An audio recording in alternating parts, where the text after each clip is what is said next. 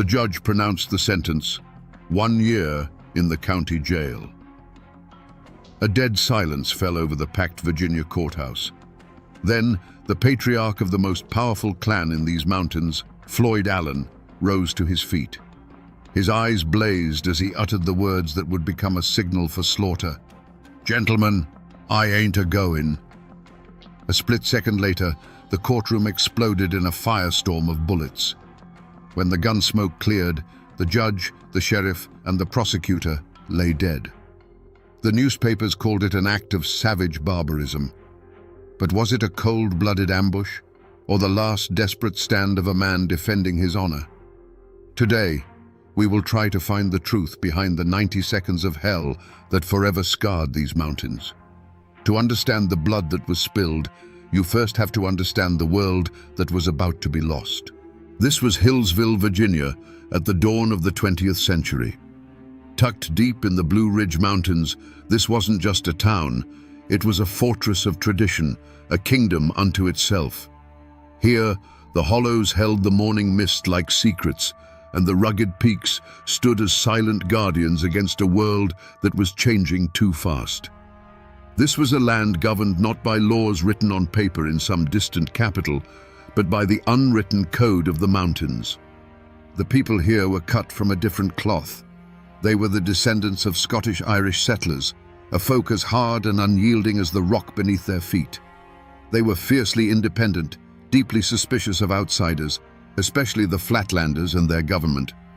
For them, the ultimate authority wasn't a judge or a sheriff, it was the family, the clan.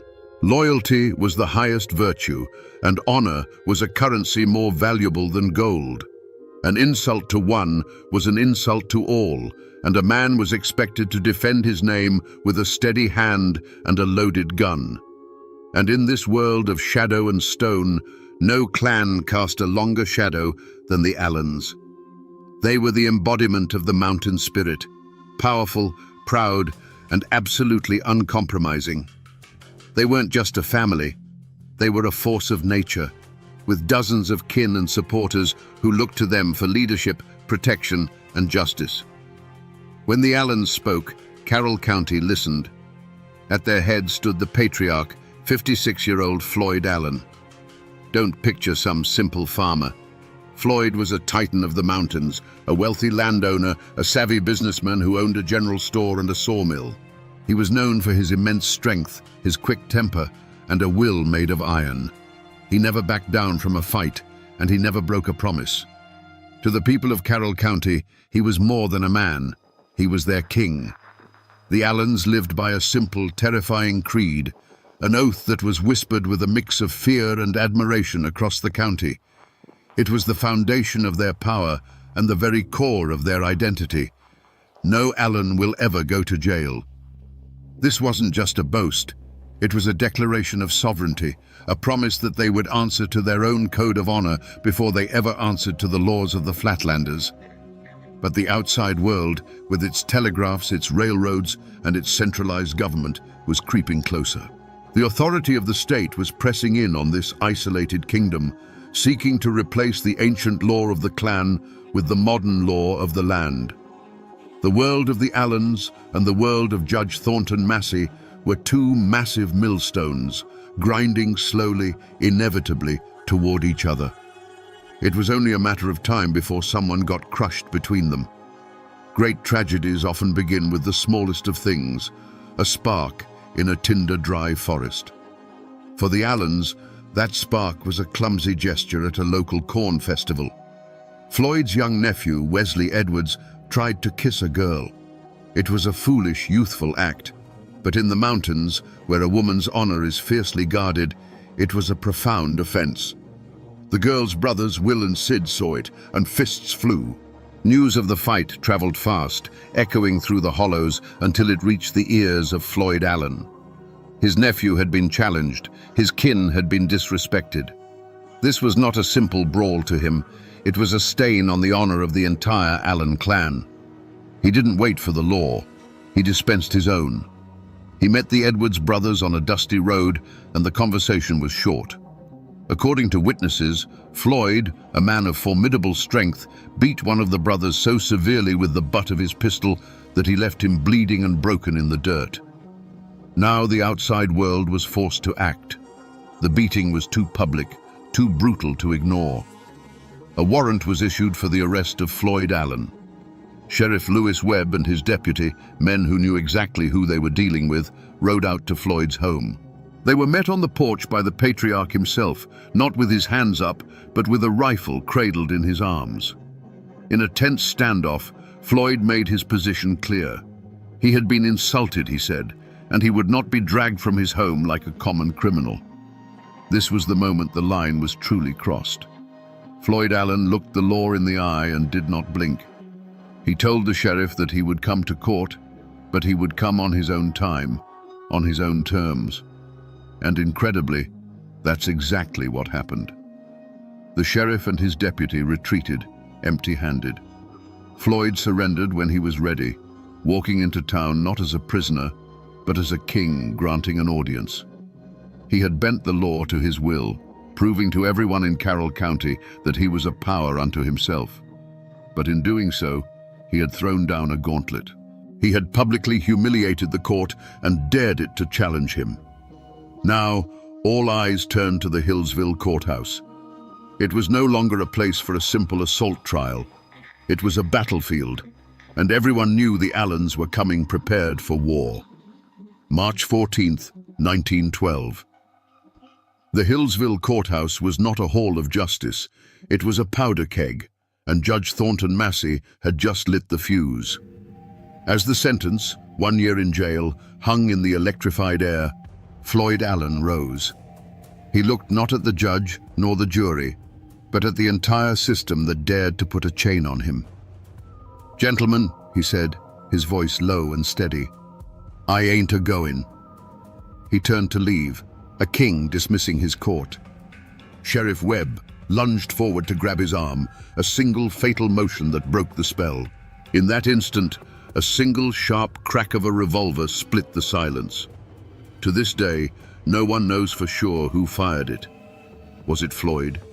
Was it his son Claude, leaping to his father's defense? Or was it a deputy trying to enforce the law? It no longer mattered. That first shot was a signal. It was the first drop of rain that unleashes a hurricane. The courtroom didn't just erupt, it detonated. From every corner of the room, revolvers and rifles appeared as if from thin air. The Allens and their supporters, strategically placed among the crowd, unleashed a devastating crossfire. For those trapped inside, it wasn't a gunfight, it was the end of the world. The air turned into a deafening thunderclap of noise, punctuated by the flash of muzzles and the high-pitched whine of ricochets. The solid wood of the benches and the judge's dais splintered, chewed to pieces by an invisible hail of lead. The men who represented the law were the first to fall. Judge Massey, who had just sealed Floyd's fate, sought cover behind his bench. A moment later, his gavel fell silent forever. Sheriff Webb, the man who had taken that fateful step forward, crumpled to the floor. His last act on this earth was to pull his own revolver and send a bullet tearing into Floyd Allen's thigh, a final defiant gesture of the law he served. Prosecutor William Foster fell nearby, and a juror, a farmer named Augustus Fowler, was trying to scramble for the door when his escape was cut tragically short. Panic turned the crowd into a human stampede. People screamed, clawing their way towards the doors, trampling one another in a desperate bid for survival.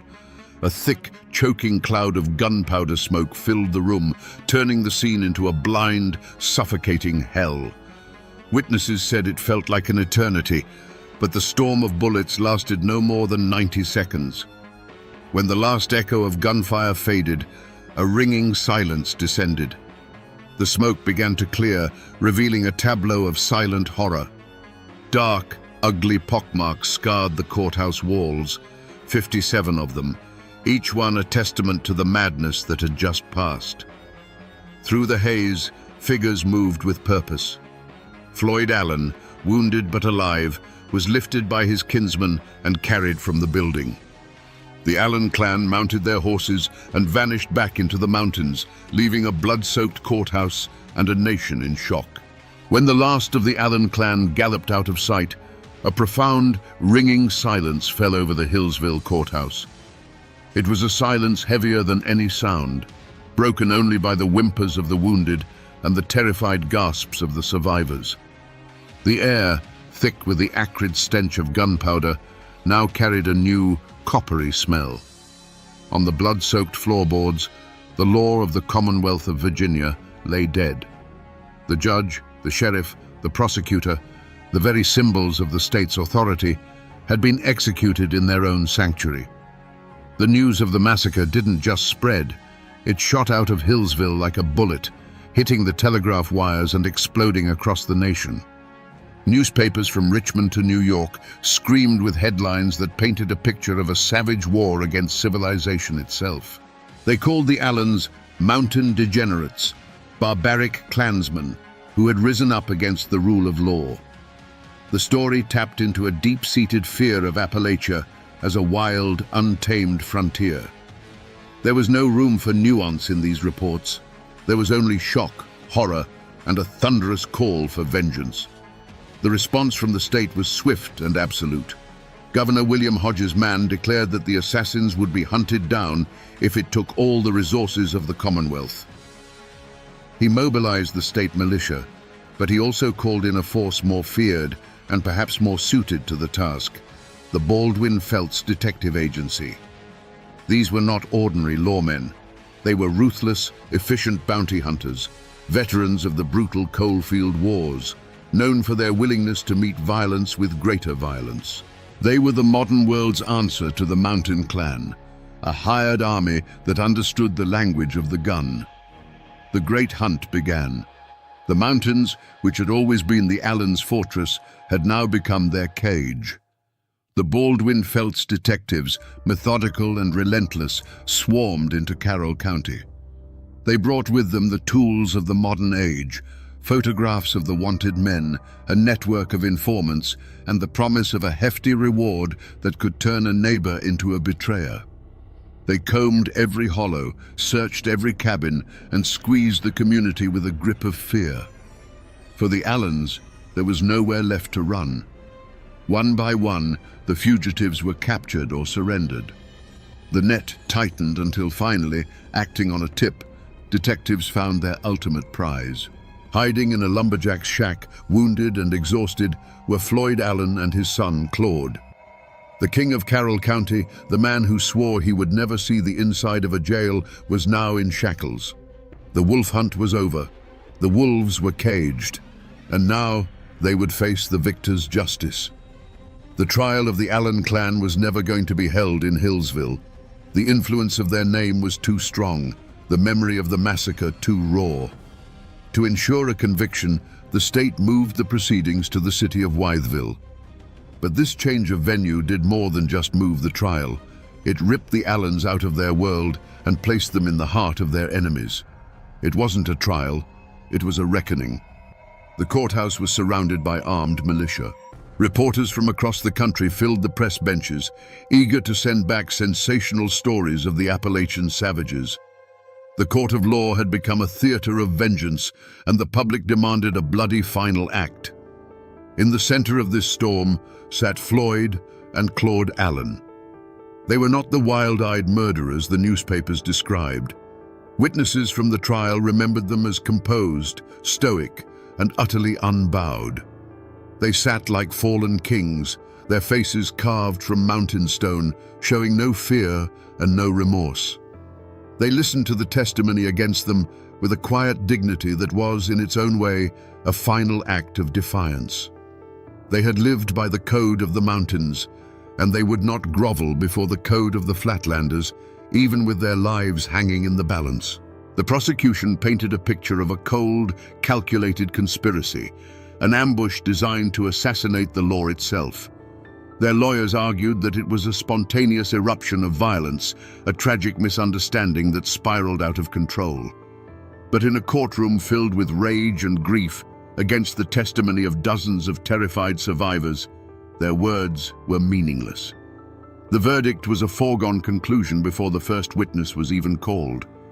The jury, drawn from a world that neither knew nor understood the Allens' way of life, deliberated for only a short time. The verdict came back. Guilty.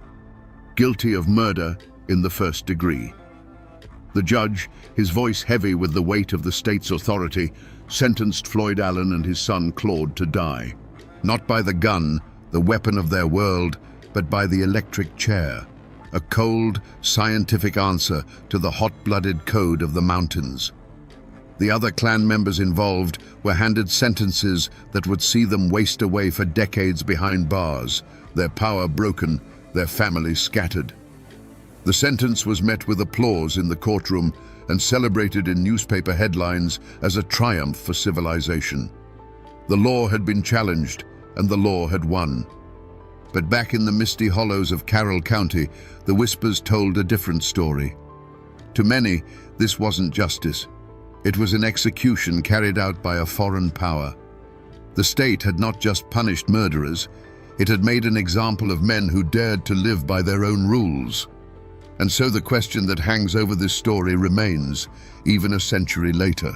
Was it justice that was delivered in that Wytheville courtroom?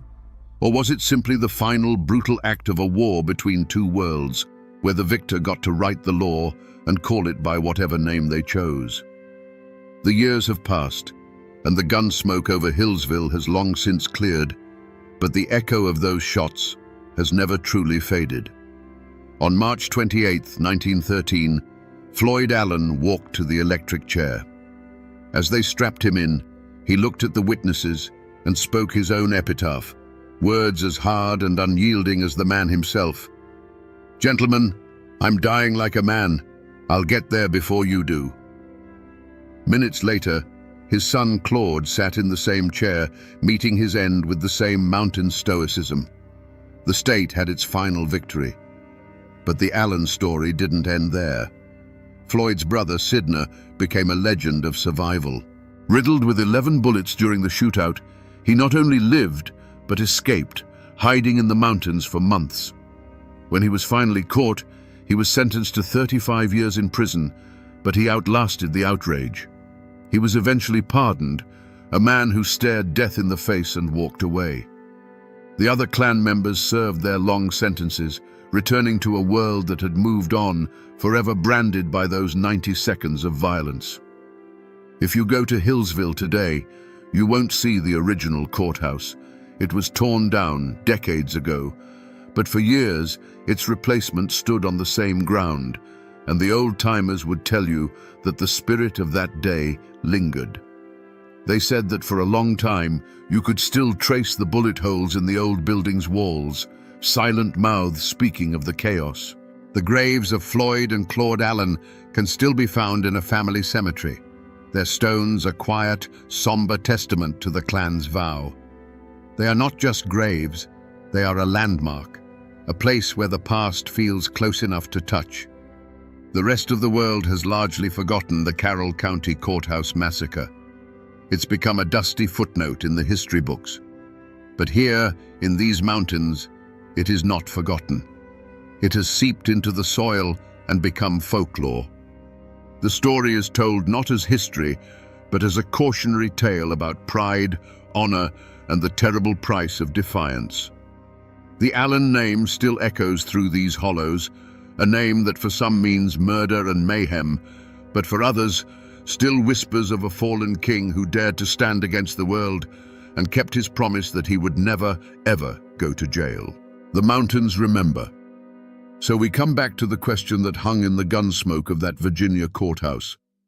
Were the Allens cold-blooded killers who planned a massacre from the start? Or were they defenders of an ancient code, pushed to a final desperate act? The truth, like most things in these mountains, is not so simple. They came to that courthouse armed because in their world, power was respected only when it was backed by the threat of force. They didn't see themselves as criminals defying the law.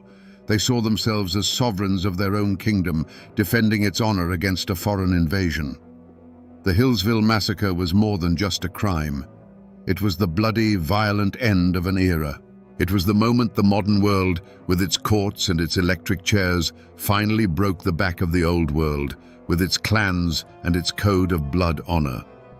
The state sent a message that day, written in the language the Allans understood best. Its power was now absolute, its reach inescapable. The Allan clan wasn't just fighting a one-year jail sentence, they were fighting the 20th century, and the 20th century won. This is a story of brutality, yes, but it is also a story of the indomitable Appalachian spirit, a spirit so fiercely independent that it can lead to both greatness and ruin. Floyd Allan was a king who refused to watch his kingdom crumble. He and his family were not heroes, but their tragic, violent story has become a dark legend, a warning of what happens when pride and honor demand a price that can only be paid in blood. And while the law won the war that day, the story of the clan who swore they would never go to prison and kept that oath at the cost of everything still haunts these hills.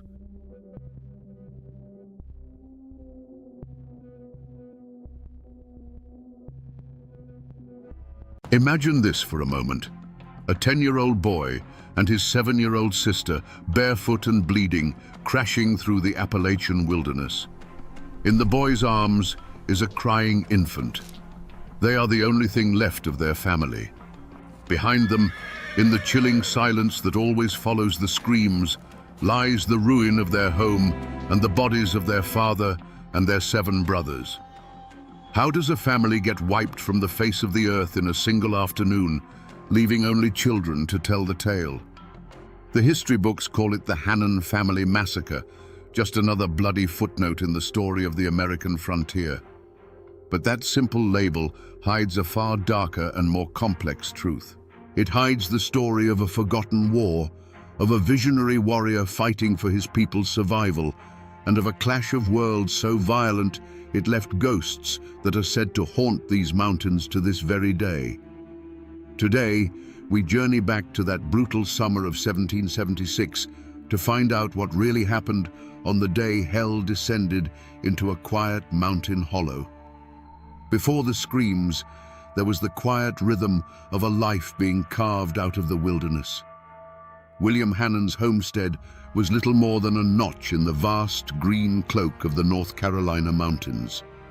A log cabin, sturdy and rough-hewn, stood in a small clearing, a testament to endless hours of labor.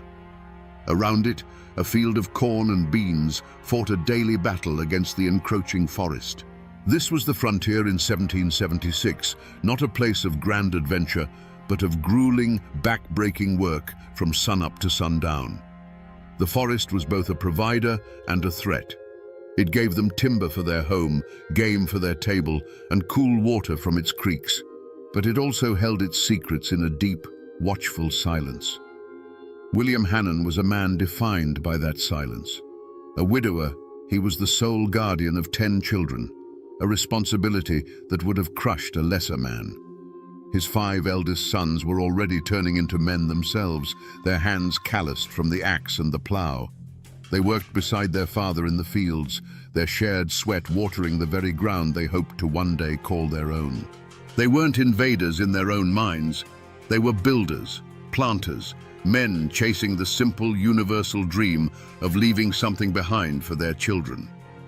Inside the cabin, life was a hum of smaller chores.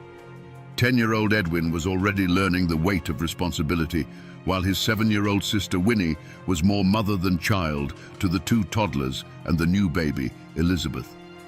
Their world was small, bounded by the edge of the woods and the arc of the sun. Their joys were simple: a cool drink of water after a hot day's work, the rare taste of wild honey, the stories told by the firelight as the mountains outside grew dark and quiet. It was a hard life, but it was their life, whole and unbroken. But the year was 1776, and while men in Philadelphia were debating the birth of a new nation, the world these settlers knew was on the verge of a violent, bloody death. The winds of revolution that blew through the cities reached the mountains as distorted whispers, rumors carried by traders and traveling preachers. They spoke of war with the British, of independence, of freedom, words that felt distant and abstract in a place where survival was the only law that mattered. The more immediate danger had a name that was beginning to be spoken with a mix of fear and reluctant respect: Dragging Canoe. He was the leader of the Chickamauga Cherokee, a man who refused to bow to the white tide. Whispers said he had sworn a blood oath to drive the settlers from his ancestral lands. The Hannon family, in their quiet hollow, knew of these rumors. Every snap of a twig in the forest, every unfamiliar shadow at dusk, was a reminder that their small patch of cleared land was an island in an ocean of ancient history they did not understand. They were living on borrowed time, and they had no idea the debt was about to be called due. The Hannons had no quarrel with their immediate neighbors. On the frontier, you relied on the folks in the next valley over. No, the grudges that doomed them were older, deeper, and written on the land itself. William Hannon and his family were living on the edge of a wound that had been festering for decades. Each treaty signed by distant chiefs, each parcel of land ceded under pressure, was another drop of poison in the well. To the Cherokee, the settlers' cabins weren't homes. They were markers of a slow, creeping death to their way of life. The architect of this simmering rage was Dragging Canoe. He was a man who saw the future in the tired eyes of the old chiefs who kept giving away land, hoping for a peace that never came. At a treaty meeting, as yet another swath of ancestral hunting ground was signed over, he pointed to the land and spoke words that would become a prophecy written in blood. "You have bought a beautiful land," he told the settlers, "but I am afraid that you will find its settlement dark and bloody." He saw no compromise, only oblivion. Dragging Canoe and his followers, the Chickamauga, were not just a band of renegades. They were the hardened soul of the Cherokee resistance. They saw the American Revolution not as a fight for freedom, but as a chaotic opportunity. British agents, eager to sow terror on the colonial frontier, fanned the flames of their fury. They provided guns, ammunition, and promises, turning the Chickamauga's righteous anger into a weapon. For Dragging Canoe, this wasn't about fighting for the British king. It was a holy war for the mountains themselves.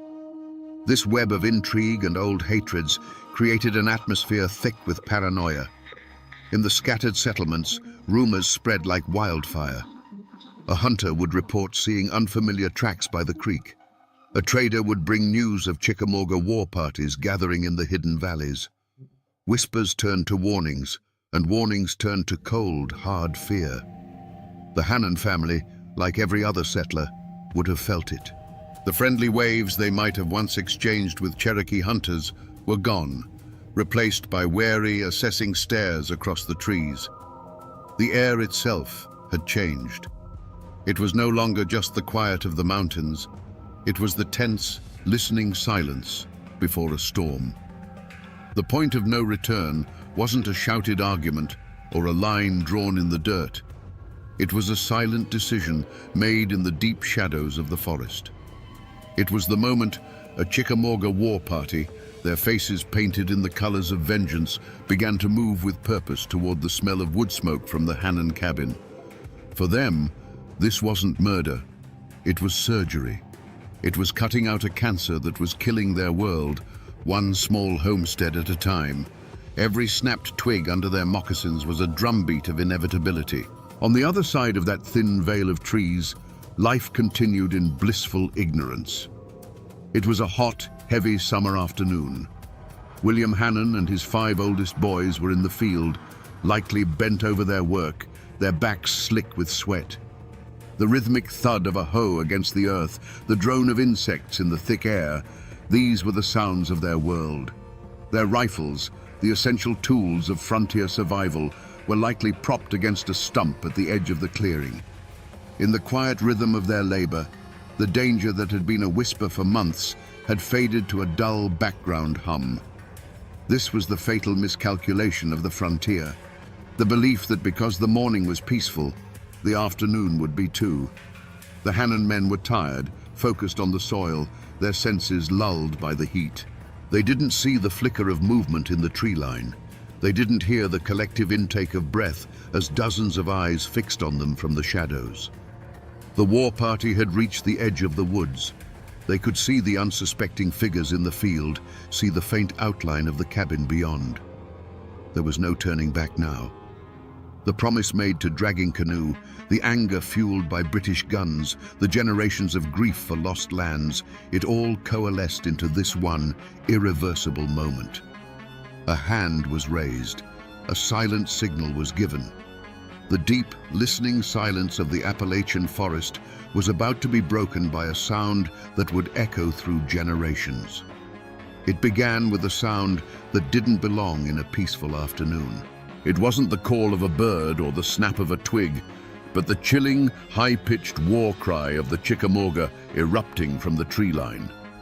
For William Hannon and his 5 sons, there was no time to run, no time to even turn and grab their rifles. The world of hoeing and planting vanished in an instant, replaced by a storm of motion and violence that swept over the field. It wasn't a battle, it was a harvest. Moments later, it was over. The rhythmic sounds of work had been replaced by a silence that was heavy and absolute.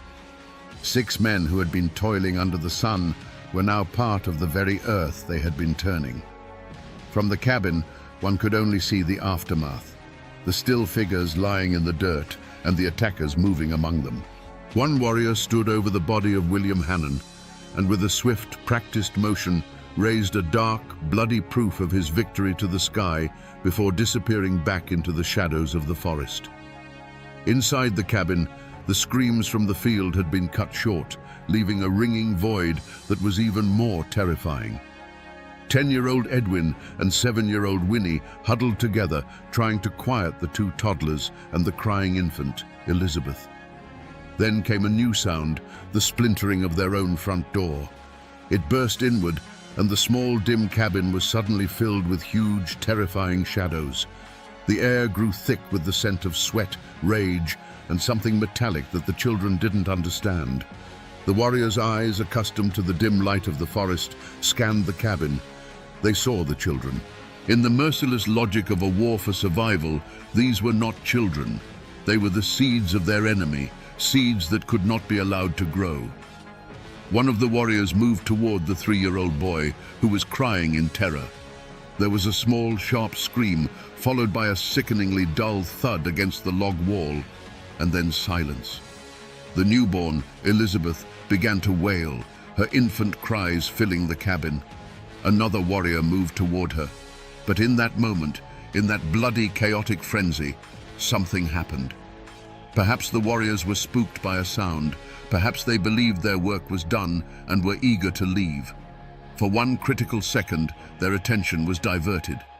It was all the time the universe would give. It wasn't a thought, but a pure animal instinct that moved 10-year-old Edwin. As the warrior turned away, the boy lunged, scooping the screaming infant from her cradle. He grabbed Winnie's hand, pulling her with a force she didn't know he possessed. He didn't look back at the small, still form of his little brother. He didn't look at anything but the gaping hole where the door used to be. They slipped out of the cabin like 2 small ghosts leaving their own grave. Barefoot, with a screaming baby in their arms, they ran. They didn't run toward the fields where their father lay. They ran for the one place that had always seemed so dark and threatening, the only place that now offered salvation, the deep, silent woods. They plunged into the shadows, the thorny branches tearing at their skin, running from the silence that had just fallen over their home, a silence now more terrifying than any scream.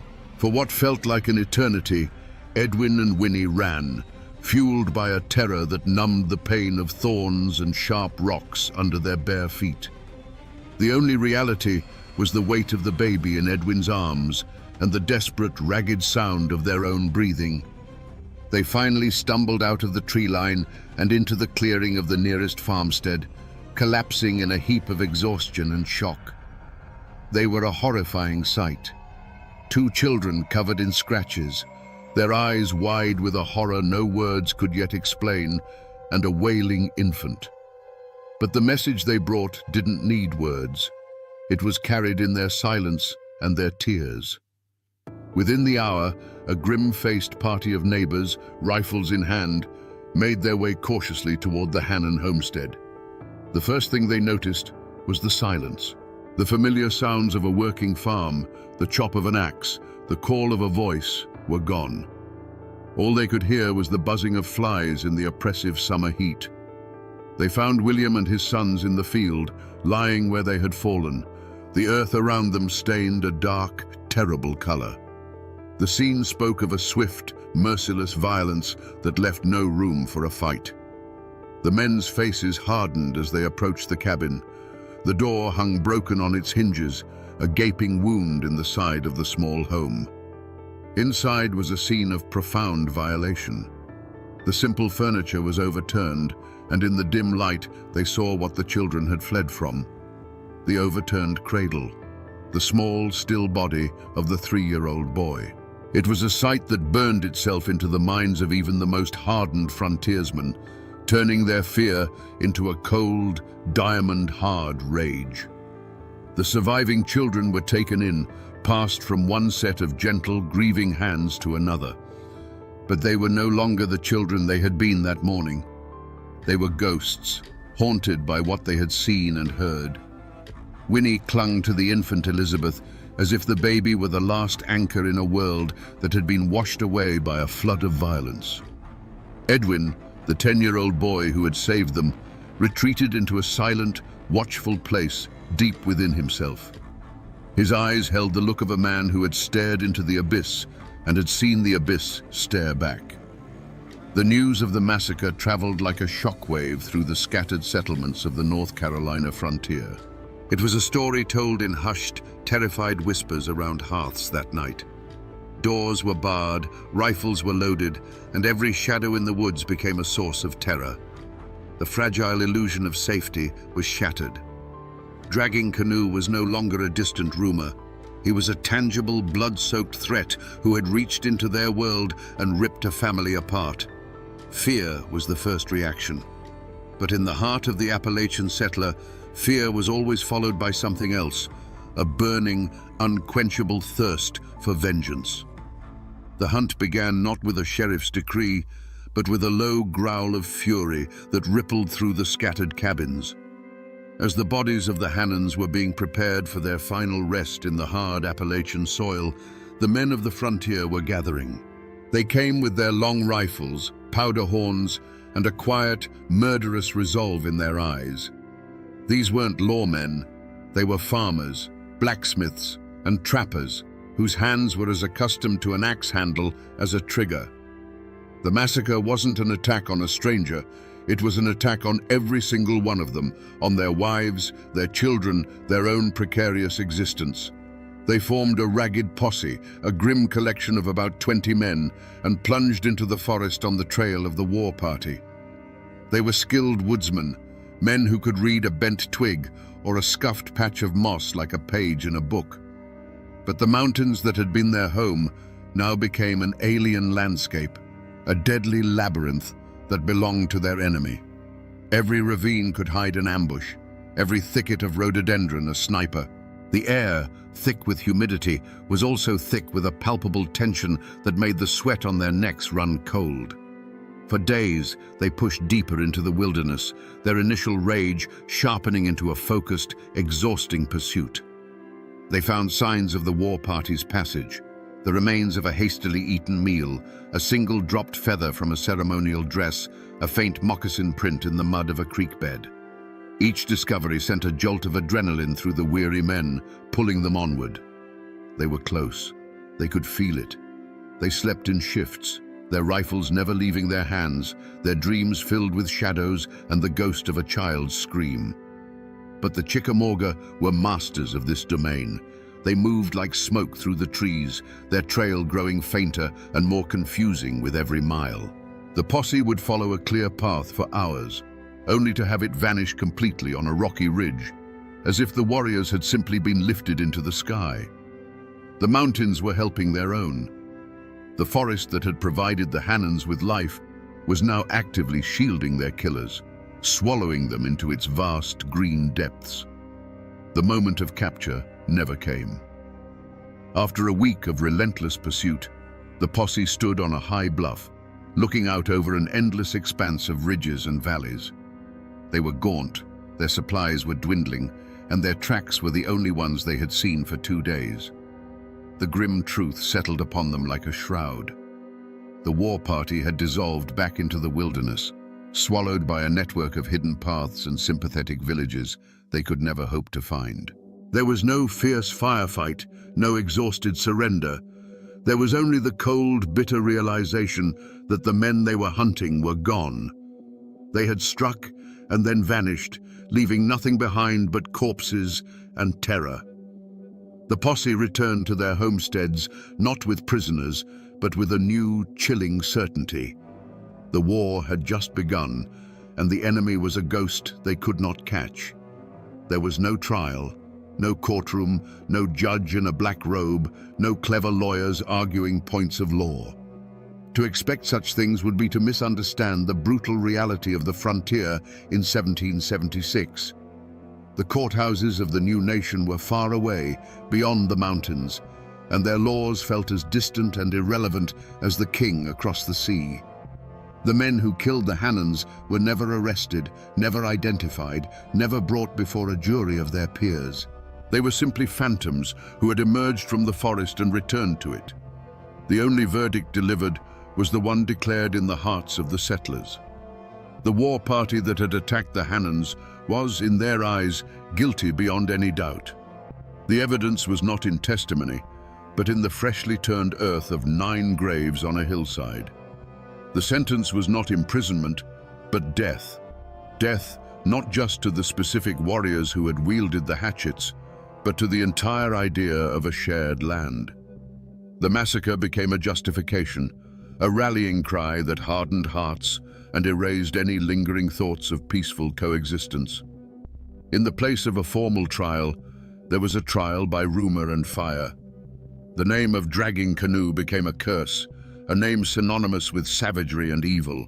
Any Cherokee, whether they followed Dragging Canoe or the peace-seeking chiefs, was now viewed with suspicion and hatred. The act of a single war party was laid at the feet of an entire people. This was the justice of the mountains, swift, absolute, and unforgiving. It wasn't about finding individual culprits, it was about identifying an enemy. The lack of a formal verdict was, in its own way, the most damning verdict of all. It signified that the Hannan family lived and died in a place where the rule of law had not yet taken root. Their lives were governed by a more ancient and brutal code, the code of survival and retribution. The failure of the posse to capture the killers meant there would be no clean resolution, no moment of state-sanctioned justice to close the wound. Instead, the wound was left to fester. It fueled a cycle of retaliatory raids and counter-raids that would stain the Appalachian soil with blood for another 2 decades. A brutal, undeclared war where every man was his own judge, jury, and executioner. What became of the children who ran from a cabin of ghosts? They survived, but they never truly escaped that summer afternoon. They grew up in the shadow of that day, carrying a silence that others could not understand. Legends in these mountains say that Edwin, the boy who had to become a man in a matter of seconds, grew into a hard, quiet frontiersman whose eyes were always scanning the tree line. He was a man forever at war with the memory of what he had lost.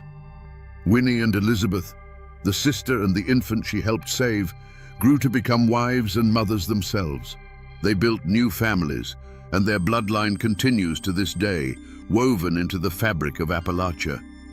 But those who knew them said there was always a sadness that never quite left their eyes, a memory of a lullaby that ended in a scream. If you were to go looking for the Hannan homestead today, you wouldn't find it. There is no preserved cabin, no historical marker by the side of the road. The forest has long since swallowed the scar of their small field. The logs of their home have rotted back into the earth from which they came. The only physical trace left is the land itself, and perhaps a few unmarked stones on a forgotten hillside worn smooth by 2 centuries of rain and wind. But the story did not rot away with the cabin walls. It seeped into the soil like blood, becoming a part of the local folklore. For generations, people living in that hollow have spoken of strange things. They say that on quiet, moonless summer nights, if you stand near the creek where the homestead was, you can sometimes hear the faint, ghostly sound of a baby crying on the wind. It is the soul of the murdered infant, they say, forever lost between worlds. Most people have forgotten the name William Hannon. The official histories mention the event only in passing, if at all. But the mountains remember. The old oaks that witnessed the attack still stand, their rings holding the memory of that day's terrible silence. The story isn't in a book, it's in the land itself. It's a ghost story whispered to children to keep them close to home after dark, a cautionary tale about the brutal cost of a new nation. The paper may have forgotten, but the earth never does. So we return to the question that haunted us from the beginning. How does a family get wiped from the face of the earth, leaving only children to tell the tale? The easy answer is to blame the savagery of the frontier, to point a finger at Dragging Canoe and his warriors. But the truth, like the Appalachian forest itself, is a place of deep and tangled shadows. The Hannon family weren't just killed by men with hatchets. They were caught in the grinding gears of history, crushed between one people's desperate dream for a new life and another people's even more desperate struggle to save their ancient world from disappearing forever. This story is not just an account of a brutal massacre. It is a parable of how America was born. For every noble word written in the Declaration of Independence that summer, there was a silent, bloody chapter being written in a forgotten mountain hollow. It reminds us that progress is never clean, and the foundations of a new world are often laid upon the graves of the old one. The Hannons were pioneers, but they were also trespassers. The Chickamauga were defenders of their homeland, but they were also the agents of a nightmare. There are no simple heroes or villains here. There are only human beings pushed to the limits of their endurance, their fear, and their fury. The real legacy of this tragedy isn't just the ghost of a crying baby on the wind. It's in the resilience of those who survived, the children who ran from hell and somehow managed to build new lives. It is a story not just of cruelty, but of the unyielding strength of the human spirit. It is a wound on the soul of Appalachia that has never fully healed, a quiet reminder that the land we walk on is layered with stories, sorrows, and blood we have long since forgotten. The mountains hold these memories, locked away in their silent, stony heart. They remember the laughter of children in a sunlit field, the chilling war cry that shattered the peace, and the terrible silence that followed. And now, my friends, so do you.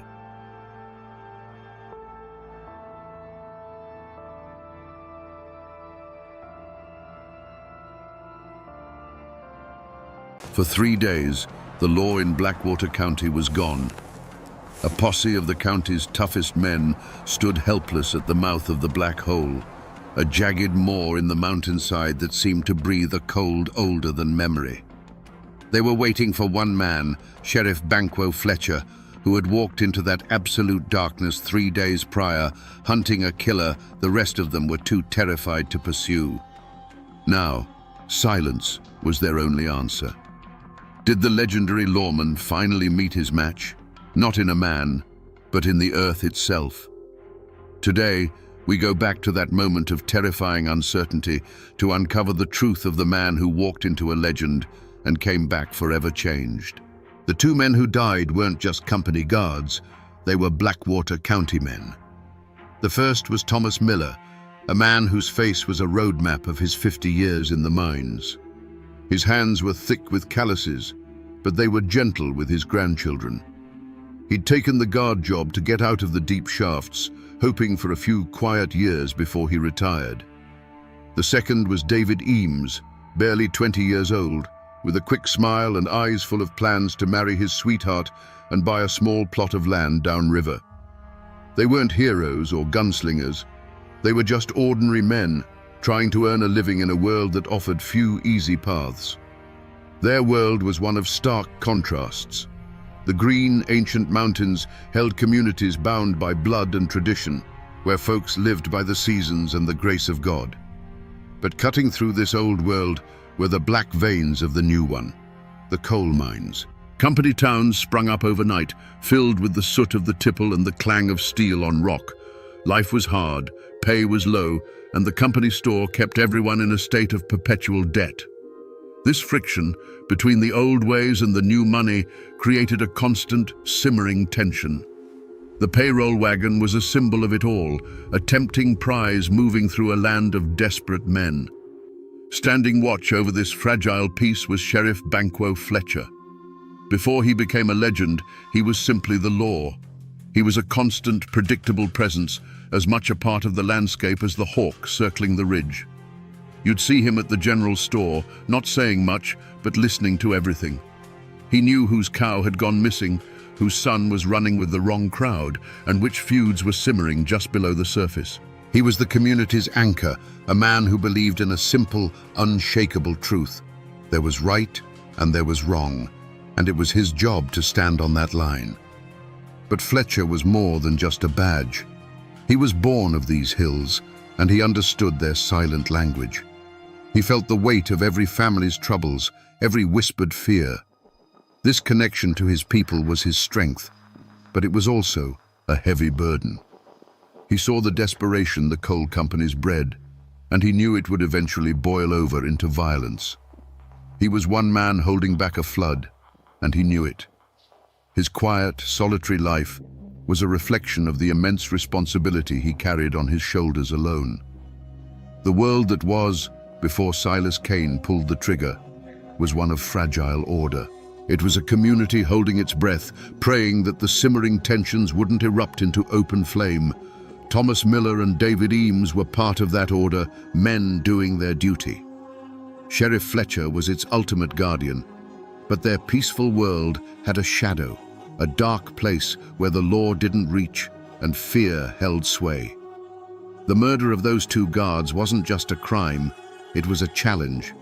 It was Silas Kane declaring that the old rules were dead and that even the mountains couldn't protect you anymore. The scene of the attack was on a lonely stretch of road winding through a deep cut in the mountain, a place where the sun struggled to reach the forest floor even at midday. The payroll wagon sat askew, one wheel splintered in a ditch. The two horses stood unnaturally still in their harnesses, their heads bowed, their coats trembling despite the cool air. A profound and terrible silence had fallen over the hollow, broken only by the drip of water from moss-covered rocks. The payroll box was gone, its hasp broken and discarded in the mud. The bodies of Miller and Eames lay where they fell, covered by canvas blankets that couldn't hide the dark stains seeping into the earth. When Sheriff Fletcher arrived, he didn't join the quiet, grim-faced huddle of men who had discovered the wagon. He moved away from them, his grey eyes scanning not the wagon, but the woods surrounding it. He walked the perimeter of the clearing in a slow, deliberate circle, his gaze fixed on the ground. He was reading the forest floor like a page in a book, taking in every bent twig, every disturbed patch of last year's leaves. He was a man searching for a story, and he knew these woods would tell him the truth if he just knew how to listen. The clues he found were chilling, not for what they revealed, but for what they didn't. There were no signs of a struggle, no frantic footprints of men running for their lives. There was only one set of tracks leading from the tree line and one set leading back. They were from a single man, a heavy man, moving with a calm, unhurried gait. And then Fletcher found the most unnerving clue of all. On a flat, mossy rock about 20 yards from the wagon, he found two spent rifle cartridges. They weren't scattered where they would have been ejected from the chamber. They were placed neatly side by side, like a pair of cufflinks set out for church. This was what unsettled everyone more than the violence itself. This wasn't the work of a panicked thief. The careful placement of the shells was a message. It was a statement of absolute control, of a chilling lack of fear. It spoke of a killer who had watched his victims fall and then taken the time to gather his brass and leave a signature. The wilderness offered no easy answers, only a multitude of unsettling questions. Who was this man?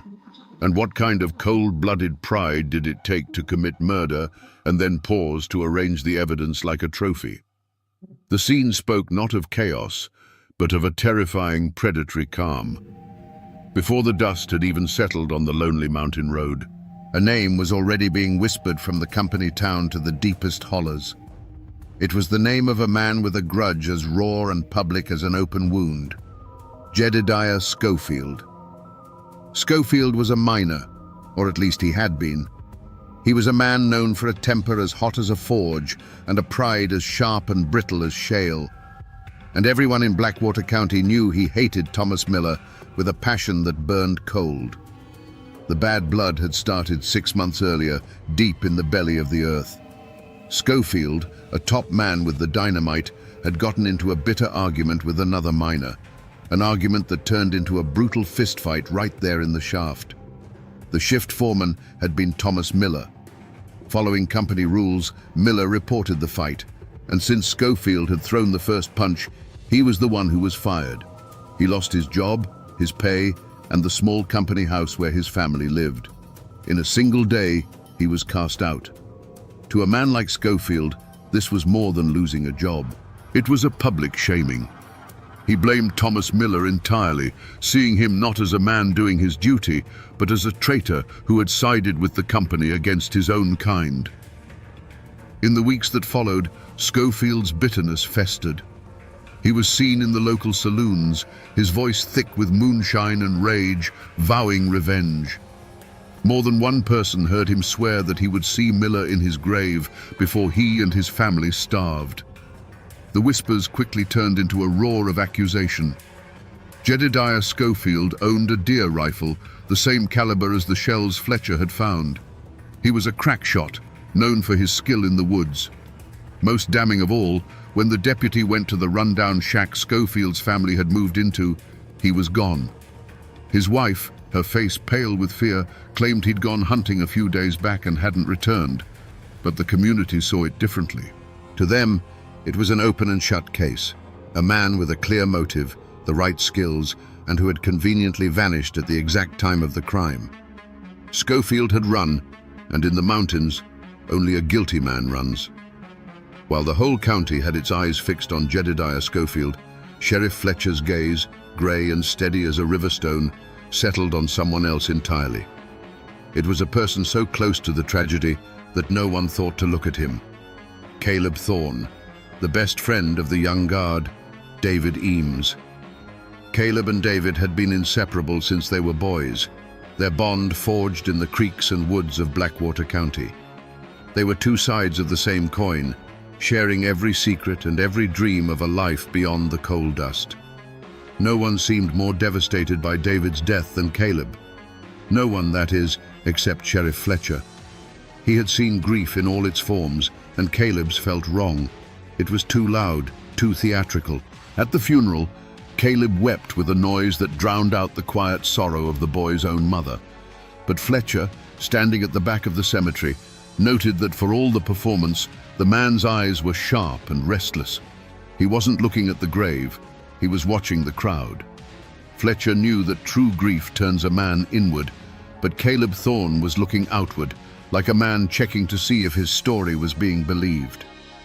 Beneath that mask of sorrow was a secret that was rotting Caleb from the inside out. He wasn't just a simple mine worker, he was a gambler who had fallen in deep with a dangerous crowd from the railroad camps. He owed a debt so large it was a death sentence, and the men he owed were not known for their patience. The company payroll wasn't just a target of opportunity for him, it was his only way out. His best friend, David Eames, hadn't just been a friend. He was Caleb's unwitting key to the prize, a source of information about the wagon's route and its schedule. The whispers started when Caleb was seen just days after the funeral, paying off a chunk of his debt at a saloon with crisp bills. When questioned, he claimed he'd won a lucky hand at cards. But the story felt thin, and his behavior, when re-examined, painted a darker picture. People now remembered Caleb asking David pointed questions about the guard rotation, questions that seemed innocent at the time but now felt sinister. The idea was almost too ugly to consider, that the attack wasn't a random ambush but a meticulously planned execution, and that David Eames might have been betrayed by the one person on earth he trusted completely. But there was a third shadow in these hills, one cast not by a single man, but by the towering black tipple of the mine itself. The Black Mountain Coal Company was more than an employer. It was a hungry, faceless power from the north, and its interests rarely aligned with the well-being of the men it paid in scrip. In the months leading up to the robbery, a new kind of man had been seen in the county. Men in dark suits and city hats, with faces as hard and emotionless as the company ledger books. They weren't miners or managers. They were troubleshooters, company enforcers, and their presence felt like the stillness before a storm. Their motive was impersonal, but immense. Whispers of unionizing had been snaking through the mine shafts, talk of better pay and safer conditions. To the company, the union wasn't a negotiation. It was a disease to be eradicated. A violent, unsolved payroll robbery was the perfect pretext. It would justify flooding the county with their own heavily armed guards, men who answered not to the law, but to the company. They could lock down the towns, root out the organizers, and break the spirit of the rebellion under the guise of protecting the people from a phantom killer. Miller and Eames, in this cold calculation, were simply the cost of doing business. The arrival of these city men had draped a blanket of unease over the community. They didn't speak to locals, they observed, their eyes taking measure of everything. They were seen mapping the roads, timing the payroll wagon's route, and holding quiet, tense meetings behind the locked door of the company office. Their presence was a silent, constant threat. It was a clear message from the powers up north that they were watching, and that they would not tolerate dissent. The mountain folk, who had dealt with their own problems for generations, now felt the chilling gaze of an outside world that saw their home as nothing more than a resource to be exploited and controlled. The crime itself bore the hallmarks of this cold, corporate ruthlessness. The clean, efficient nature of the ambush, the lack of any wasted motion, and especially the chilling signature of the carefully placed shell casings. It all felt less like the hot-blooded revenge of a fired miner and more like the work of a professional. It was a calculated act of terror designed to create chaos. Perhaps the stolen money was never the point. Perhaps the real prize was fear itself, a tool the company could wield to crush the growing defiance of the men who worked and died in its mines. With Jedediah Schofield named as the prime suspect, a posse of grim-faced men formed, fueled by righteous anger and cheap corn liquor. They were ready to deliver mountain justice with a rope. Sheriff Fletcher led them, but he moved with a different purpose. While the others saw a clear trail of vengeance, Fletcher saw a path that was too obvious, too neat. He wasn't hunting a man he hated, he was solving a puzzle, and he knew the first piece you find isn't always the one that fits. For 4 days, they beat the brush, scouring the unforgiving ridges and impenetrable rhododendron thickets that Schofield called home. The mountains, however, are experts at hiding men, and the trail was cold.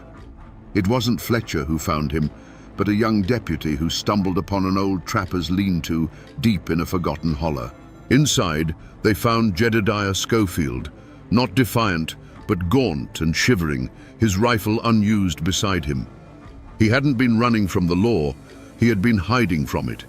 He knew he was the first man they'd blame, and his terror was so genuine it was almost palpable. His alibi, when it came, was as solid and immovable as the mountain itself. He had been miles away from the ambush, helping the circuit preacher, old Reverend Eli, repair the roof on the remote Black Creek Chapel. He'd been there for a solid week, sleeping in the church and sharing the preacher's meager meals. The Reverend, a man whose word was considered scripture in those parts, confirmed it without a moment's hesitation. Jedediah Schofield was a man full of rage and bitterness, but he was no killer. The most promising lead had evaporated into thin mountain air. Attention then shifted to Caleb Thorne, but that trail was made of smoke and mirrors. There was no physical evidence, only the foul taste of suspicion. He had an answer for everything. The money? A lucky night playing cards with strangers at a railroad camp, men who were long gone. His odd questions to David. Just the normal curiosity of a friend. The community, unwilling to stomach the thought of such a venomous betrayal, chose to believe him. To accuse him without proof was to call one of their own a monster, a truth too ugly to face. The investigation had hit a wall of solid granite, leaving Sheriff Fletcher with nothing but a pair of spent shells and a county where the fear was beginning to grow teeth. With the official investigation stalled, a cold fog of silence settled over Blackwater County. The lively chatter at the general store died down whenever Sheriff Fletcher walked in. Doors that were once open were now latched, and eyes that met yours on the road would slide away, refusing to connect. It was as if the whole community had collectively agreed to forget the murders had ever happened.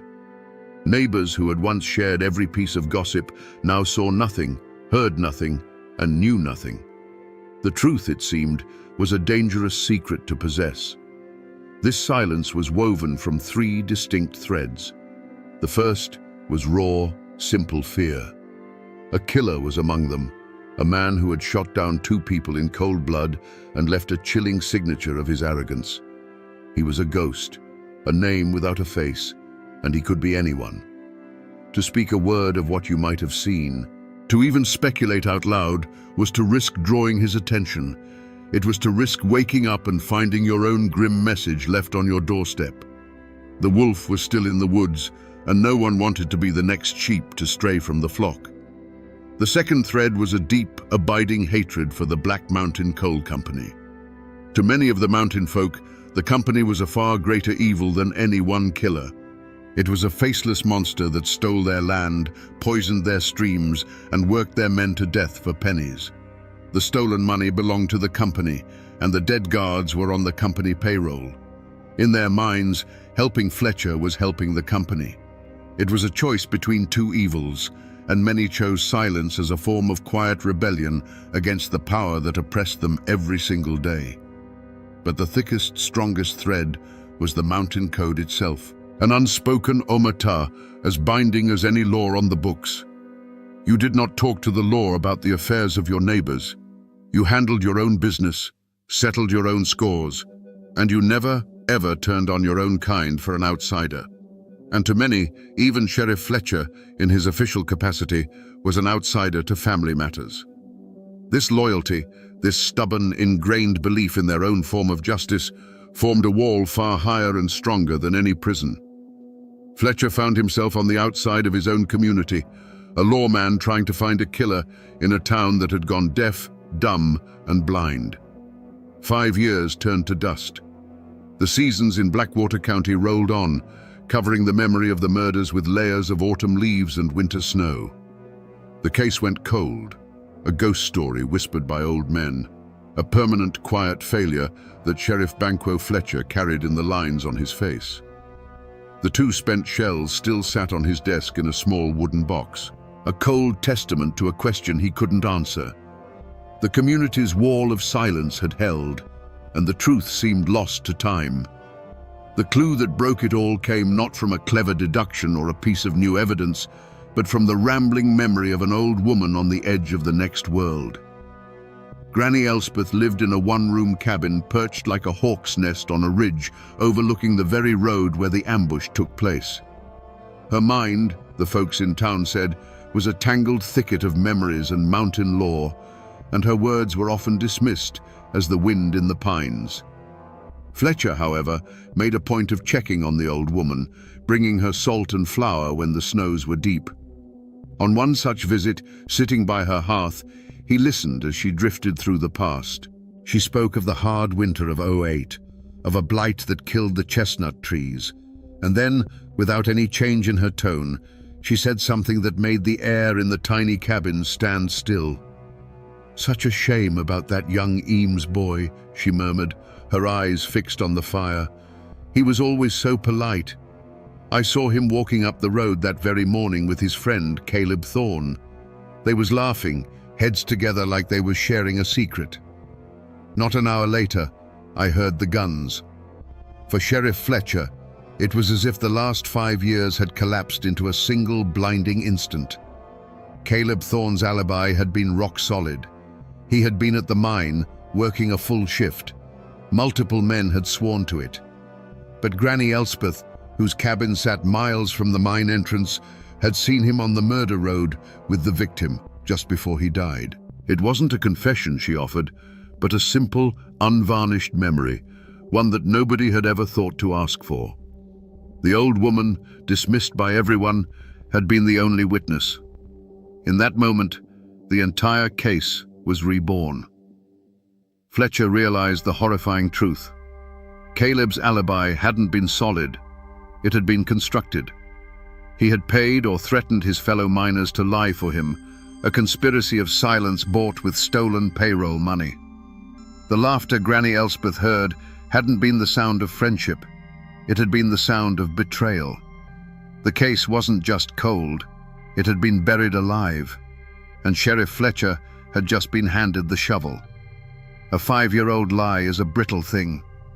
With Granny Elspeth's testimony in his pocket, Sheriff Fletcher moved with the cold patience of a winter freeze. He didn't go for Caleb Thorne, not yet. He went for the men who had built the walls of his alibi. He found them one by one, in the mines, in their homes, at the saloon. He didn't threaten or shout. He simply sat with them, his grey eyes unblinking, and told them what the old woman on the ridge had seen.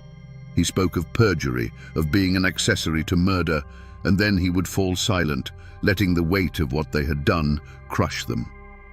The first miner held out for an hour, the second for 10 minutes. The third broke before Fletcher even finished his sentence. The confrontation, when it came, was on the porch of the small, respectable house Caleb Thorne had bought with his blood money. He had grown soft in 5 years, the desperate gambler replaced by a man who believed his own lies. He greeted the sheriff with a confident smile, but it faltered and died when he saw the look on Fletcher's face. The lawman wasn't there for a social call. "I spoke with Granny Elspeth," Fletcher began, his voice flat. "She remembers seeing you that morning, Caleb, on the road with David, just before the shots." Caleb scoffed, a dry, rattling sound. "An old woman's fancies. I was at the mine. Ask anyone." And that was the moment Fletcher sprung the trap. "I did," he said, his voice dropping to a near whisper. "I asked Tom Jenkins, and I asked Sam Carter." Their memories seemed to have gotten a lot clearer in the last 24 hours. The color drained from Caleb's face. The mask of the respected citizen shattered, revealing the terrified, cornered animal beneath. Fletcher took a step closer, his shadow falling over the other man. "But here's the thing that's been bothering me, Caleb. The tracks at the scene, they were from a big man, a heavy man, and those shells placed so neat. That wasn't your style. You're a coward. You always were.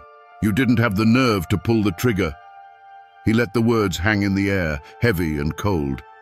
"You just led your best friend into the woods to be slaughtered like a hog. You gave the route, the time, everything. And you did it for a man in a city suit, a company man, the one who came down to break the union talk, a big man named Corbin." Fletcher's voice was relentless, each word a hammer blow breaking down the last of Caleb's defenses. "He pulled the trigger, and you collected your 30 pieces of silver. It was all there, the whole sickening truth. It wasn't a crime of passion or a simple robbery born of desperation. It was a cold-blooded business deal. The Black Mountain Coal Company needed an excuse to crush its workers, and Caleb Thorne, drowning in debt, was their willing instrument. He sold out his friend, his community, and his own soul. Caleb didn't confess with words.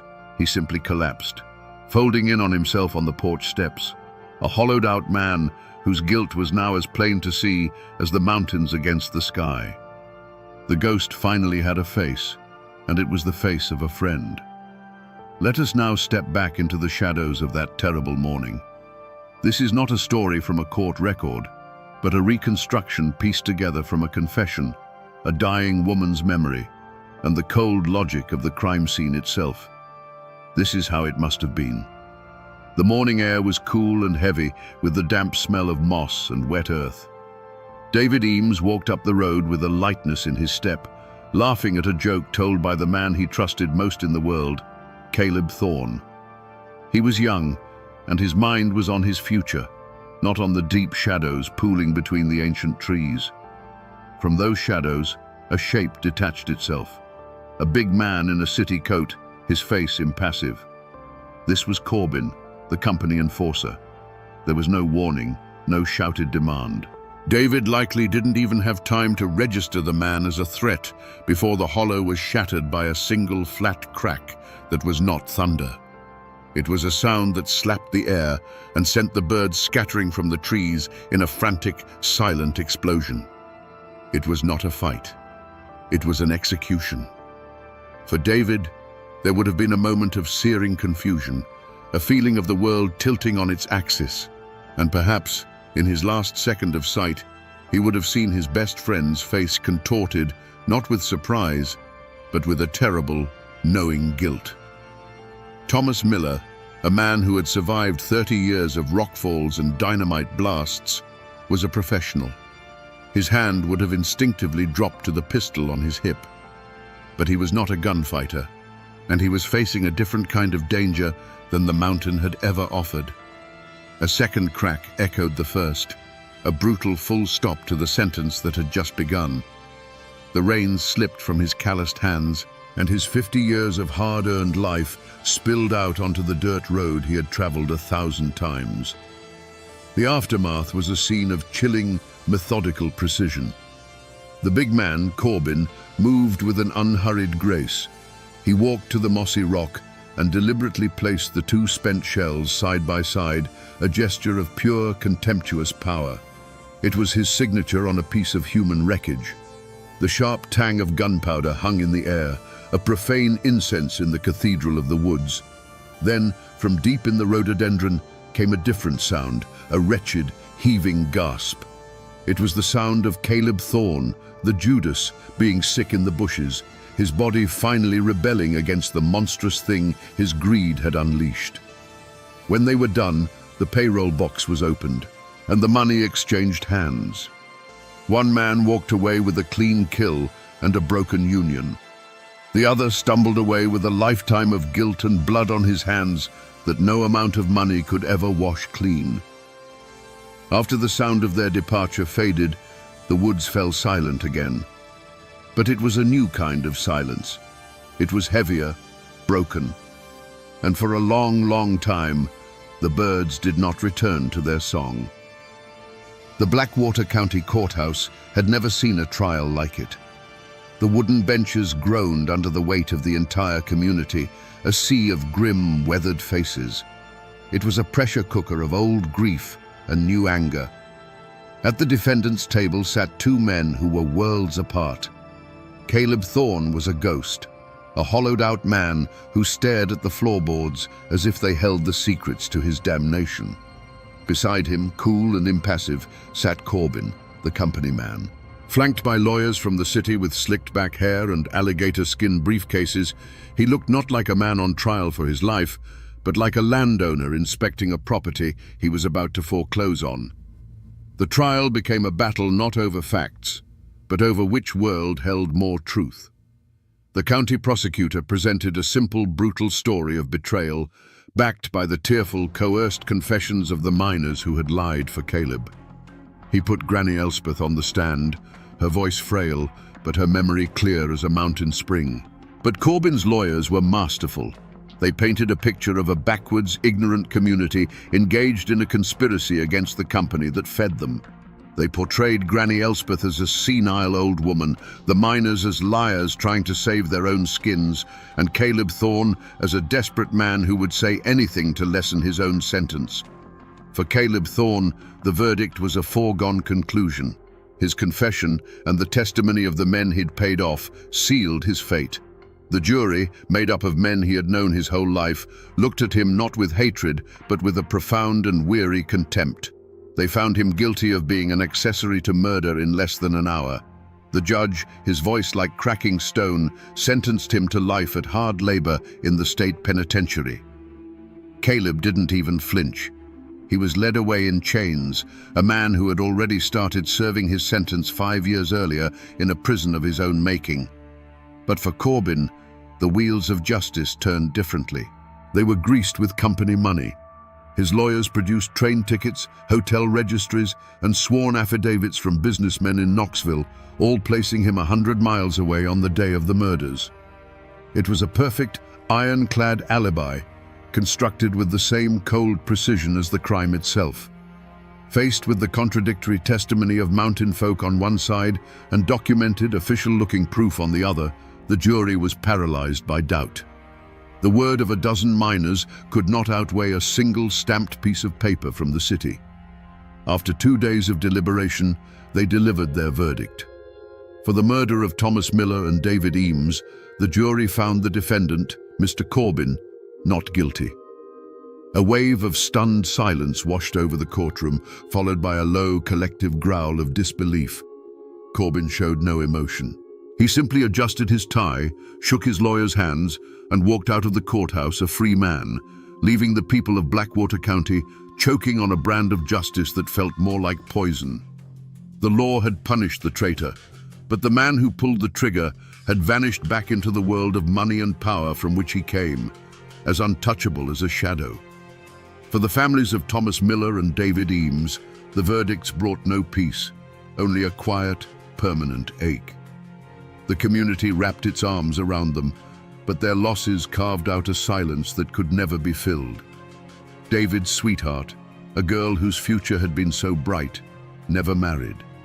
She grew into a quiet, sad-eyed woman who always wore a locket with his picture, her life a long, slow testament to a promise that was broken by a bullet. The Millers, once a boisterous and central family in the county, drew into themselves, their grief a constant, unspoken presence at their dinner table. They had received the law's answer, but it did nothing to quiet the echoes of the guns. Jedediah Schofield, the man who had been tried and convicted in the court of public opinion, was legally a free man, but his reputation never fully recovered. In the Hollers, where memories are long and suspicion is a survival instinct, the stain of the accusation lingered. He was no longer the hot-tempered miner. He was the man they almost hung for the payroll. The whispers followed him, poisoning his relationships and curdling his already bitter spirit. He became a solitary man, his anger at the world turning inward, leaving him isolated by a crime he did not commit. He was a second kind of victim, his life forever altered by the lie that had almost cost him everything. Caleb Thorne's fate was a slow erasure. He was sent to the state prison, a brutal place of rock quarries and sun-baked fields from which few men returned whole. His name in Blackwater County became a curse, a cautionary tale told to children about the evils of greed and betrayal. His family, unable to bear the shame, sold their small plot of land and moved away in the dead of night, their name vanishing from the county records as if they had never existed. Caleb Thorne simply ceased to be a person, becoming a number in a ledger, a ghost haunting the prison walls until he was forgotten by all but one man. And Corbin? He vanished like a wisp of smoke. The Black Mountain Coal Company, its union problem now brutally solved, transferred him out of the state. He left no records, no forwarding address, no trace. He was a phantom, an instrument of corporate will who had done his job and been recalled. For the people of Blackwater County, his acquittal was a bitter lesson in the nature of power. It proved what they had always suspected, that there were two kinds of law in the world. There was their law, the law of the mountains, and there was the company's law, the law of money, which could make a murderer disappear in broad daylight. This case changed Banquo Fletcher. The sight of Corbin walking free carved something deep into his soul. It taught him that the courthouse could deliver a verdict, but not always justice. He grew quieter, more solitary, his methods more relentless. He had seen the law fail, and in that failure he seemed to find a harder resolve. He would deliver his man to the courthouse if he could, but he would deliver justice no matter what. The memory of Corbin's smug, emotionless face would fuel his hunt for every outlaw that followed, a cold fire that would one day lead him to the mouth of the black hole in pursuit of a different killer and a different, darker kind of judgment. If you travel the back roads of Blackwater County today, you can still find the scars left by this story. The old company road is paved now, but the deep cut where the ambush happened remains, a place where the shadows lie a little thicker and the air feels a little colder. In the town square, the old courthouse still stands, its brick facade a silent witness to the flawed justice it once dispensed. But the most tangible remnants lie in the church graveyard, on a hill overlooking the valley. There you will find two simple, weathered stones side by side. One for Thomas Miller, a husband and father, the other for David Eames, a son and brother. Their names, carved in stone, are a permanent record of a debt that was never fully paid. Down by the river, the Black Mountain Coal Company tipple is a skeleton of rust and rot, slowly being devoured by kudzu and time. It stands as a monument not to industry, but to a forgotten era of exploitation and greed. The company is long gone, its name just a whisper on the wind, but the distrust it sowed took deep root in that mountain soil. For generations after, the arrival of any man in a suit from the city was met with a wall of silent, watchful suspicion. The story of Corbin became a cautionary tale, a lesson taught to children about the kind of evil that money can buy and the law cannot touch. The tragedy of the payroll murders lives on, not in history books, but in the way a story survives in the mountains, through folklore. Old folks still tell it, sometimes as a ghost story, sometimes as a lesson in betrayal. They say that if you listen closely on a still night, you can still hear the echo of those two gunshots rolling through the hollow. And for a while, there was even a song, a mournful ballad passed around the campfires and front porches called Caleb's Coin, a tune that spoke of the terrible price of 30 pieces of silver earned in a friend's blood. This is how a crime becomes a part of the landscape. It's more than just a memory. It becomes a piece of the county's identity, a part of its DNA. The story of what happened on that lonely road reinforced the mountain code, hardening it. It taught the people that the law of outsiders was fickle, and that their own silence, while sometimes a shield for the guilty, was their only true protection. While the world outside might forget, the Appalachian Mountains themselves hold these memories, etched into the landscape and the hearts of its people. At the beginning of our story, we asked a simple question. Who was responsible for the deaths of Thomas Miller and David Eames? The answer, we found, was never simple at all. The law points to one man, Caleb Thorne, a traitor who paid for his sin with the rest of his life. And in the cold, hard print of a law book, that is where the story ends. But we know better. We know that justice in these hills is rarely so neat. The man who pulled the trigger walked free, his guilt washed clean by money and a well-told lie, leaving behind a wound in the heart of the county that never truly healed. This story, then, is not just about a crime. It is about the brutal collision of two worlds, the old world of mountain honor and the new world of corporate greed that saw men not as souls, but as numbers on a ledger. It's a lesson in how a community's silence can hide a monster, but also how the quietest voice, that of a forgotten old woman, can be the one that finally speaks the truth. For Sheriff Banquo Fletcher, it was a crucible.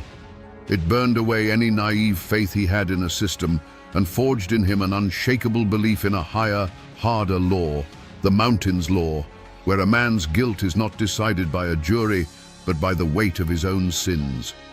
The court records in the state capital will tell you that this case is closed. But here, in the deep hollows where the truth still whispers on the wind, the story is very much alive. It serves as a stark reminder that while the law may have its verdict, the mountains have their memory.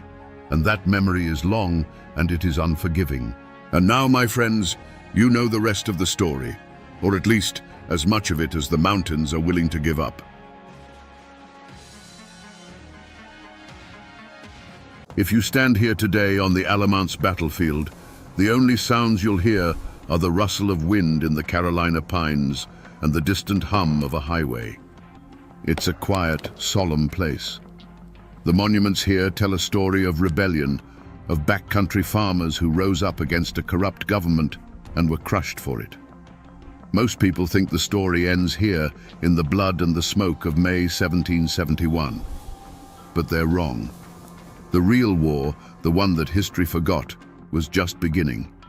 Today, we're going to listen past the roar of the battle to the whispers that followed, the story of a war fought not by men with guns, but by women with nothing left to lose. Let's go back. Back before the battle, before the monuments.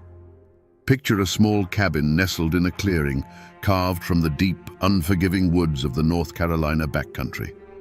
The air hangs thick with the smell of wood smoke and damp earth. A man, his clothes stained with the infamous red clay of the Piedmont, works a stubborn plot of land, his axe ringing a steady rhythm against the silence of the forest. This isn't a life of riches. It's a life of pure, back-breaking self-reliance. Every crop pulled from the ground, every log shaped for the cabin wall is a victory. Inside, his wife moves in a constant practiced dance of survival. She is churning butter, mending clothes by the light of a tallow candle, tending to a pot of stew over the hearth, and keeping one eye on the children playing on the packed dirt floor. Her hands are rough, her days are long, but this life, this family, this small patch of earth, it is everything. It is a world they built themselves, beholden to no one but God and the seasons. But a shadow was stretching from the coast, a shadow cast by men in powdered wigs and silk coats. Governor William Tryon and his network of appointed officials saw these hardy folk not as subjects to be governed, but as a resource to be bled dry. A sheriff, smelling of perfume and entitlement, would ride into a clearing like this one, his horse trampling the family's kitchen garden. He wouldn't ask for a share of the crop. He demanded hard cash for taxes, a thing as rare as diamonds on a frontier that lived and breathed on trade and barter. Imagine the bitter injustice. A farmer, unable to produce the coins he simply doesn't have, is forced to watch as that same sheriff seizes the tools he needs to plant next year's corn, or the milk cow that keeps his children from starving. This wasn't law. It was extortion, plain and simple. Justice in the courts was a farce, sold to whichever man had the heaviest purse. So the men did what honest men do when the law becomes the criminal. They organized. They called themselves regulators because all they wanted was to regulate the government's greed, to demand an honest accounting for their taxes. They weren't traitors dreaming of a new flag. They were fathers and husbands trying to protect their homes. They petitioned, they protested, and they prayed for fairness. But in the halls of power, their pleas fell on deaf ears, and the stage was being set for a confrontation that would burn their world to the ground. In a quiet corner of the state archives, history feels like a physical thing. You can smell it in the dry, brittle paper. And here, under the low, humming lights, is a document that was supposed to be the final word on the Regulator Rebellion. It's a proclamation issued by Governor William Tryon in the days following his victory at Alamance. The script is elegant, the language is absolute. It lists the names of men now branded as outlaws, fugitives to be hunted down. For all others, it offers a pardon, but only if they come forward and swear a humiliating oath of allegiance to the very government that had been robbing them blind. On the surface, this paper is a victor's decree. It's the official story etched in ink. The rebellion is over, the king's authority is restored, order has returned to the backcountry. To most, this document is a period at the end of a sentence, a historical footnote. But it's not. If you read between the lines of this cold, legalistic text, you find something else entirely. You find a threat. This isn't just a pardon, it's a weapon. By demanding the men come out of hiding and swear an oath, Tryon was turning every cabin into a potential trap. He was leveraging the family, the bond between husband and wife, father and child. This piece of paper was a declaration that the war was no longer on the battlefield. The war was now moving to the hearth, to the kitchen, to the conversations whispered in the dead of night. It raises a terrifying question, one that this official document completely ignores. What happens to the women? What happens when their husbands are ghosts in the forest and the government is at their door, holding a piece of paper that promises either submission or ruin? The smoke from the Alamance battlefield had barely cleared when a new kind of army descended upon the backcountry. This wasn't the formal militia of Governor Tryon. These were smaller, crueler patrols sent to enforce the peace with the tip of a bayonet. They rode from farm to farm, the jingle of their bridles and the creak of saddle leather announcing a new, more intimate kind of terror. In the hand of every officer was a copy of the governor's proclamation, that promise of pardon twisted into a cudgel. Imagine a woman named Martha Bell standing in the doorway of her small cabin. Her husband Samuel fought with the regulators. He hasn't been seen since the battle. She hears the horses before she sees them, and her heart turns to a cold stone in her chest. A half-dozen militiamen ride into her yard, their faces slick with arrogance. The officer, a man whose uniform is far too clean for these dusty parts, dismounts and approaches her. He doesn't ask how she is. He doesn't offer condolences. He unrolls the proclamation. He reads the words, his voice dripping with condescending authority. He speaks of the king's mercy, of the offer of pardon for any man who presents himself and swears the oath. Then his eyes narrow. "Where is your husband, madam? This document says he has until the 10th of July to submit. If he does not, he is declared an outlaw and a traitor." Martha says nothing. Her face is a mask of stone. "His life is forfeit," the officer continues, "and so is this land, this property."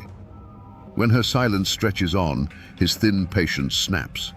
This was the true purpose of their visit.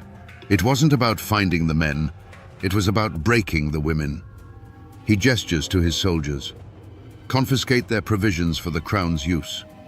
The families of traitors do not eat." They move with practiced efficiency, overturning her barrel of flour, spearing the salted pork with a bayonet, and leading away her only milk cow. They leave her standing in the dust, with nothing but the mocking words of the proclamation hanging in the air and the hungry cries of her children inside the cabin. This scene was repeated over and over across the hollows and hills. The seeds of a new, desperate war were being sown, and the women of the backcountry were beginning to understand that surrender was not an option. History books can give you names and dates, but to find the heart of a story, you have to talk to the people who carry it in their blood. Down a winding gravel road, on a porch that has seen more than a century of summer storms, I found Elara Vance. She's a woman in her late 80s, with hands that speak of a life of hard work and eyes that hold the quiet, fierce pride of her ancestors. Her family has lived in these hills since before they were even part of the United States, and the stories they pass down aren't found in any official archive. As we sat in rocking chairs, the afternoon sun filtering through the leaves of a massive oak, I asked her about the women of the regulation. A slow smile touched her lips. She told me that the history books get it all wrong. They paint the women as passive victims, as weeping widows waiting to be saved or pardoned. "That wasn't it at all," she said, her voice a low, steady hum. "They weren't victims. They were soldiers in a different kind of war. They just didn't use muskets." She leaned forward, her gaze distant, as if she were looking back through time itself. She told me the story of her great-great-great-grandmother, Sarah, whose husband was one of the men with a price on his head. One day, a patrol of militia rode right up to her cabin, their officer demanding to know where her husband was hiding. Sarah knew he was less than 20 feet away, concealed in a cramped root cellar beneath the floorboards. One wrong word, one flicker of fear in her eyes, and they would all be lost. "My grandmother always said," Elara told me, her voice dropping to a near whisper, "that Sarah learned that day that a fool with a gun is still a fool. And the greatest trick a woman had was letting a man believe he was smarter than her. Sarah didn't cry or plead. She put on a look of weary defeat, told the officer her husband had fled west towards the mountains, and then, with a sigh, offered the patrol the last of her cornmeal and bacon. It was a calculated risk. It was an act of profound defiance disguised as one of total submission. That single moment, that quiet, terrifying decision, was the point of no return. It was the moment Sarah, and hundreds of women like her, stopped being survivors and became spies. Let's follow that story Alara told, back into the shadows of that cabin. Imagine the suffocating stillness. Sarah moves with a forced, unnatural quiet, hushing her children with a look, her ears straining for any sound from outside. Every creak of the floorboards above the root cellar must feel like a drumbeat to her husband, huddled in the damp darkness below. The air is thick with fear, a living thing that presses in on them from all sides. Then she hears it, the rhythmic thud of hoofbeats growing closer, the jingle of metal. They are here. The officer fills the doorway, blotting out the light, his polished boots a shocking intrusion on her simple dirt floor. He speaks his rehearsed lines about outlaws and oaths, his voice a tool of intimidation. Sarah feels the floor beneath her feet, the thin planks of wood that separate her world from annihilation. She sees the faces of her children, wide-eyed and silent. In that moment, something inside her shifts.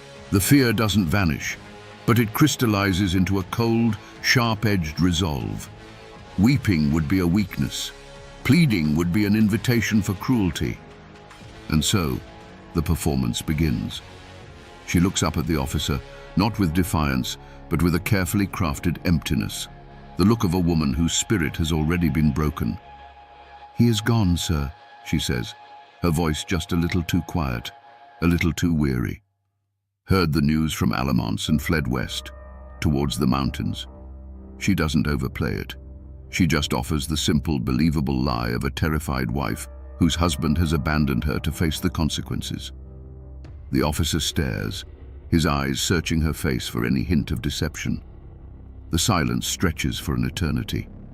The fate of her family hangs in that single silent moment. Then Sarah takes her gamble. She makes herself smaller, pulling her shawl tighter. "You and your men, you've ridden far," she says, gesturing towards the hearth.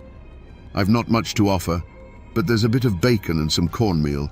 It would be a poor welcome to leave you hungry." It was a masterstroke, an act of submission so profound it was almost insulting, and yet they fell for it. They ate her food, their loud, boorish laughter filling the tiny cabin, while her husband listened to every word from his tomb of earth and roots. They believed they had won. They believed they had cowed another backcountry family into submission. But as they rode away, bellies full and egos satisfied, they had no idea what they had truly done. They had not created a victim. They had forged a weapon. When the sound of their horses faded, Sarah secured the door, lifted the floorboard, and helped her husband back into the world of the living. No words needed to be said. The old life was over. The rules of survival had changed, and she had just written the first page of a new book. You have to leave the manicured battlefield parks and the paved roads behind to find the real evidence of this war. Out here, where the woods have tried to reclaim what they lost, you can still find the scars if you know where to look. All that's left of what was once a thriving homestead is this, a single, stubborn chimney stack, built from fieldstone and red clay mortar. It stands like a tombstone for a family, a monument to a life that was deliberately dismantled. 250 years ago, this wasn't a ruin. It was a home. It was the center of a woman's world. But the most important evidence here isn't the stone and mortar. It's the land itself. Look just beyond the chimney, down at that steep creek bank, the one tangled with ancient roots and overgrown with wild honeysuckle. That soft earth was the last line of defense. That's where they dug the hideouts, the regulator caves as they came to be called, damp, dark holes in the earth where a man could lie motionless for days, breathing through a hollow reed while a patrol searched the cabin just yards away. This quiet, forgotten patch of ground. This was the real battlefield, not Alamance. Here, every day was a potential climax, every footstep a possible discovery. Imagine a woman, right where Im's standing, pretending to gather herbs, her eyes never straying far from that creek bank. She's listening, not just for the sound of soldiers, but for the carefully disguised bird call that was the signal from her husband that it was safe or that he was starving. This chimney wasn't just for warmth, it was a watchtower. And that creek wasn't just for water, it was an arsenal and a sanctuary. The whole landscape was a weapon, and the women learned to wield it with a skill born of pure desperation. The raid came on a moonless night, with the threat of a storm in the air. This time, there was no pretense of law, no proclamation unrolled. It was a visit of pure, calculated vengeance. A patrol, frustrated and empty-handed after days of chasing shadows in the woods, had decided to make an example of the Bell homestead. From his hiding spot in the cold earth by the creek, Samuel heard the horses approach, not with a steady trot, but with a hard, angry gallop. His blood ran cold. He could do nothing but listen to the sounds of his world being torn apart. The night was shattered by the splintering of wood. The heavy oak door, which had stood as a symbol of his family's security, was breached. From the cave, the sounds were muffled but terrifyingly clear. The crash of pottery, the heavy scrape and thud of their table being overturned. He could imagine the scene, the precious sacks of grain ripped open, their contents dusting the floorboards like a bitter snow. The sound of his wife, Sarah, speaking in a low, steady voice, followed by the officer's sharp, barking questions. Inside the cabin, the firelight cast huge, monstrous shadows on the walls. The soldiers moved with a brutal efficiency, not searching for anything, but simply destroying. A bayonet was used to puncture the water barrel, sending a flood across the floor. The family's few pewter dishes were swept from the mantel and clattered into the hearth. The officer stood over Sarah, his face a mask of fury in the flickering light. He knew she was lying. He knew her husband was near, and he was punishing her for her silent defiance, for her unbreakable will. Samuel, in his earthy tomb, heard the whimpers of his children. Each small cry was a torment, a physical blow he was powerless to stop. He pressed his face into the damp soil, his mind a maelstrom of rage and despair. Every instinct screamed at him to burst from his hiding place, to fight, to die protecting them. But he knew that was the trap. His discovery would mean the gallows for him and complete ruin for his family. And so he endured the unendurable, listening to the destruction of his home, his helplessness a heavier weight than the earth above him. The terror ended as abruptly as it began. With a final chilling threat to return, the patrol mounted up and rode off into the darkness. A heavy silence fell, broken only by the sound of the rising wind and a child's quiet sobbing. When Samuel finally emerged, he found a scene of deliberate devastation. The cabin, their sanctuary, had been violated, its contents strewn and broken. But in the middle of the wreckage stood Sarah. She wasn't crying. Her face, illuminated by the dying embers of the fire, was not one of defeat. It was a face of cold, hard, unforgiving resolve. They had wanted to break her spirit. Instead, they had tempered it into steel. After the raids, after the terror, came the paperwork. And in its own way, it was just as brutal. This is a copy of a county court record from late 1771. It's an information, a formal accusation filed with a magistrate by a neighbor, likely one who had sided with the governor or had been coerced into cooperating. It's filled with the dry, dispassionate language of the law, but what it describes is the very heart of the women's resistance. It says here, the informant states that Martha Ryde, wife of the outlaw James Ryde, did on 3 separate occasions leave parcels of foodstuffs, to wit, corn pone and salted meat, in the hollow of the old sycamore tree by the creek. To the court, this was a crime, providing aid and comfort to a known traitor. But what was it really? It was a wife, likely risking a whipping or worse, trying to keep her husband from starving to death in the woods. The law had turned a simple act of love into an act of treason. Here's another line concerning a different woman. It accuses her of spreading false reports with the intent to mislead a patrol of the king's militia. We know what that means. That was the warning network.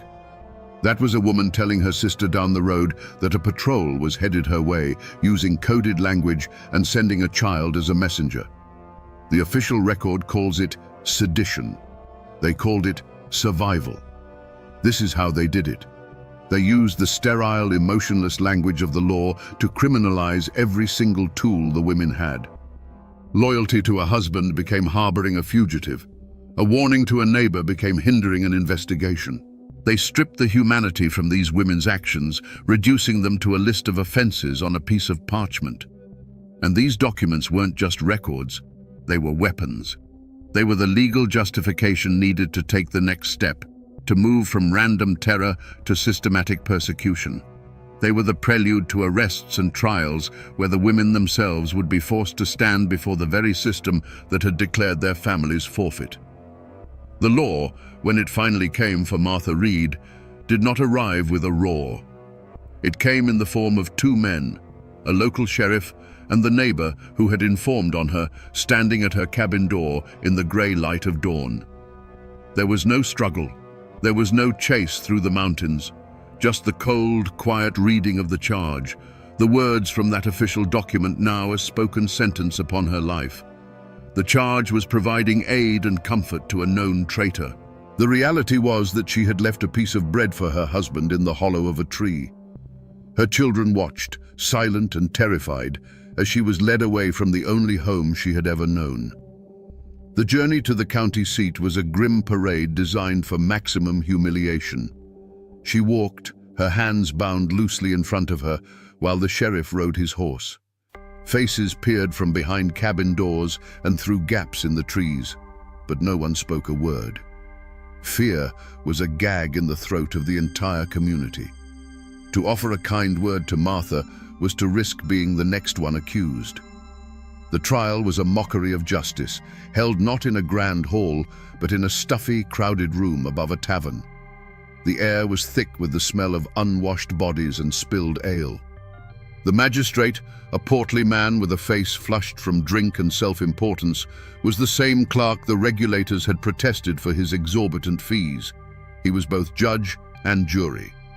There was no one to speak for Martha.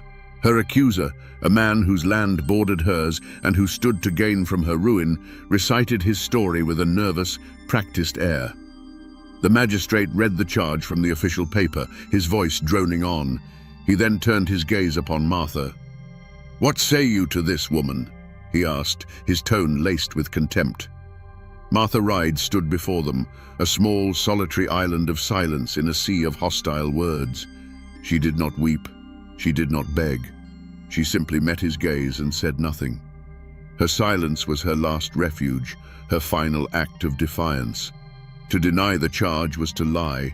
To admit it was to condemn herself and her husband. And so she stood, mute, and let them judge her. The verdict was a foregone conclusion. The magistrate cleared his throat, enjoying the small moment of absolute power. He found her guilty. But he didn't sentence her to the gallows. That would create a martyr.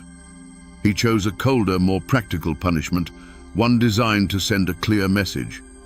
She was to be placed in the public stocks for 2 days, to be shamed and scorned. And, as per the governor's proclamation, her land, her cabin, her livestock, every last thing she owned, was declared forfeit to the crown.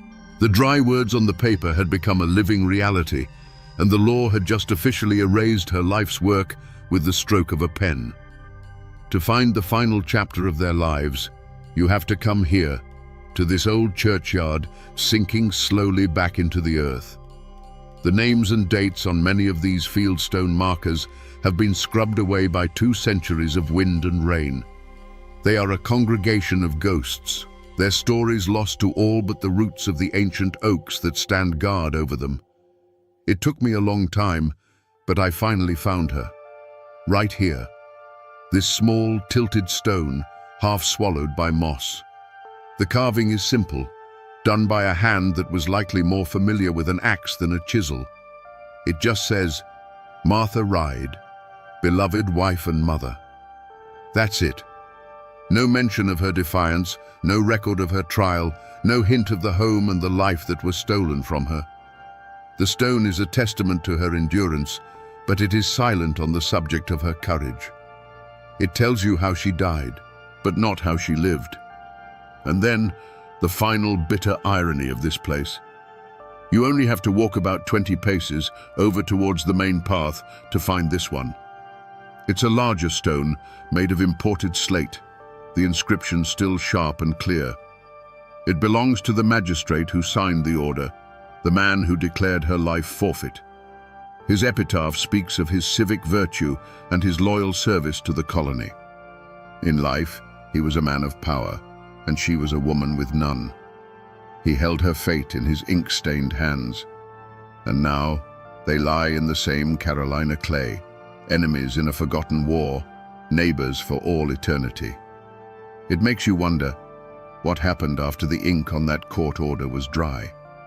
How did their stories truly end? When Martha Ryde was released from the stocks, bruised and humiliated, she was a woman with nothing. The law had taken her home, her land, and her name. But the law did not control the hearts of her neighbors. In the days that followed, the community's silent support became her lifeline. No one could be seen helping the wife of an outlaw, but a sack of potatoes would be left on the doorstep of the cousin who took her in. A freshly dressed deer, the work of a nighttime hunter, would be found hanging in a nearby tree. The shadow network that had once smuggled lead and gunpowder now smuggled charity and hope. Her husband James saw her one last time. A whispered meeting in a dark patch of woods, a final, heartbreaking farewell. He was a ghost in his own life, and to stay was to risk the gallows for himself and further persecution for his family. Like so many other broken regulator men, he turned his face towards the setting sun and walked west over the great wall of the Appalachians to carve a new life from the raw wilderness of the frontier. The promise, a desperate prayer whispered into the night, was that one day he would send for them. In the short term, it seemed that injustice had won. The magistrate continued his reign of petty tyranny, his pockets lined with the fines and fees he levied against the powerless. The neighbor who informed on Martha worked the land that was once hers, though it was said he never had a single prosperous harvest from that bitter soil. They were on the winning side of a conquered rebellion, secure in the favor of a distant king and his governor. But they had misjudged the people they lived among. They mistook silence for submission. The resentment from Alamance didn't disappear. It went underground, a simmering coal bed waiting for a wind to fan it into a flame. And in just a few short years, that wind began to blow from places like Boston and Philadelphia. The whispers against corrupt local officials became open shouts against the king himself. When the war for independence finally erupted, it was a firestorm in the Carolina backcountry. The old battle lines were drawn anew.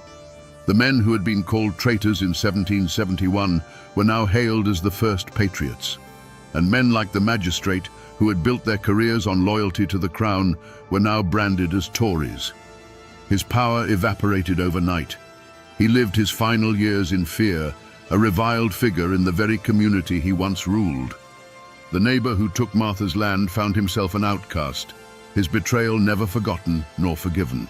The story ends not with a single dramatic act of revenge, but with the slow, grinding justice of a community's memory. Martha Ryde never got her land back, but she lived long enough to see the world turn right side up again, and to be remembered not as a criminal, but as a hero. You would think that after 2.5 centuries, a story like this would settle into a single, agreed-upon truth. But it hasn't. Not here.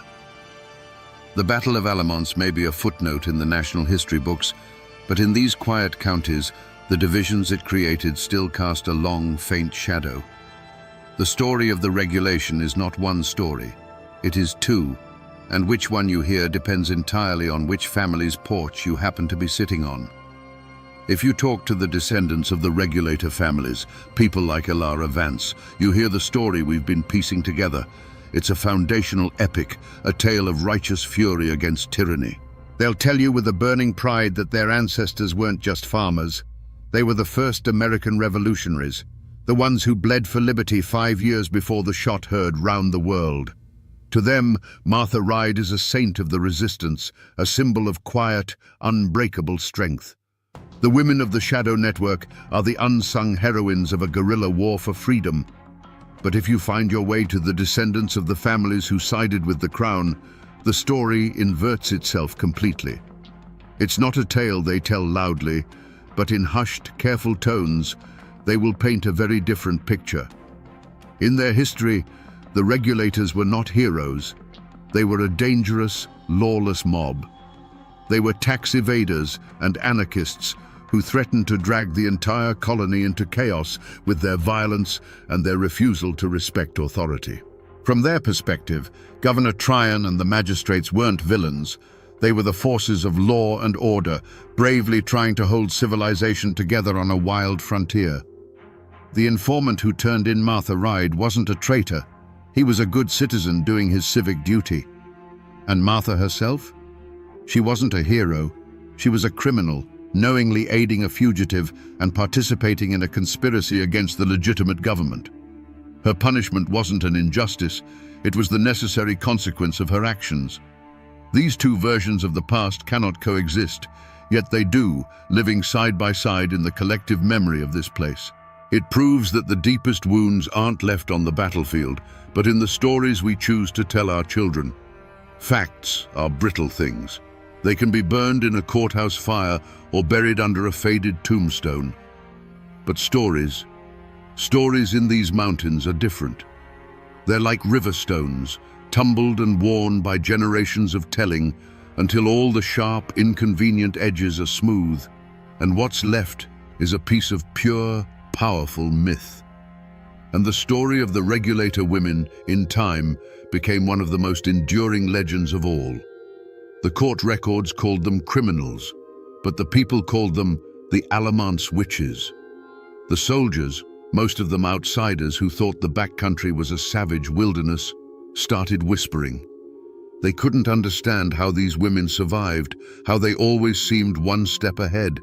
It couldn't just be cleverness, it had to be something more.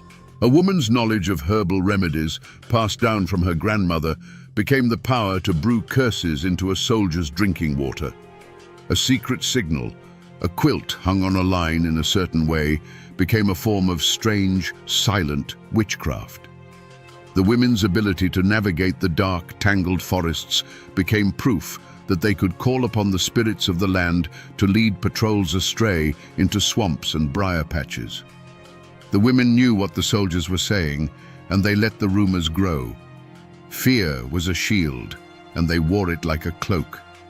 And the legends didn't just protect the heroes, they punished the villains.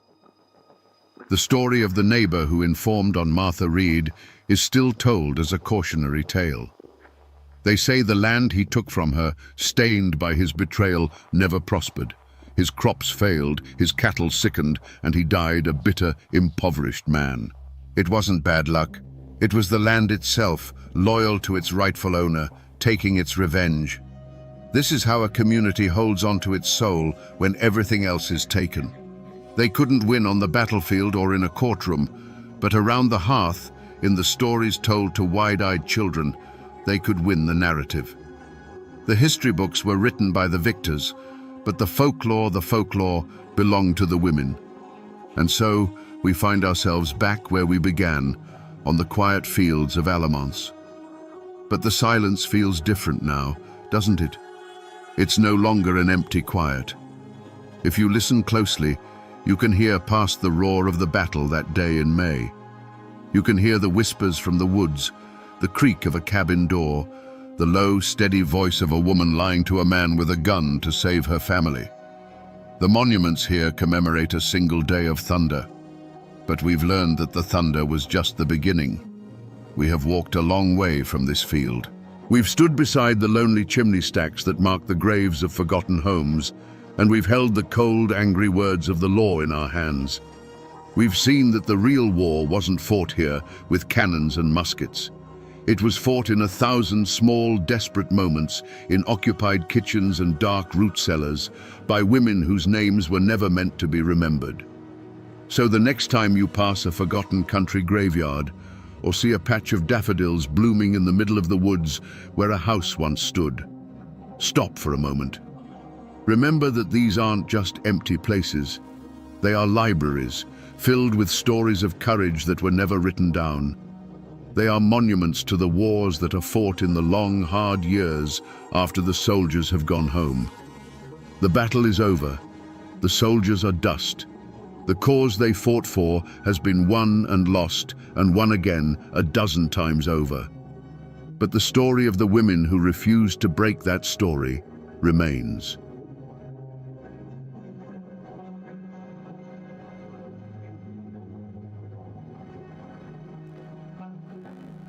The newspapers called it the Fraterville mine disaster. A tragic number etched in history. 216 men and boys gone in an instant. But numbers are cold, and they can't tell you the real story.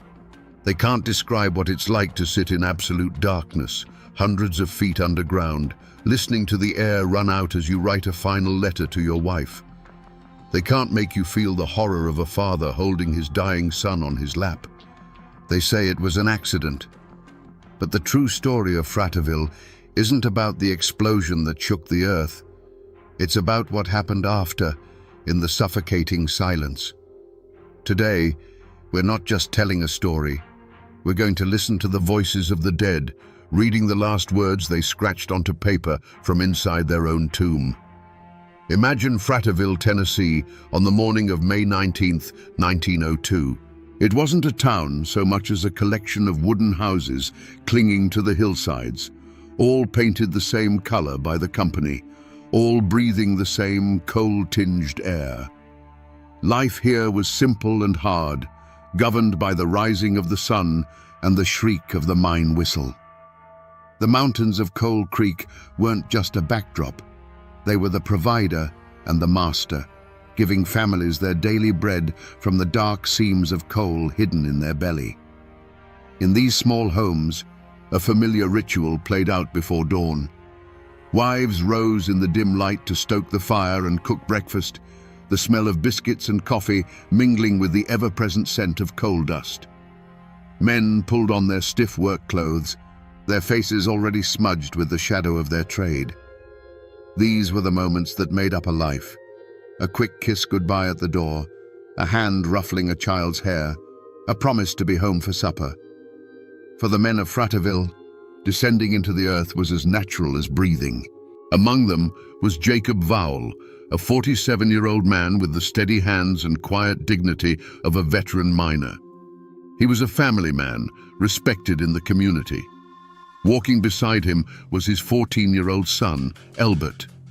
In those days, boys became men in the darkness of the mines, learning the dangerous trade from their fathers. For Elbert, working alongside his dad wasn't just a job. It was a rite of passage, a step into the world of men. They were part of a brotherhood of 216 souls that morning. Husbands, fathers, brothers, and sons, some boys no older than Elbert. They walked together toward the gaping mouth of the mine, their lunch pails clanking, their carbide lamps not yet lit. The air was cool, the sky was beginning to lighten, and the world above ground was waking up to a beautiful spring day. There was no sense of doom, no premonition of what was to come. It was just another Monday. They stepped onto the man trip, the string of open cars that would carry them down the sloping shaft into the heart of the mountain. The journey into the darkness was a daily routine, the familiar rumble of the wheels a mundane soundtrack to their lives. They joked and talked, their voices echoing briefly before being swallowed by the immense, earthy silence of the deep. But the mountain they trusted was holding a secret. Deep within the labyrinthine tunnels, A pocket of methane gas, odorless and invisible, was seeping from the coal seam. It was a time bomb, silently counting down. Every foot the men traveled deeper into the earth brought them closer to the moment when their ordinary world would be torn apart by a roar from hell itself. Deep inside the earth, the men worked in the flickering glow of their carbide lamps. The air was thick with the smell of damp soil and coal. The only sounds were the rhythmic scrape of shovels against rock and the metallic ring of pickaxes striking the black seam. And then, in one of the far-flung tunnels, it happened. A miner's open flame, the very tool that let him see in the dark, touched a pocket of invisible methane gas. In that single fatal instant, the air itself caught fire. The explosion wasn't just a sound. It was a physical force, a giant fist that punched through the mine's narrow arteries. It ignited the fine, suspended coal dust, creating a secondary, even more powerful blast that ripped through the tunnels at the speed of sound. A wave of fire and pressure shot outwards, snuffing out lamps and lives without distinction. For the men caught in its path, there was no time to scream. The world simply ceased to exist. On the surface, at 7:20 in the morning, the ground trembled as if a beast had woken from a long slumber. A deep, guttural roar erupted from the mouth of the mine, a sound that rattled windows and shook the very souls of the people in Fratterville. It was followed by a geyser of black smoke, splintered timbers, and mangled machinery that shot hundreds of feet into the sky. The mine, the town's source of life, was now breathing fire and death. Within moments, the routine of the morning was shattered by screams. Wives and children, their faces masks of terror, ran toward the mine entrance.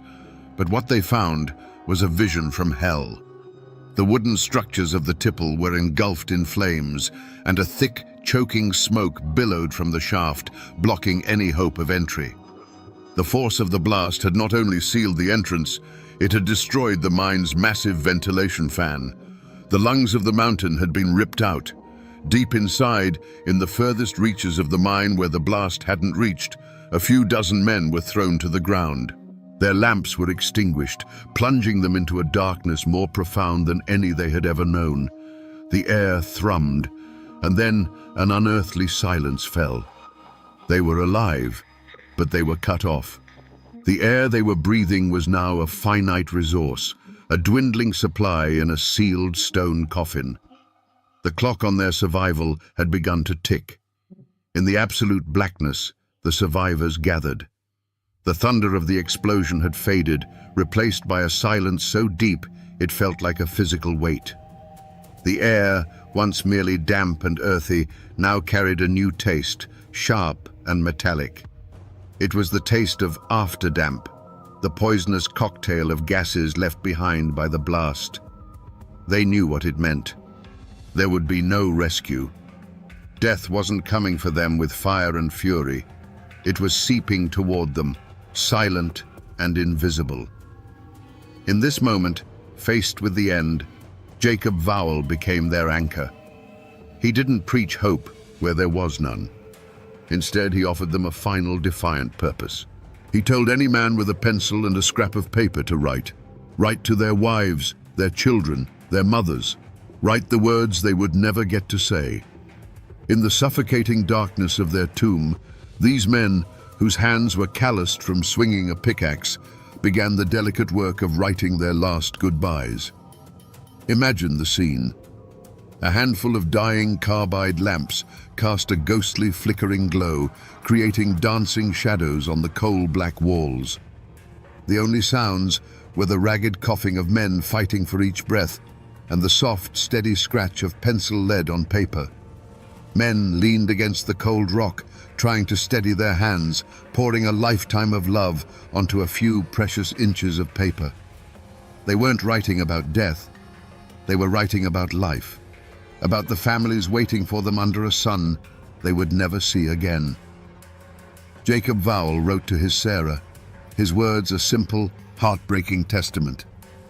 Tell my little boys to be good boys and to trust in the Lord. He was a father to the very end. Beside him, his 14-year-old son Elbert, his strength failing, lay his head in his father's lap. In the dimming light, Jacob watched his son's breathing grow shallow, watched him drift into a sleep from which he would not wake. Then, with a hand that must have trembled, Jacob Vowell made one last entry in the margins of his letter. He didn't describe the horror. He wrote a sentence of pure, devastating fact. "My boy Elbert has gone to sleep. He has been dead for a few minutes." It was a final act of a father recording his son's peaceful passage, a final whisper of love in a world that had turned to black. One by one, the lamps sputtered and died, plunging the chamber into a darkness that was total. The scratching of pencils ceased. The ragged breaths grew fainter, until at last there was only silence. On the bodies of the dead, pocket watches continued to tick for a few minutes more before they, too, stopped, their hands frozen on the final moment when the last bit of life-giving air was gone from the room. For 3 long days, Fratterville held its breath. The fire at the mine entrance was eventually smothered, but the mountain remained a sealed tomb. On the surface, a grim vigil of hope against reason took hold.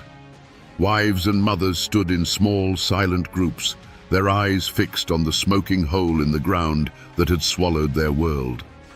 The company brought in experts and rescue teams, made up of miners from neighboring towns, worked tirelessly, risking their own lives with every step they took into the poisoned darkness. The air inside was a killer, silent and patient. Rescuers had to work in short, desperate bursts, clearing rubble and shoring up collapsed tunnels, all while battling the suffocating afterdamp. With each foot they gained, the hope of finding anyone alive dwindled, replaced by the grim determination to at least bring the men home for a proper burial. They found the first bodies near the entrance, victims of the blast's initial violent fury. But the deeper they went, the more the destruction gave way to an eerie, undisturbed silence. Finally, they reached the crude barricade of rock and clothing. They knew men were behind it. Carefully, they dismantled the wall, stone by stone. The first beam of a rescuer's lamp cut through the darkness and fell upon a scene that would haunt them for the rest of their lives. 26 men were lying on the ground. There was no sign of a struggle, no panic. They looked as if they had simply laid down to rest, many with their arms around each other in a final brotherly embrace. And then they saw the letters, tucked into pockets, clutched in hands, or placed carefully on their chests, were the final messages from the dark. As the bodies were solemnly carried out into the daylight, the news of the letters spread through the grieving crowd like a whisper. This tragedy now had a voice. These were not just numbers in a death toll. They were husbands and fathers who had spent their final moments thinking only of love. Fratterville had become a town of widows and orphans overnight. They say there weren't enough coffins in the county, and they had to be shipped in by the trainload, a final, heartbreaking measure of the town's immeasurable loss. There was no villain in a black hat to put on trial. There was only a company, a mountain, and 216 fresh graves. But the law demanded an answer, so a coroner's inquest was convened. It wasn't a grand trial in a stone courthouse. It was a proceeding held in the shadow of the disaster, a formal attempt to write the final chapter in the official record. For the widows of Fratterville, it was a desperate, flickering hope for accountability. For the Coal Creek Coal Company, it was a matter of containing the damage. Company officials and their lawyers spoke in measured tones. They offered condolences and expressed deep regret. They spoke of the inherent dangers of mining, of the unpredictable nature of the earth. The explosion, they argued, was a tragic accident, an act of God that no one could have foreseen or prevented. They presented charts and testimony from their own experts, painting a picture of a well-run operation that had simply fallen victim to a terrible misfortune. Against this polished defense, who was there to speak for the dead? The miners' letters were their final testimony, but they were testaments of love, not of legal negligence. The living miners in the community, the ones who would need a job when the grief subsided, knew better than to speak out against the only employer in town. To accuse the company was to risk your own family's survival. So they stayed silent, their anger and their knowledge of the mine's gassy reputation a heavy, unspoken secret in the room. The verdict, when it came, was as cold and hard as a seam of coal. The coroner's jury concluded that the miners had died from an explosion of methane gas and coal dust ignited by an open flame. But crucially, they assigned no legal blame. No charges were filed. The company was officially cleared of any criminal negligence. They offered recommendations for the future, the use of safer lamps, better ventilation, but these were suggestions, not punishments. Was this justice? The law of men, the formal system of courts and inquests, had spoken. It had rendered its verdict in clean, legal terms. The company was not a murderer, but a victim of circumstance. But for the people of Fratterville, for the women who now had to raise their children alone, the verdict was just another form of violence. It was a confirmation that the lives of their husbands and sons were worth less than the cost of implementing stricter safety measures. The company walked away free, ready to rebuild and reopen the mine. The town, however, was handed a life sentence of loss and unanswered questions.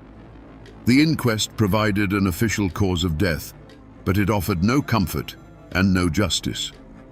It was a quiet, brutal lesson in the way the world worked in 1902. The law protected property and profit, while the mountains kept the men. The town of Fratterville never recovered. It couldn't. How does a town built around 216 men continue to exist when they are all gone? It became a town of shadows, a community of widows and orphans, where the sound of the mine whistle was replaced by a profound and lasting silence. In time, families moved away, houses fell into disrepair, and Fratterville, the bustling coal town, slowly faded from the map, becoming little more than a name in a history book. But the story didn't vanish completely. It's carved in stone. If you know where to look, you can still find the Leach Cemetery. There, in a large grassy circle, lie the graves of many of the miners. It's known as the Fratterville Miners' Circle, a silent, circular monument to a shared fate. Walking among the headstones is a chilling experience. Name after name, all followed by the same date of death, May 19th, 1902. It's a physical ledger of the price paid for coal. And yet, the most powerful trace of that day isn't made of stone. It's made of paper and pencil lead. The letters, Jacob Vowell's final words to his Sarah, Eugene Daniels's prayer for his children, they survived. They were carefully passed down, preserved in archives and museums, their faded script a direct line to the heart of the tragedy. They are not just historical artifacts, they are sacred relics. When you read them, you are no longer a spectator to history. You are in that darkness with them, listening to the very last words of men who knew they were about to die. The mine itself is long gone, its entrance sealed over, reclaimed by the patient green of the mountains. Most people who drive those Tennessee roads today have no idea they're passing a place where an American tragedy unfolded. But the mountains remember. They hold the silence of that sealed-off tunnel, the weight of the grief that soaked into this soil. They remember the roar, the smoke, and the long, agonizing wait that followed. And they hold the echoes of the last words scratched out in the dark, a story of love that proved stronger than the stone that entombed it. So we return to the question we started with. What really happened in the Fratterville mine? An explosion killed 216 men. That is the fact. But it is not the truth. The truth is that in the final suffocating moments of their lives, a handful of ordinary men faced the end not with rage or panic, but with a quiet, heartbreaking dignity. They chose to spend their last ounce of life and breath not on themselves, but on sending one last message of love out of the darkness. The Fraterville disaster is a story of industrial negligence, a brutal lesson paid for in blood that would slowly, painfully lead to safer minds for future generations. But its truest legacy is not found in safety regulations. It's a lesson in what matters at the very end of everything. It teaches us that the human spirit, when stripped of all else, will reach for connection, for family, for love. In the blackest pit, these men found a light inside themselves and sent it outward. Their bodies were buried in the Tennessee earth over a century ago, their towns swallowed by time. But their final words, scratched onto scraps of paper, have traveled through the years to find us. The mountain took their lives, but it could not silence their love. It couldn't bury their story. On October 20th, 1865, 6 long months after the Civil War had officially ended, a man stood on the gallows in Nashville, Tennessee. The great armies were silent, the soldiers paroled and sent home to rebuild their shattered lives. But for this man, there would be no peace. He wasn't being hanged for treason. He was charged with 53 counts of murder. He was a supposed Confederate soldier, yet he was being treated like a common criminal, a monster beyond pardon. What did this man do that was so terrible, even by the brutal standards of war, that forgiveness was impossible? To understand the blood that was spilled, you must first understand the land that soaked it up. The Cumberland Mountains, straddling the border of Kentucky and Tennessee, were a world unto themselves in 1861. This wasn't a land of grand plantations or bustling cities. It was a rugged, isolated quilt of misty hollows, dense forests, and winding rivers, a place where the mountains themselves dictated the terms of life. The people here were as tough and unyielding as the rock beneath their feet, forged by hardship and bound by codes older than the nation itself. Their loyalties were not to distant governments in Washington or Richmond. They were to family, to kin, to the neighbor who helped you raise a barn, or the one you shared a long, simmering feud with over a property line. Here, personal honor was everything, and a grudge could be passed down through generations like a family heirloom. It was a place of deep faith and fierce independence, where the law was often just a suggestion and real justice was handled face to face. When the Civil War came, it didn't arrive like a disciplined army marching in formation. It seeped into these hollows like a poison, turning the very fabric of this society against itself. The conflict wasn't about slavery for most of these mountain folk. It was about loyalty, and it split communities with a surgical cruelty. Friend turned against friend, cousin took up arms against cousin. A dispute over a stray hog from 10 years prior could now be settled with a rifle, all under the banner of Union or Confederacy. Into this cauldron of simmering hate stepped 2 men who would become the living symbols of this brutal, personal war. One was Samuel Champ Ferguson, a man with a temper as sharp as his knife, who would side with the Confederacy. The other was David Tinker Dave Beatty, a staunch Unionist, as rugged and determined as his rival. They weren't generals or politicians. They were neighbors, products of the same mountains, who would soon become mortal enemies. This, then, was the world that was lost. It was a hard world, a violent world, but it had its own order. The people of the Cumberland Plateau stood to lose more than just a war. They stood to lose their homes, their families, and the unwritten laws that had governed their lives for a century. They were about to become the victims of a war fought not on battlefields, but in their own backyards, by their own people. There was no single crime scene cordoned off with yellow tape. In the borderlands of 1861, the crime scene was an entire mountain range. The first shots of Champ Ferguson's personal war weren't fired on a battlefield, but in a secluded clearing, witnessed only by the silent, ancient trees. The first report of the crime didn't come from a sheriff, but from the whispers that snaked through the hollows, carried on the wind like a bad omen. The most verifiable story begins with a capture. a group of local Unionists, led by a man named William Frog, cornered Ferguson and his friend Preston Smith. This was not a formal military arrest. It was a kidnapping, an act of personal power in a land where badges and uniforms meant less than the name your family carried. They were dragged to a makeshift camp, a place where the only law was the will of the man holding the gun. There was no trial, no charge read, just the cold, hard glint of hatred in Frog's eyes. The scene that unfolded was one of stark, summary brutality. Frog, acting as judge, jury, and executioner, declared Preston Smith an enemy. Before anyone could process what was happening, he raised his pistol. A single shot echoed through the hollow, and Smith fell dead to the ground. In that instant, Champ Ferguson, bound and helpless, watched his friend be murdered not for a cause, but for a conviction. He saw the grim satisfaction on Frog's face and understood that the rules of civilization no longer applied here. The only evidence left at the scene was a fresh grave, if they even bothered to dig one, and the memory of the man who got away. In a desperate surge of adrenaline, Ferguson broke free. He scrambled into the dense woods as bullets tore through the bark around him, a ghost in motion, fueled by pure terror and a dawning, white-hot rage.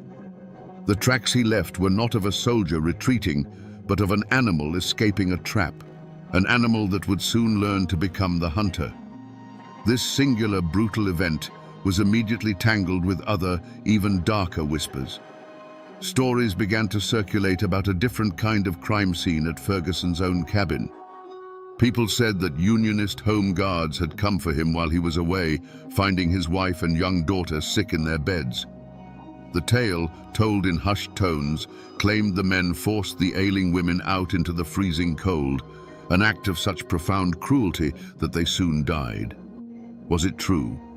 Or was it a legend that grew from the seed of Preston Smith's murder?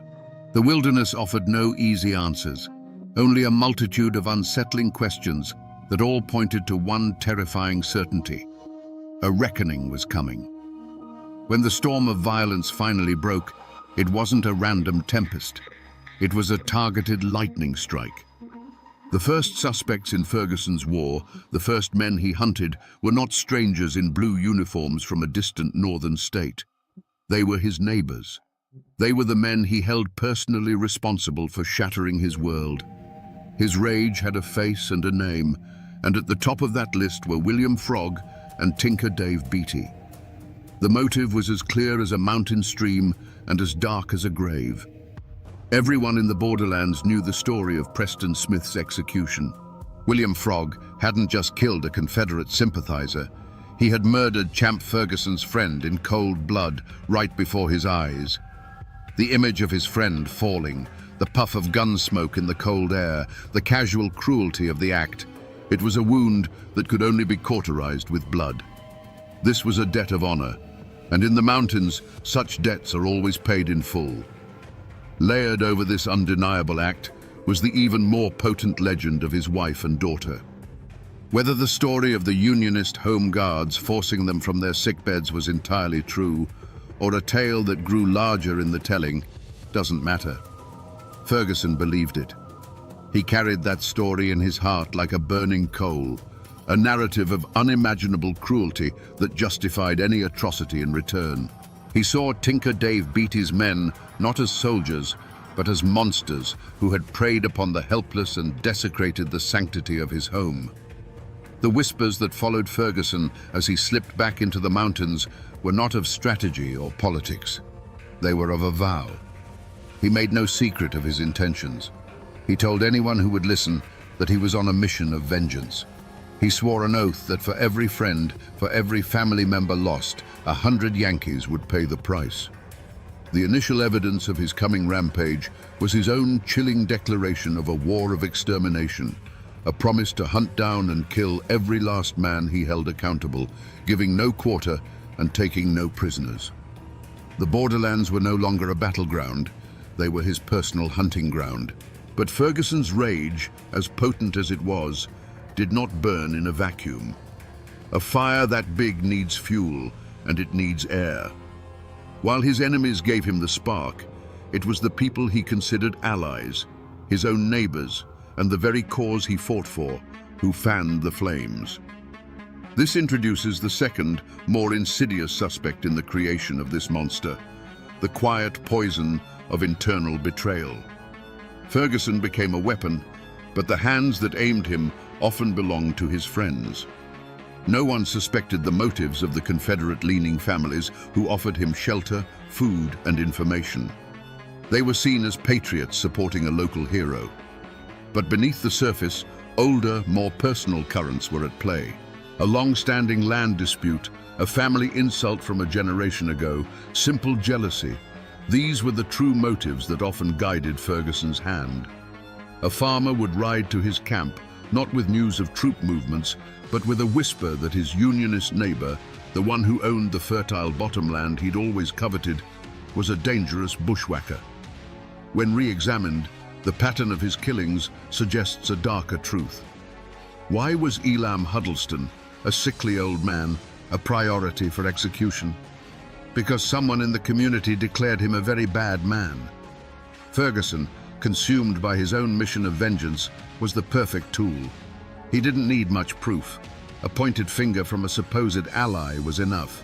He became the physical manifestation of his community's petty hatreds, settling their private scores under the public banner of the Confederacy, perhaps without even realizing he was being used. This betrayal extended all the way to the top. The Confederate government in Richmond was happy to have men like Ferguson terrorizing the Unionist population, disrupting supply lines and tying down troops. They gave him legitimacy, a captain's commission, a flag to fly. But it was a relationship of convenience. They wanted the chaos he created, but they kept him at arm's length, officially disavowing his most brutal tactics. They betrayed the very guerrilla fighters they empowered, using them for the war's dirtiest work and leaving them to face the consequences alone. Ferguson thought he was a soldier, but to many on his own side, he was just a rabid dog, to be unleashed on their enemies and put down when he was no longer useful. But beyond the personal hatreds that festered in the mountain hollows, a larger, more impersonal storm was gathering. This threat came from outside the tight-knit world of the borderlands, an organized force that saw these hills not as a collection of homes and families, but as a strategic chessboard. This was the formal war machine of the United States and the Confederacy, and its arrival would pour gasoline on the fires of local feuds. To the Union High Command in Nashville and Washington, Champ Ferguson was not a grieving husband or a man avenging a friend. He was simply a problem to be solved, an infection of rebellion in a strategically important region. Their motive was cold, calculated, and entirely impersonal. Pacify the area, protect Union supply lines, and eliminate all irregular resistance. They sent patrols of uniformed soldiers, men who didn't know the local families or their histories. To these outsiders, a man plowing his field could be a farmer or a guerrilla fighter in disguise. They often couldn't tell the difference, and their harsh methods bred even more resentment. From the other direction, the Confederate leadership applied its own external pressure. They saw in Champ Ferguson not a man, but a weapon. His personal vendetta was a useful tool for terrorizing Unionist sympathizers and disrupting federal operations, all at little cost to the formal Confederate Army. They gave him a captain's commission, a thin veneer of legitimacy for his bloody work. Men like General John C. Breckinridge were happy to use Ferguson's savage band of riders for a specific military objective, like the attack on Saltville, and then look the other way when the butchery began. Ferguson was their asset, a wild dog they could point in the right direction, whose savagery served their larger, impersonal goals. The presence of these organized armies created a new climate of fear, squeezing the people of the mountains in a terrible vice. Suddenly, strange men in uniform were a common sight on the winding roads, carrying an air of official, indifferent menace. They brought with them a different kind of violence, organized, efficient, and absolute. The personal war of neighbor against neighbor was now caught up in a national conflict, escalating the stakes beyond anything the locals could have imagined. This external pressure crushed the old rules of the mountains, leaving a vacuum where only the most brutal could thrive. The hunt for Champ Ferguson began in earnest, a desperate attempt to cage the monster that had been unleashed. The primary hunter was his arch-nemesis, Tinker Dave Beatty, a man who knew the mountains as well as Ferguson did. He was joined by patrols of Union cavalry, professional soldiers sent to bring order to a land that had never known it. They had a clear target and a righteous cause. But they soon discovered they weren't hunting a man. They were chasing a phantom. Every lead they followed seemed to dissolve into the Appalachian mist. A farmer would ride breathlessly into a Union camp, swearing he'd just seen Ferguson and his men watering their horses at Calfkiller Creek. A posse would be formed, riding hard for hours through treacherous terrain, only to arrive and find nothing but hoof prints fading in the mud and the cold ashes of a long-dead campfire. Ferguson was a master of the wilderness. He knew every hidden hollow, every game trail, every cave that could shelter a man from a storm or a patrol.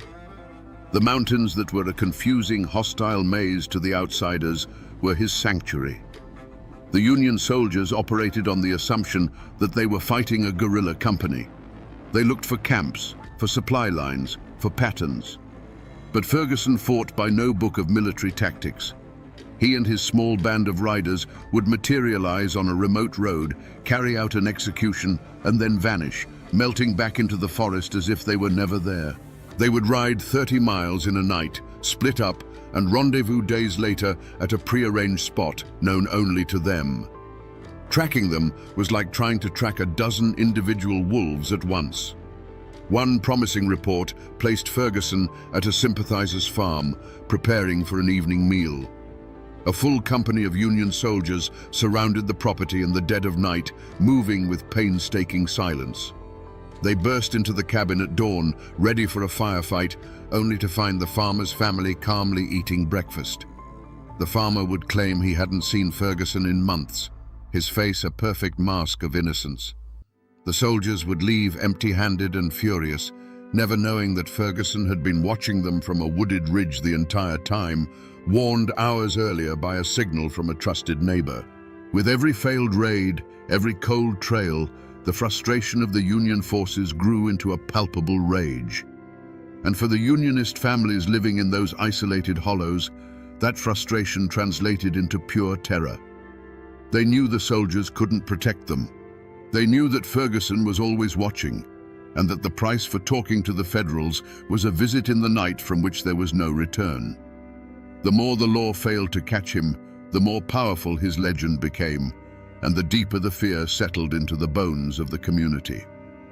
The Union Army quickly learned that the dense forests and rocky bluffs were not the most formidable obstacles in their hunt for Champ Ferguson. The true fortress that protected him was a silent, invisible wall built by the people of the mountains themselves. When soldiers came asking questions, they were met with blank stares, shrugged shoulders, and a maddeningly consistent refrain: saw nothing, heard nothing, knew nothing. This was the omerta of the Appalachians, a code of silence more binding than any law. This silence was rooted first and foremost in pure, paralyzing fear. Ferguson wasn't just a soldier, he was a specter of vengeance. He cultivated terror as a weapon. Stories, true or not, of his brutality were his greatest ally. He was known to decapitate his victims and leave their heads on fence posts as a grim message to others. A farmer who might have considered cooperating with the Union patrol knew that the soldiers would eventually leave. But Ferguson would remain. A whispered word to the wrong person could lead to a visit in the dead of night, a barn burned to the ground, or a fate far, far worse. But it wasn't just fear. It was a complex web of family ties and a deep-seated suspicion of outsiders. Ferguson was a local man.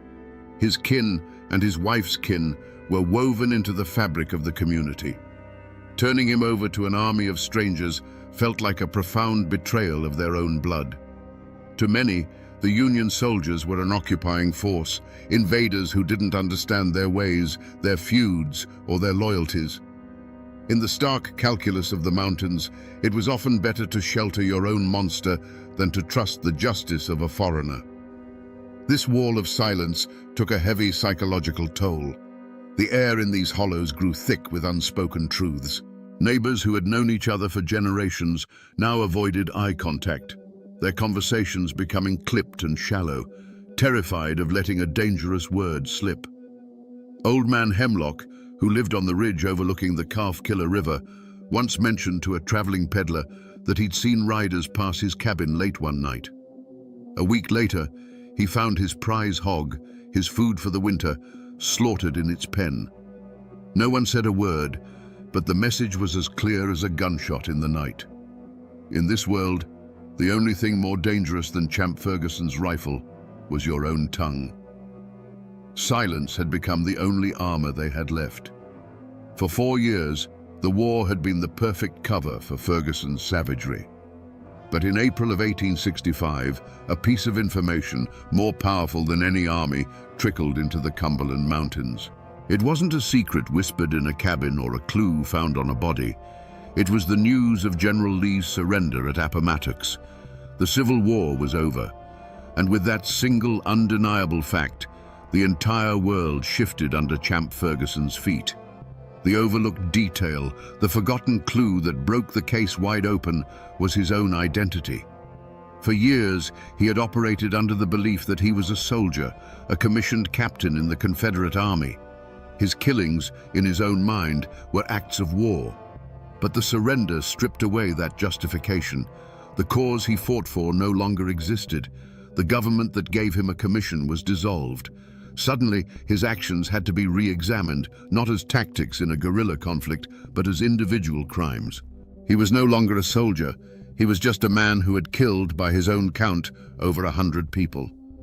The true turning point, however, was an act of profound arrogance on Ferguson's part. Believing his commission made him a legitimate combatant, he thought he was entitled to the same amnesty being offered to thousands of other Confederate soldiers. He made a fatal miscalculation. Instead of disappearing deeper into the mountains or fleeing west, he did the unthinkable. In May of 1865, he willingly rode into the Union-occupied city of Nashville and presented himself to the authorities to surrender and receive his parole. The moment he gave his name, the perception of the situation changed in a flash. The Union officers didn't see a weary soldier seeking peace. They saw a name from countless reports of atrocities. They saw the butcher of the Saltville massacre, the specter who had haunted the borderlands for 4 years. The forgotten clue, Ferguson's own wanted status as a war criminal, was no longer forgotten. Instead of a parole slip, they gave him iron handcuffs. The news of his capture was like a thunderclap across the mountains. The ghost had been caught. The boogeyman was in chains. And with that revelation, the wall of silence, which had been held together by fear, began to crumble. A new, desperate urgency took hold, not to find a killer, but to finally bear witness against him. The stories that had been buried in the dark soil of the Cumberlands for 4 long years were about to be unearthed. The climax of Champ Ferguson's story did not happen in a bloody mountain skirmish, but in the suffocating stillness of a Nashville courtroom in the autumn of 1865. The Phantom of the Cumberlands was finally caged, a physically imposing figure in the witness box, but his legend was about to be systematically dismantled, not by bullets, but by words. The central mystery was finally being addressed. Was this man a soldier, twisted by the horrors of war, or was he something else entirely? The trial would unmask him. The prosecution built its case brick by bloody brick. One by one, witnesses took the stand, widows, orphans, old men who had survived by some miracle. They didn't speak of battles or military objectives. They spoke of ambushes on lonely roads, of men shot down while pleading for their lives, of executions carried out with a terrifying calmness. They described Ferguson personally killing the sickly, bedridden Lieutenant Smith in a field hospital, dragging him from his cot and shooting him in the head. This wasn't war, it was murder. Then came the testimony that shocked a nation already numb to the horrors of the conflict. The Saltville massacre. Eyewitnesses, including Confederate officers, described the scene after the battle. They told the court how Ferguson and his men rode onto the field, ignoring the rules of surrender, and began a 2-day orgy of slaughter. They recounted watching him personally execute dozens of wounded and captured black soldiers from the 5th U.S. Colored cavalry, shooting them in their hospital beds and hunting them down in the woods. This act was so barbaric, it went beyond vengeance or military necessity. It was an act of pure, unadulterated hatred. But the final, definitive unmasking came from the mouth of Champ Ferguson himself. He took the stand, not with remorse, but with a chilling, defiant pride. He admitted to everything. He calmly confirmed the killings, one after another. His defense was simple and horrifying. He was a soldier, and these men were the enemy. When asked about killing the sick Lieutenant Smith, Ferguson coolly replied, "He was a bad soldier, and I wanted to get him out of the way." In that moment, the mask was gone forever. The journal, the letter, the forgotten clue, it was his own testimony. His motive was laid bare, and it was far darker than simple revenge. Vengeance may have been the spark, but the fire was fueled by something else, a cold, methodical enjoyment of power and death. He had appointed himself the ultimate arbiter of life and death in the mountains. The war had not created a monster. It had simply given a monster the perfect opportunity to flourish. The man in the witness box was not a soldier. He was a killer who had found his calling. Now that we know the verdict of the court, we can finally reconstruct the truth of those 4 terrifying years. We can push aside the rumors and legends and piece together the events, not as a soldier would tell them, but as the mountains themselves must remember them. For 4 years, the sound of a lone rider in the distance was enough to make a mother pull her children inside and bolt the door. A dog's frantic barking that was suddenly cut short was a sound that chilled the blood.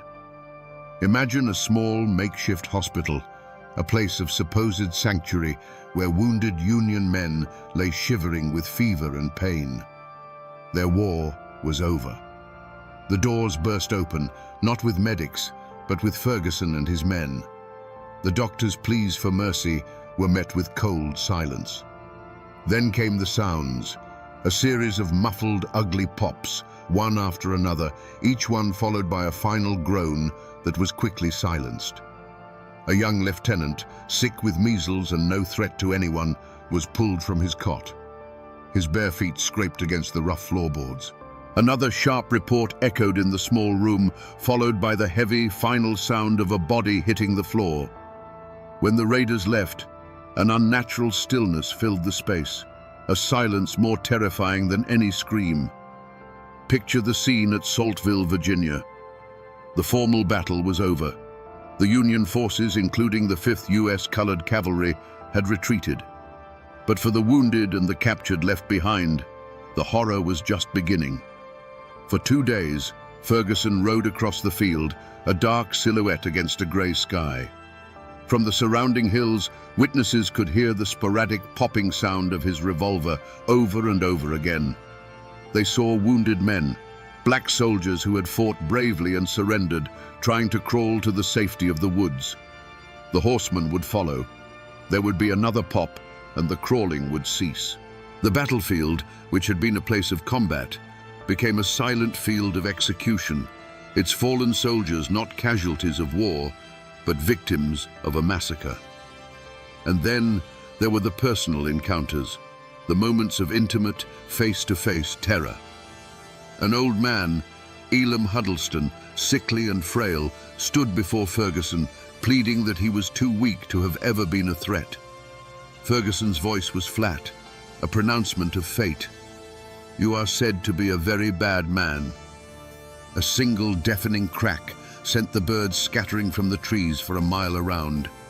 Then there was only the sound of the rider's horse sighing as he turned to leave, leaving another dark stain on the Appalachian soil.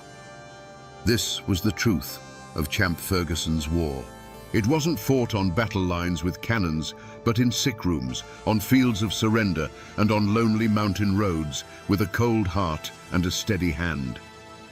The trial of Champ Ferguson wasn't held in some dusty mountain town courthouse where his name carried the weight of fear and legend. It was a formal military tribunal in Nashville, a public spectacle for a nation grappling with the war's savage legacy. The room was packed, the air thick with tension. Newspaper reporters from as far away as New York scribbled furiously in their notebooks, eager to capture every detail of the man they had already dubbed the great guerrilla chieftain and the Confederate demon. This wasn't just a trial for murder. It was an attempt to draw a line, to declare that even in the hell of a civil war, some acts were simply beyond the pale. Throughout the proceedings, Champ Ferguson was a figure of unnerving composure. As witness after witness took the stand to recount tales of cold-blooded slaughter, he watched them with a steady, unblinking gaze. He showed no remorse, no fear, not even a flicker of regret. He listened as men described him shooting the wounded in their beds, and his expression never changed. When it was his turn to speak, his defense was as simple as it was shocking. He claimed he was a soldier, a commissioned officer of the Confederacy. Every man he killed, he argued, was an enemy combatant in a war where the official policy on both sides of the border conflict was no quarter. In his mind, he was not a murderer. He was a patriot who had simply fought the war with more conviction than most. But the military commission was not swayed. The testimony was too damning, the victims too helpless, the cruelty too personal. They saw the clear pattern. This was not a soldier's work. This was a campaign of personal extermination, cloaked in the thin justification of a military commission. On October 10, 1865, the verdict came back. Guilty. The sentence was death by hanging. For most of the nation, the verdict was a moment of catharsis, a righteous judgment against one of the war's most notorious villains. Justice, it seemed, had been served. But back in the hollows of White County, Tennessee, on the good rebel soil where Ferguson had asked to be buried, the verdict was heard differently. To his family, his friends, and his sympathizers, he was not a war criminal. He was a soldier who had been martyred by a victor's court. They argued that Union guerrillas like Tinker Dave Beatty had committed similar acts and were now hailed as heroes. To them, Champ Ferguson wasn't hanged for his crimes. He was hanged for fighting for the Confederacy. The verdict, a clear-cut case of guilt in the eyes of the law, remains a subject of bitter debate in those mountains to this day, a perfect symbol of the brothers' war, where one man's monster is another man's hero. Champ Ferguson's death was not an end. It was a beginning. The beginning of a long and bitter memory that would coil itself around the lives of everyone he had ever touched. For his own family, the name Ferguson became both a curse and a martyr's cry. They buried his body in the good rebel soil he requested, but they could not bury his legacy. For generations, his descendants would carry the weight of his actions, forced to live in the shadow of a man remembered by half their neighbors as a monster, and by the other half as a hero betrayed. His name was a burden, a mark that set them apart in the very hills they called home. And what of his great rival, Tinker Dave Beatty? He had won. He had outlasted his nemesis and fought for the victorious side. But victory in a war like this is a fragile, haunted thing.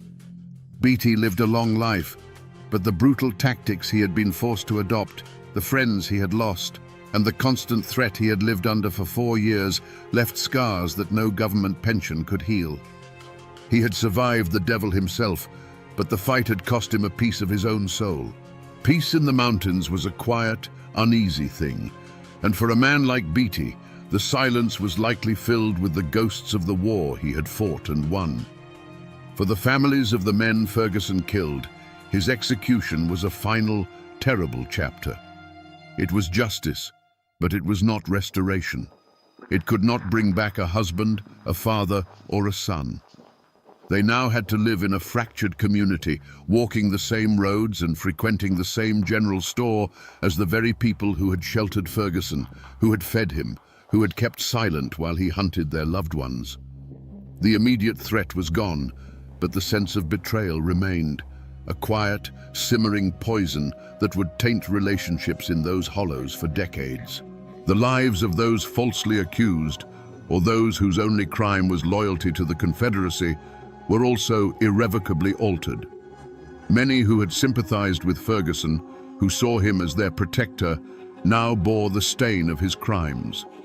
Their reputations were tarnished by association.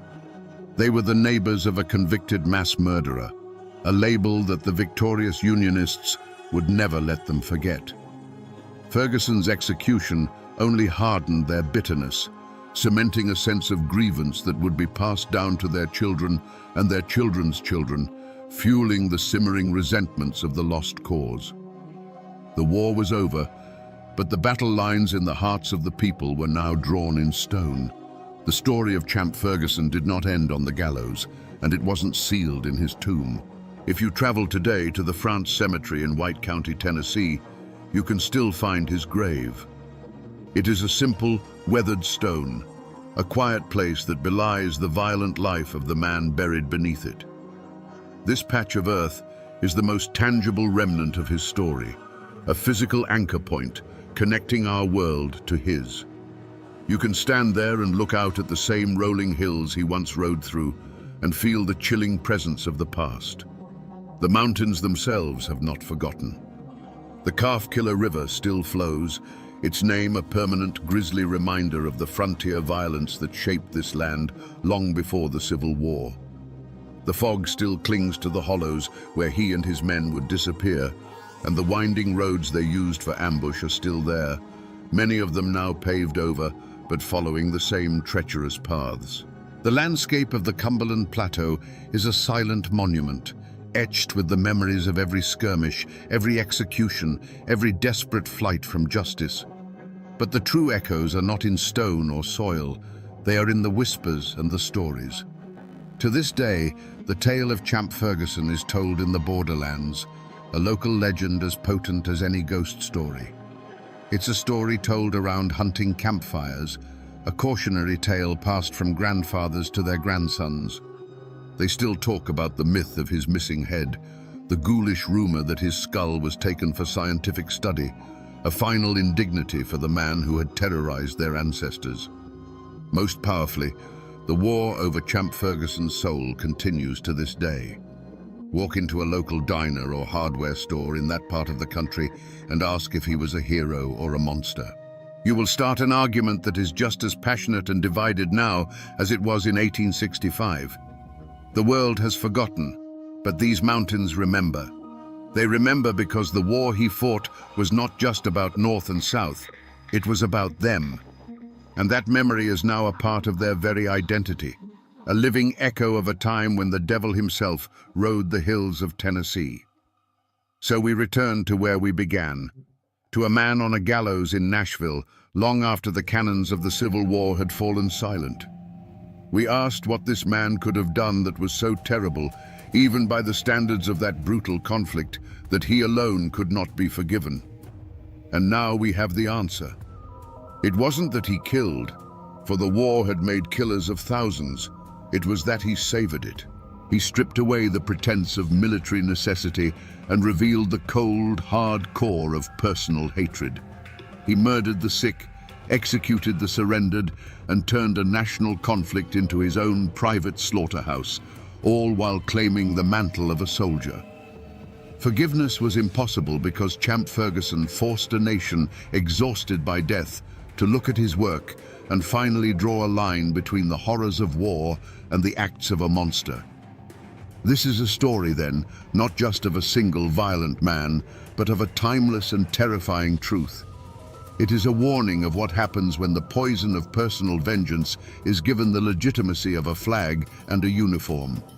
It shows how the grand, abstract ideals of a nation at war can be twisted to justify the most intimate and brutal acts of neighbor against neighbor.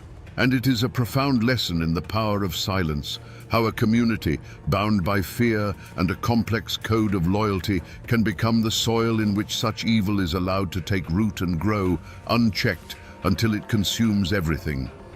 The war is over. The men who fought it are long gone. But the ghost of Champ Ferguson and the questions his life demands of us still haunt those misty Appalachian hollows. He reminds us that the most dangerous battleground is not in a field or a fortress, but in the human heart, where the lines between soldier and murderer, justice and revenge, can blur and then vanish with terrifying ease. And now, my friends, you know the rest of the story, or at least as much of it as the court records and old tales are willing to give up. The rest belongs to the mountains.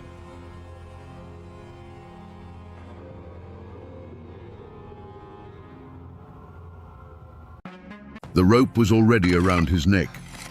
On May 1st, 1868, Tom Dooley looked out over the crowd and with his last breath spoke the words that would seal a woman's reputation in darkness for eternity. He said, "If it wasn't for Ann Melton, I wouldn't be on this scaffold today." Was it a damning accusation? A confession of his own weakness? Or the last desperate act of a man protecting the woman he truly loved? We all know the song about the hanged man and his dead lover, Laura Foster. But the legend has a third name, a shadow at its heart. Today, we separate the ballad from the bitter truth to answer one question. Was the true monster in this story the one who walked away free? To understand the blood that was spilled, you first have to understand the soil it stained. This was Wilkes County, North Carolina, in the year 1866. The air in these mountains still tasted of gunpowder and defeat. The Civil War had bled the hollows dry, sending its sons home not as conquering heroes, but as ghosts. Men returned to find their farms overgrown, their families gaunt with poverty, and a silence in the valleys that felt heavier than before.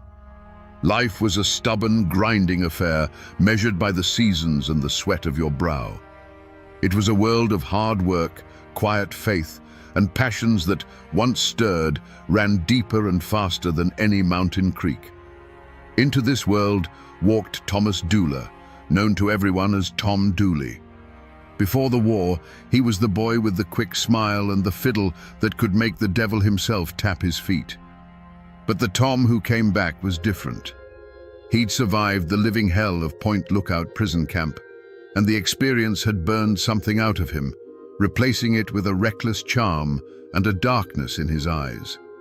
He still played the fiddle, but now the tunes seemed wilder, more desperate, as if he was trying to drown out memories that followed him from the battlefield. At the unshakable center of Tom's world was Ann Pauline Melton. She was Laura Foster's cousin, married to a quiet farmer named James Melton, a man who seemed to exist only in her shadow. Ann was not just beautiful, she was a force of nature. With dark, knowing eyes and a will as strong as iron, she was a woman who refused to be contained by the small, pious world she inhabited. Her affair with Tom Dooley was the worst-kept secret in Elkville, a blazing fire that everyone saw, but no one dared try to put out. It was a passion born long before the war, and it had only intensified upon his return. And then there was Laura Foster, younger, fairer, and by all accounts of a gentler nature than her cousin Anne. She was a girl on the cusp of womanhood, with dreams that were likely as simple as they were sincere: to be courted, to be married, to build a life. She, too, fell under the spell of the handsome, haunted fiddle player. In her, Tom perhaps saw a chance at a different kind of life, a peace he could never find with the tempestuous Anne. For a time, this fragile, dangerous balance held. Life went on. James Melton ploughed his fields, pretending not to know. The community whispered behind their hands at church and at the general store. Anne held court, the queen of a tiny, isolated kingdom, with Tom as her devoted, reckless knight. And Laura Foster watched from the edges, her heart full of a hope that was about to turn deadly. They were all caught in a web of love, jealousy, and obligation, unaware that the world they knew was about to be burned to the ground. But the war had sent home more than just broken men. It sent home a sickness, a blood taint that traveled in silence. It was an unseen enemy, carried in the veins of a soldier, that would soon become the catalyst for an act of brutality that would leave these mountains forever scarred. The storm was coming, and no one even saw the clouds gathering. The Fosters, the Meltons, the Doulas, these were not new names in the Blue Ridge Mountains. Their roots ran as deep as the ancient oaks, clinging to the rocky soil for generations. They were descendants of the first Scots, Irish, and English settlers who pushed into these wild, unforgiving hollows in the late 1700s.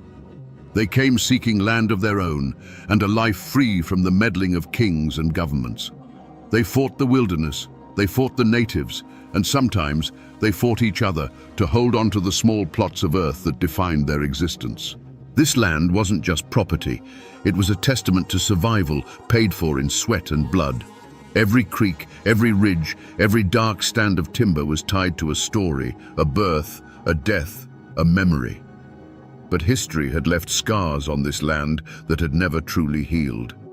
The Civil War was the deepest of them all. Wilkes County had been a place torn in two. While many men like Tom Doula marched off to fight for the Confederacy, the hills were also crawling with Union sympathizers, draft dodgers, and outright deserters. It was a war fought not just on distant battlefields, but in hushed conversations and suspicious glances between neighbors. Loyalty became a currency more valuable than gold, and betrayal was a poison that could linger in a family's well for 50 years. When the war ended, it didn't bring peace. It brought a simmering resentment. The men who came back, like Tom, were changed, and the community they returned to was fractured.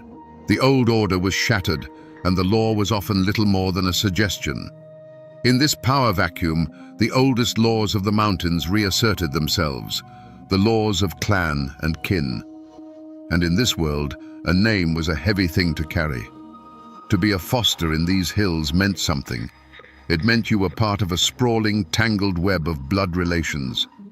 You were never truly alone, but you were never truly free either. Your triumphs and your shames belonged to the whole family. An insult to one Foster was an insult to all, and the family's honor had to be protected at any cost. This wasn't just about pride, it was about survival. A family with a stained reputation was a weak family, vulnerable to its enemies. The weight of that name and the secrets it had to protect was a burden every Foster, including Anne and Laura, carried from the day they were born. In a place like Wilkes County, news traveled faster on foot than it did by post. The general store, the churchyard, the grist mill, these were the arenas where reputations were built and destroyed. And at the center of this web of whispers was Anne Melton. Her affair with Tom Dooley wasn't just a private sin. It was a public spectacle, a long-running drama the entire community followed with a mix of condemnation and fascination. Every glance between them, every time he lingered too long at her farm, was noted, dissected, and woven into the local law. The supporting cast was a complex gallery of cousins and neighbors, each with their own loyalties and resentments. There was Pauline Foster, another cousin, a woman who moved through the community with watchful eyes. The exact nature of her relationship with Anne is lost to history, but the court records would later suggest a deep-seated animosity, the kind that festers between women who are too much alike or who have vied for the same things. Then there were the Meltons, James's family, who had to endure the shame of his wife's open infidelity. And there was James himself, a quiet, brooding figure. The community saw him as a cuckold, a weak man who couldn't control his wife. But was his silence weakness, or was it the coiled patience of a man nursing a deep and bitter wound? The affair itself was the great, unhealed sore on the community's skin. It was an affront to the sacred institution of marriage and a constant source of tension. But there were other, smaller slights that kept the air poisoned. A harsh word exchanged at a quilting bee, a dispute over a stray hog, the natural jealousies that arise when one family does slightly better than another. In these isolated hollows, such grievances weren't easily forgotten. They were collected like debts, passed down through whispers, waiting for a moment to be called due. The Foster clan was so large and interwoven that it was a world unto itself, rife with its own internal rivalries and power struggles. It was this fertile ground of gossip and resentment that allowed the most dangerous rumor of all to take root. When whispers of the foul disease began to circulate, they fell on ready ears. Syphilis was more than an illness. It was a mark of moral decay, a physical manifestation of sin. The rumor transformed the affair from a simple matter of adultery into something dark and terrifying. It was a secret that, if exposed, would bring a level of shame and ruin that was absolute. It wouldn't just be whispers, it would be utter damnation. The air in Elkville grew thick and heavy. Anne, Tom, and Laura were no longer just three people caught in a tangle of passion. They were characters in a tragedy that everyone was watching unfold, a tragedy being written in real time by the relentless, unforgiving murmur of the community. The pressure was immense. Every smile felt like a mask, every conversation like an interrogation. The stage was set, and the ground was soaked with the fuel of old grudges, just waiting for a single spark to set the whole world ablaze. In the mountains, people have always paid attention to signs. They knew how to read the sky for a coming storm, and they knew how to read the woods for omens. And in the spring of 1866, the old folks would later claim the signs were all bad. They said the whippoorwills called too close to the houses, a sure sign of a soul about to depart. A strange, unnatural quiet seemed to settle in the hollows, a silence that felt sharp and heavy in the air, as if the mountains themselves were holding their breath, waiting for a coming violence. These were the whispers of the woods, the ancient language of dread that every mountain person understood in their bones. The true omen, however, was not a bird or a dream.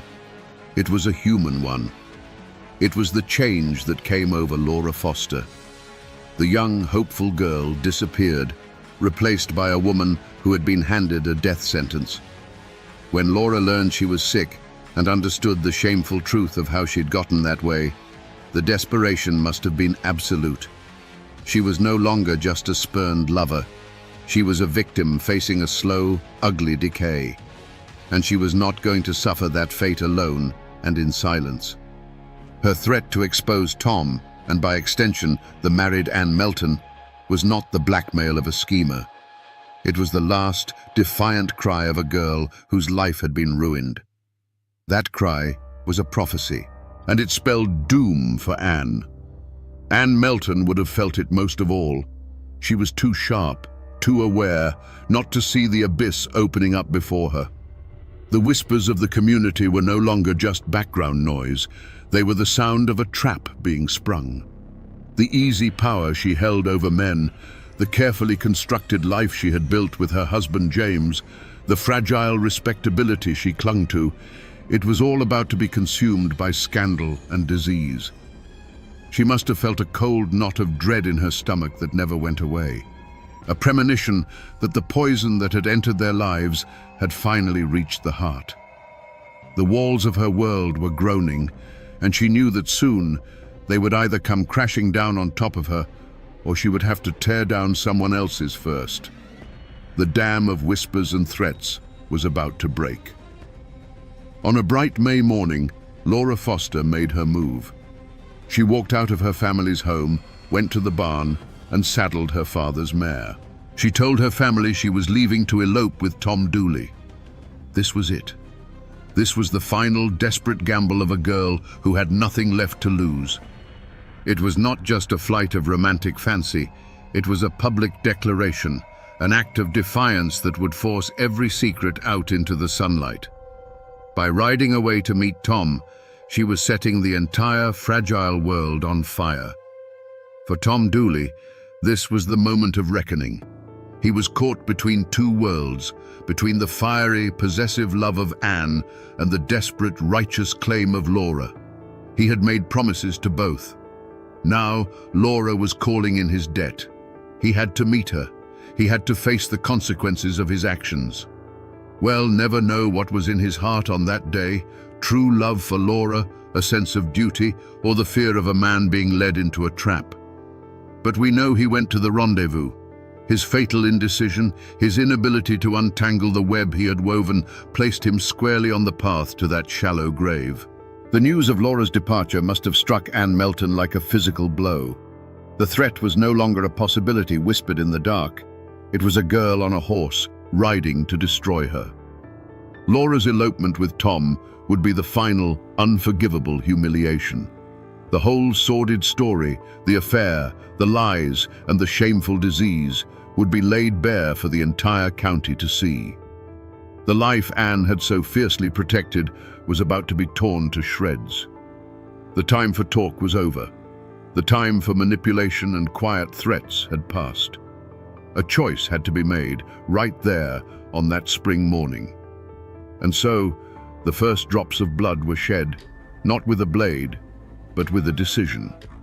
The plan, whether hatched in a moment of panicked rage or cold calculation, was set in motion. The rendezvous between Tom and Laura was no longer a meeting of lovers. It was an ambush.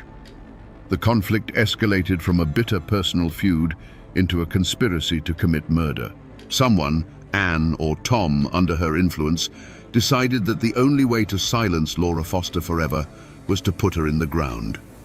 As Laura rode away, the sun warm on her back, she must have felt a mix of terror and hope. She was leaving everything she had ever known behind, riding toward an uncertain future with the man she loved. She didn't know that she was not riding toward a new life. She was riding into a silence that had been carefully prepared for her, a silence as deep and final as the Appalachian earth itself. The point of no return had been crossed. The spot where Laura Foster drew rein on her father's mare was quiet and secluded. Sunlight filtered through the new spring leaves, dappling the forest floor. This was the place where her future was supposed to begin.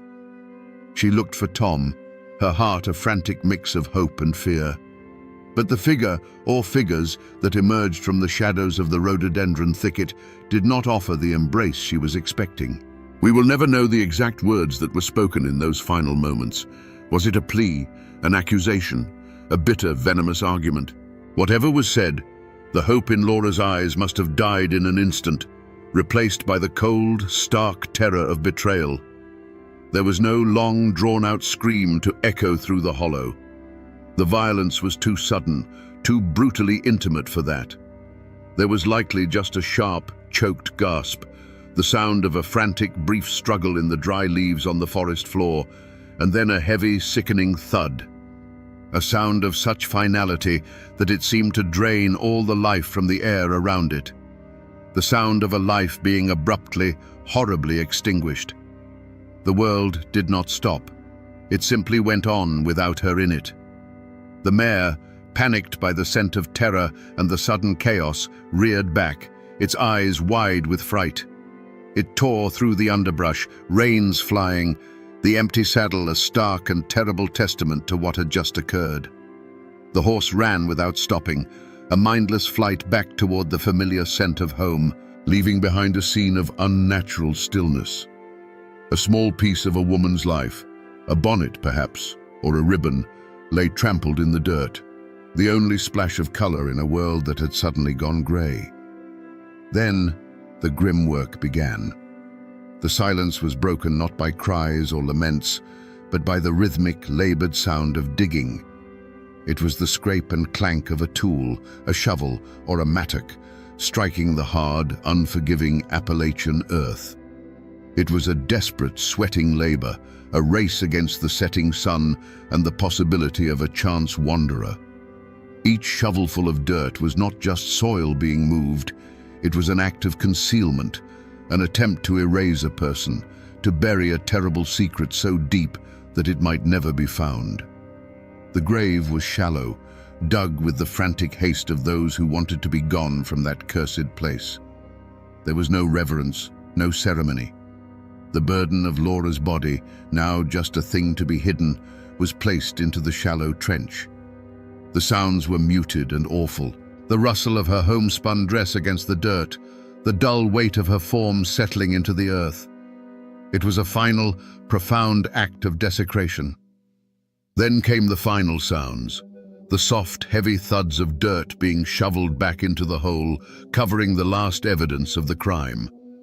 The person or people who stood there in the fading light, their clothes stained with soil and their lungs burning from the effort, were not just burying a body. They were burying a promise, a future, and a piece of their own souls. When they were finished, they tried to make it look as though nothing had happened. They scattered leaves over the freshly turned earth and arranged the branches just so. But the ground was wounded. No human eyes had witnessed the act, but the ancient trees stood as silent sentinels. The mountains had seen it all, and in the Blue Ridge, the mountains never, ever forget. To understand what happened in that secluded glade, you have to try, for a moment, to look at the world through Anne Melton's eyes. In her mind, Laura Foster was no longer a person. She wasn't her cousin. She wasn't a romantic rival. She was a disease, a walking plague that threatened to consume everything Anne had built. The syphilis rumor was a death sentence, not just for the body, but for the soul. It meant being cast out, shunned, left to rot in shame while the community whispered about your sins. Laura's threat to expose it all wasn't just blackmail, it was a promise of total annihilation. From Anne's perspective, this was not a matter of jealousy over Tom Dooley. This was a matter of survival, as primal and as ruthless as a cornered animal protecting its den. The twisted logic was terrifyingly simple. You cut out the infection before it kills you. The switch flipped the moment word reached her that Laura was on that mare, riding to meet Tom. Before that, the threat was a possibility, a problem that could perhaps be managed with manipulation or intimidation. But Laura on that horse was a lit fuse burning down to the powder keg. It was an act of open war. In that instant, all other options vanished. The cool, calculating part of Anne's mind, the part that had allowed her to manage an affair under her husband's nose and maintain her standing in the community, would have taken over completely. It was no longer a messy human drama. It was a cold, hard equation. Her life, her home, her name, or Laura's. There was no room for both. So when she confronted Laura in the woods, if indeed she was the one who did, it was likely not with the explosive rage of a jealous lover. It would have been with the chilling focus of an executioner. Each step, each word, each action would have been deliberate. She would have looked at Laura and seen not the face of a frightened girl, but the embodiment of her own destruction. The act itself would have been a task to be completed, a problem to be solved. This profound, terrifying detachment is the only thing that can explain the icy composure she displayed later. It wasn't the absence of feeling, it was the absolute suppression of it in the service of a single, overriding goal, self-preservation at any cost. And in the immediate aftermath, standing there in the silence of the woods, what would she have felt? Not guilt, not remorse. That would come later, perhaps, in the dark of night when the ghosts of memory came calling. No, in that moment, she would have felt a profound and chilling relief. The threat was gone. The voice was silenced. The secret was safe, buried under 6 feet of Appalachian dirt. She had faced absolute ruin and had stared it down. She had won. It was a victory that would poison her life and damn her name for all time. But as she walked away from that shallow grave, it was a victory nonetheless. The first sign that the world had broken was the sight of a horse. Wilson Foster's mare came trotting back to the farm late that afternoon, alone. Its coat was slick with sweat and streaked with mud. Its eyes were wild with a terror it couldn't speak. The empty saddle was a screaming accusation. A father's heart knows a specific kind of cold dread, and as Wilson Foster caught the reins of the panicked animal, that coldness flooded his veins. The story of an elopement suddenly felt like a lie, a thin blanket thrown over a horrible truth. In the days that followed, Wilson and his family scoured the woods. Their calls of Laura echoed through the hollows, answered only by the cawing of crows. The search was a frantic, desperate ritual. The woods that had been Laura's playground now felt like a tomb, each shadow seeming to hold a terrible secret. The community watched, and for a time they held on to the simpler explanation. They whispered that she had run off, that she and Tom were likely halfway to Tennessee by now. It was easier to believe in a reckless girl than a dead one. This casual dismissal left the Foster family isolated in their growing nightmare. Meanwhile, the main players in the drama had scattered. Tom Dooley had vanished. One day he was a fixture in the community, the next he was gone, his absence a thunderous confession of guilt. But Ann Melton was right where she had always been. She went about her daily chores on the Melton farm, a picture of domestic calm. When questioned, her face was a mask of innocence and concern. She knew nothing. She had seen nothing. Her icy composure was a wall that no one could breach, and it was, in its own way, more terrifying than Tom's flight. Weeks turned into a long, agonizing summer. The search parties grew smaller as hope withered on the vine. Laura Foster was now officially a missing person, a ghost story whispered around the supper table. But her family, particularly her father, refused to let the silence win.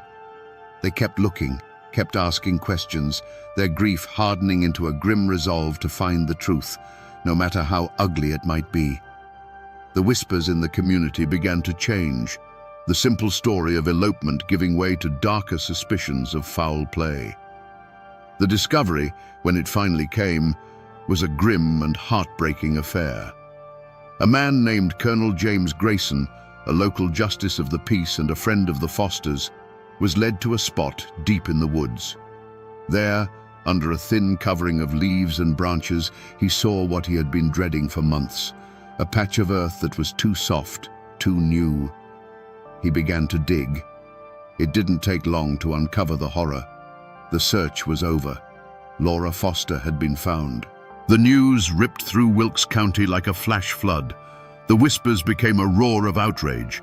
With the discovery of the body, a missing persons case became a murder investigation. The law, which had been passive for months, was now spurred into action. The full weight of suspicion fell squarely on the man who had run. A warrant was issued for the arrest of Thomas C. Dooley. A reward was posted for his capture. Tom Dooley was no longer just a reckless local boy. He was a wanted murderer, and the hunt was on. The discovery of Laura's body was like a rock thrown into a still pond, and the ripples of suspicion and fear spread to every last cabin in the county. The comfortable lie of elopement was shattered, and in its place, a terrible truth took root. A murder had been committed. One of their own had been put in the ground like an animal, and now everyone had to choose a side. The general store was no longer a place for idle gossip. It was a courtroom where theories were argued in hushed, angry tones. At church, families who had worshipped together for generations now sat on opposite sides of the aisle, their prayers heavy with judgment for their neighbors. A thick, suffocating fear settled over the community. This wasn't a crime committed by some nameless drifter. The killer, everyone knew, was still among them. Many people must have known pieces of the truth. They'd seen Tom and Ann arguing. They'd heard the rumors about the disease. Perhaps someone had even seen Ann returning home that fateful night, her dress soiled with mud and secrets. But the Foster clan was a sprawling, powerful entity, and Ann Melton, with her iron will and piercing gaze, was a terrifying woman to cross. To speak against her was to risk more than just a cold shoulder. It was to invite a feud, to put your own family and livelihood in jeopardy. And so, a conspiracy of silence was born, not of loyalty to a killer, but out of raw, primal fear. Still, the community was not a monolith. While many pointed the finger at the fugitive Tom Dooley, others whispered that he was just a fool, a pawn in a game played by a much more cunning mind. They looked at Ann Melton, saw her cold defiance, and came to their own conclusions. They saw a woman capable of anything, a woman who had bewitched both her husband and her lover, a woman who would stop at nothing to protect her name. Tom, they argued, might have helped dig the grave, but it was Ann's venom that had struck the fatal blow. In this poisoned atmosphere, small acts of courage and cowardice became monumental. There was the quiet neighbor who, risking the wrath of the Meltons, brought a basket of food to Laura's grieving family, a silent gesture of solidarity. There was the witness, Pauline Foster, who, whether out of a sense of justice or personal spite, decided to break the silence and tell the authorities what she claimed Anne had confessed.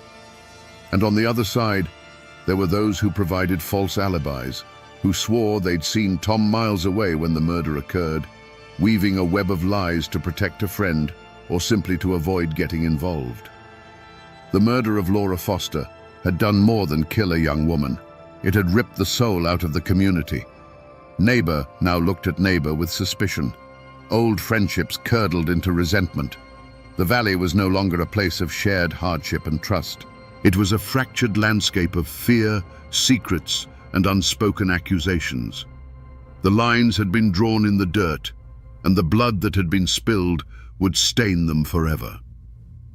The manhunt for Tom Dooley was not just a matter of law, it was a matter of pride. Sheriff William Dooler, a relative of Tom's, was tasked with bringing him in, a duty that must have weighed on him like a shroud. But the official posse was swelled by harder men, men from the Foster clan whose faces were grim masks of determination. They weren't interested in a trial, they were interested in mountain justice, a swift and final accounting for the blood of their kin. They knew Tom, they knew his habits, and they knew the woods as well as he did. They weren't just chasing a killer, they were hunting a ghost who knew every shadow in their own backyard. For weeks, Tom was a phantom. He was a creature of these mountains, born and raised in their embrace, and now he used them as his shield.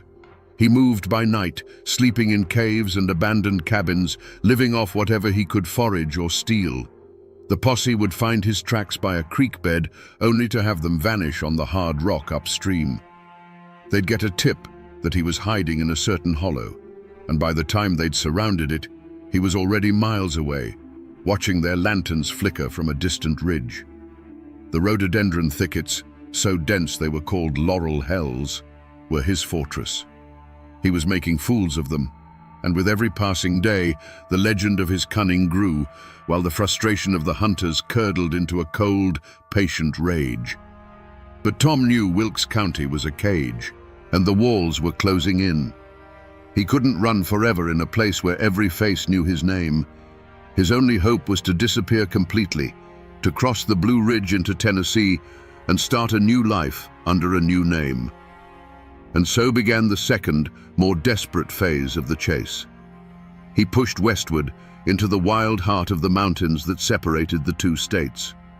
This was a brutal, unforgiving wilderness, a vertical world of razorback ridges and sunless valleys. The hunt became an ordeal of endurance, a battle against not just a man, but against the mountains themselves. The posse, relentless and driven, stayed on his trail.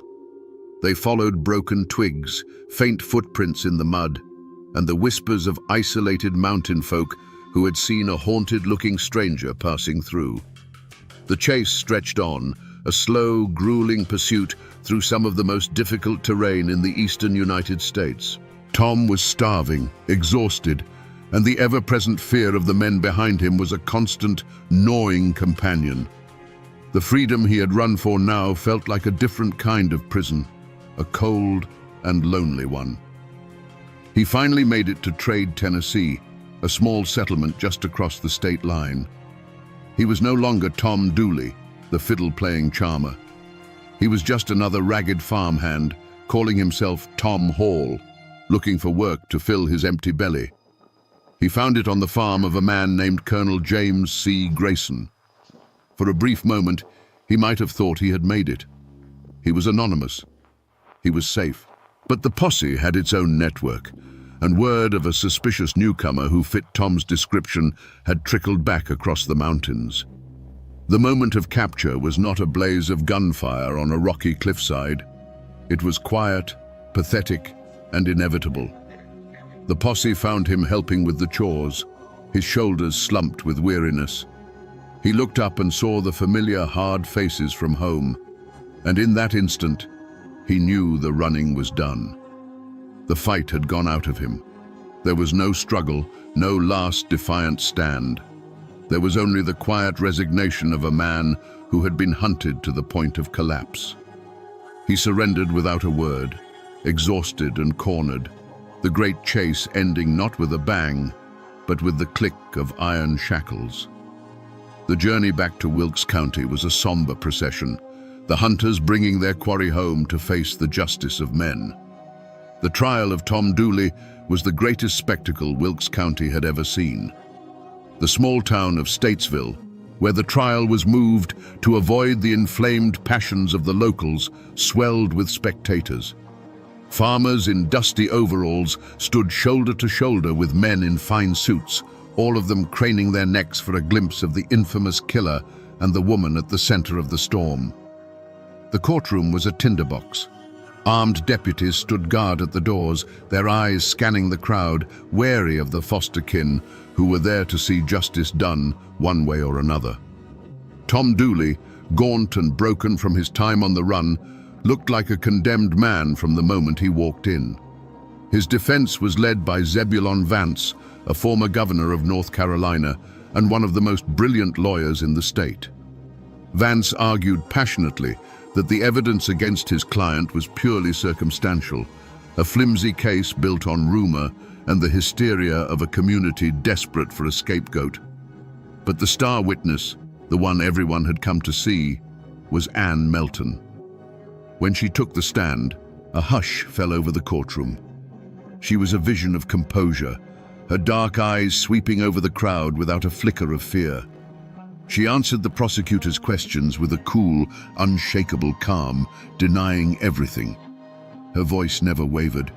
She painted herself as a victim of malicious gossip, a respectable married woman whose name had been unfairly dragged through the mud. It was a masterful performance. To her supporters, she was a woman of incredible strength, unjustly accused. To her detractors, her icy demeanor was the ultimate proof of a sociopathic heart, a woman capable of orchestrating a murder and then lying about it without blinking. The trial was a parade of neighbors and cousins, their testimonies a tangled mess of personal grudges and second-hand stories. Pauline Foster delivered her damning testimony, claiming Anne had confessed the murder to her. But under the sharp cross-examination of Governor Vance, her credibility crumbled. She was portrayed as a spiteful woman, driven by jealousy and a personal vendetta against Anne. The case against Anne was built on a foundation of sand, one person's word against another's, with no hard evidence to tie her to the crime. In the end, the law of men, with its strict rules of evidence, could not convict her. The jury, faced with a mountain of innuendo but not a single piece of concrete proof, acquitted Ann Melton. A gasp went through the courtroom. She had walked into the heart of the fire and emerged without so much as the smell of smoke on her. She stood, smoothed her dress, and walked out of the courtroom a free woman, past the stunned and hateful glares of the Foster family. For Tom Dooley, there was no such escape. The evidence of his flight, his affair with Laura, and his presence near the scene was enough. He was found guilty and sentenced to hang. Justice had been delivered, but to many in that courtroom and in the hollows back home, it felt like a grotesque mockery. They had hanged the fool, but the mastermind, the true author of the crime, had just walked out the front door, free to return to her life as if nothing had ever happened. Was this the law of men? Or was it proof that some people were so cunning they could outwit justice itself? The thud of the trapdoor beneath Tom Dooley's feet was the final brutal punctuation mark on his life. With his death, the law was satisfied. But his last words from the gallows did not fade into the air. They hung over the hollows, a permanent stain on Ann Melton's name, a curse delivered with a dying man's breath. The trial was over, but the verdict of the mountains had just begun. For the Foster family, life became a long, quiet exercise in grief. They had a grave to tend now, a permanent scar on their land and on their hearts. But there was no closure. Every trip to the general store, every Sunday at church, held the possibility of seeing her, Anne Melton, the woman they believed had orchestrated their daughter's murder, living freely, her life continuing while Laura's had been cut short. They became the silent keepers of Laura's memory, their sorrow a cold, hard stone in the belly of the community, a constant, unspoken rebuke to the verdict of the court. And what of Anne? She had won her freedom, but she had lost everything else. The acquittal was not a pardon. It was a life sentence of a different kind. She returned to her farm with James Melton, but she was now a pariah, a ghost in her own life. Old friends would avert their eyes when she passed. Children would fall silent and hide behind their mother's skirts. She was utterly isolated, trapped in a prison of whispers and sideways glances. The community that had once been her stage was now her jury, and its judgment was a slow, daily poison. She was the woman who had gotten away with it, and for that, she would never be forgiven. History simply records that Anne Melton died a few years after the trial, likely from a fever or some other common malady of the time. But the legend, my friends, tells a different story. The legend is where the mountains delivered the justice the court could not. They say that Anne was consumed by the very disease that had started it all, that the syphilis drove her mad, her mind rotting away along with her body. The folklore insists her death was a thing of horror, that for days she was tormented by visions, screaming Laura Foster's name in the dead of night and clawing at phantom hands that were dragging her to hell. The legend gave her an end befitting the monster they believed her to be, agonizing, shameful, and utterly terrifying. It was a curse fulfilled. And so, the community tried to heal by forgetting. After the raw spectacle of the trial and Anne's supposed damnation, a thick blanket of collective silence fell over the story. It was too painful, too divisive. People stopped speaking the names of the dead.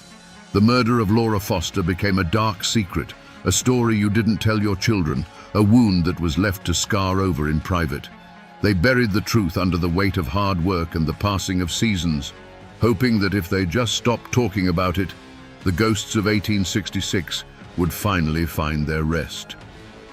The silence that the community so desperately tried to impose on this story was ultimately broken, not by a historian, but by a musician.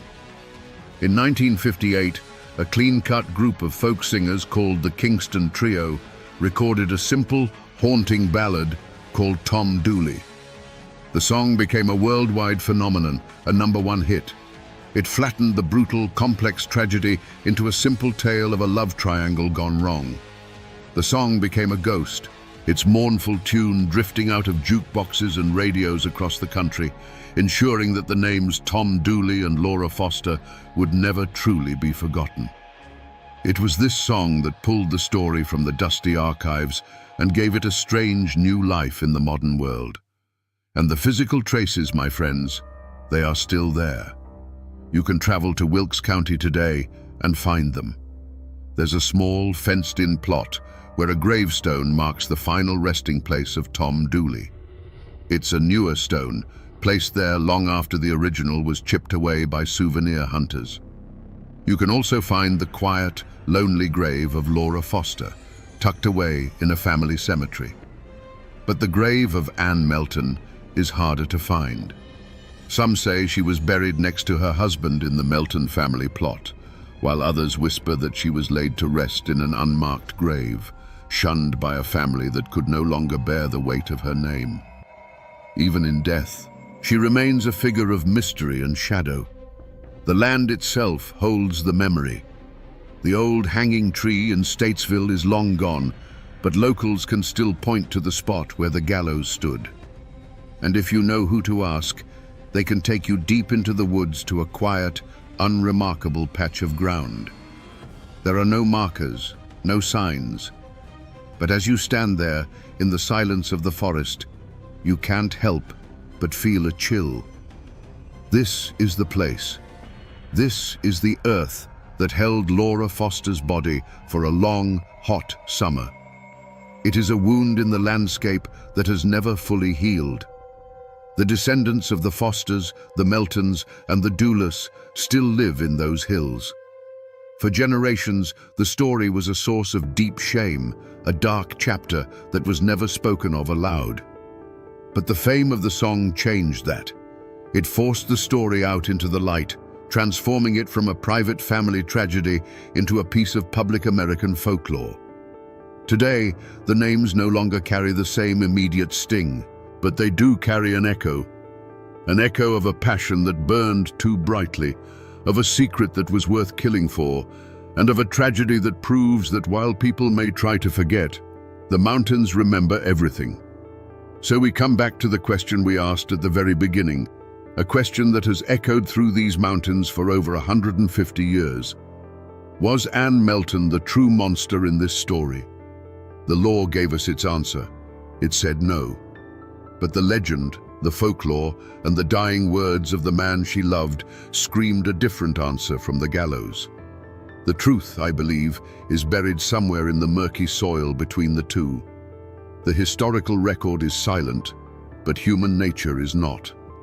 Anne Melton was a fiercely intelligent, passionate woman, trapped in a world that gave her very little power. When faced with total ruin, did she turn to an act of ultimate brutality to save herself? I cannot tell you with certainty that she held the blade. But I believe her will, her fear, and her desperation were the forces that drove the tragedy to its bloody conclusion. This is not just a simple story of a love triangle, the way the song tells it. This is a story about the awesome and terrifying power of secrets. It's a testament to how, in the isolated, close-knit world of the mountains, things like honor, shame, and reputation are not abstract ideas. They are matters of life and death. It's a brutal lesson in how love can curdle into obsession, and how obsession, when cornered, can become homicidal. It is a story not just of cruelty, but of the indomitable Appalachian spirit, a spirit that will endure unimaginable hardship, protect its own with a fierce and sometimes violent loyalty, and never, ever forget a wrong. The Kingston Trio made Tom Dooley famous, but they only told you a piece of the tale. They never told you about the disease, the web of family secrets, or the cold, defiant woman who walked free, only to be imprisoned forever by her own legend. The ghosts of that tragedy still wander the hollows of Wilkes County, a timeless reminder of a passion that burned a hole in the fabric of the mountains. They are a warning that the darkest hearts sometimes beat within the most beautiful chests, and that justice, in the end, is not always found in a courtroom. And now, my friends, you know the rest of the story. The first shotgun blast threw her from the saddle into the cold, muddy water of the creek.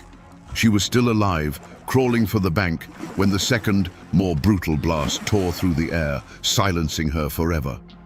The newspapers called her the Bandit Queen, a velvet-clad phantom who rode with the James brothers and ruled the outlaws of the Indian Territory. But the truth was far messier and far more tragic than any dime novel could capture.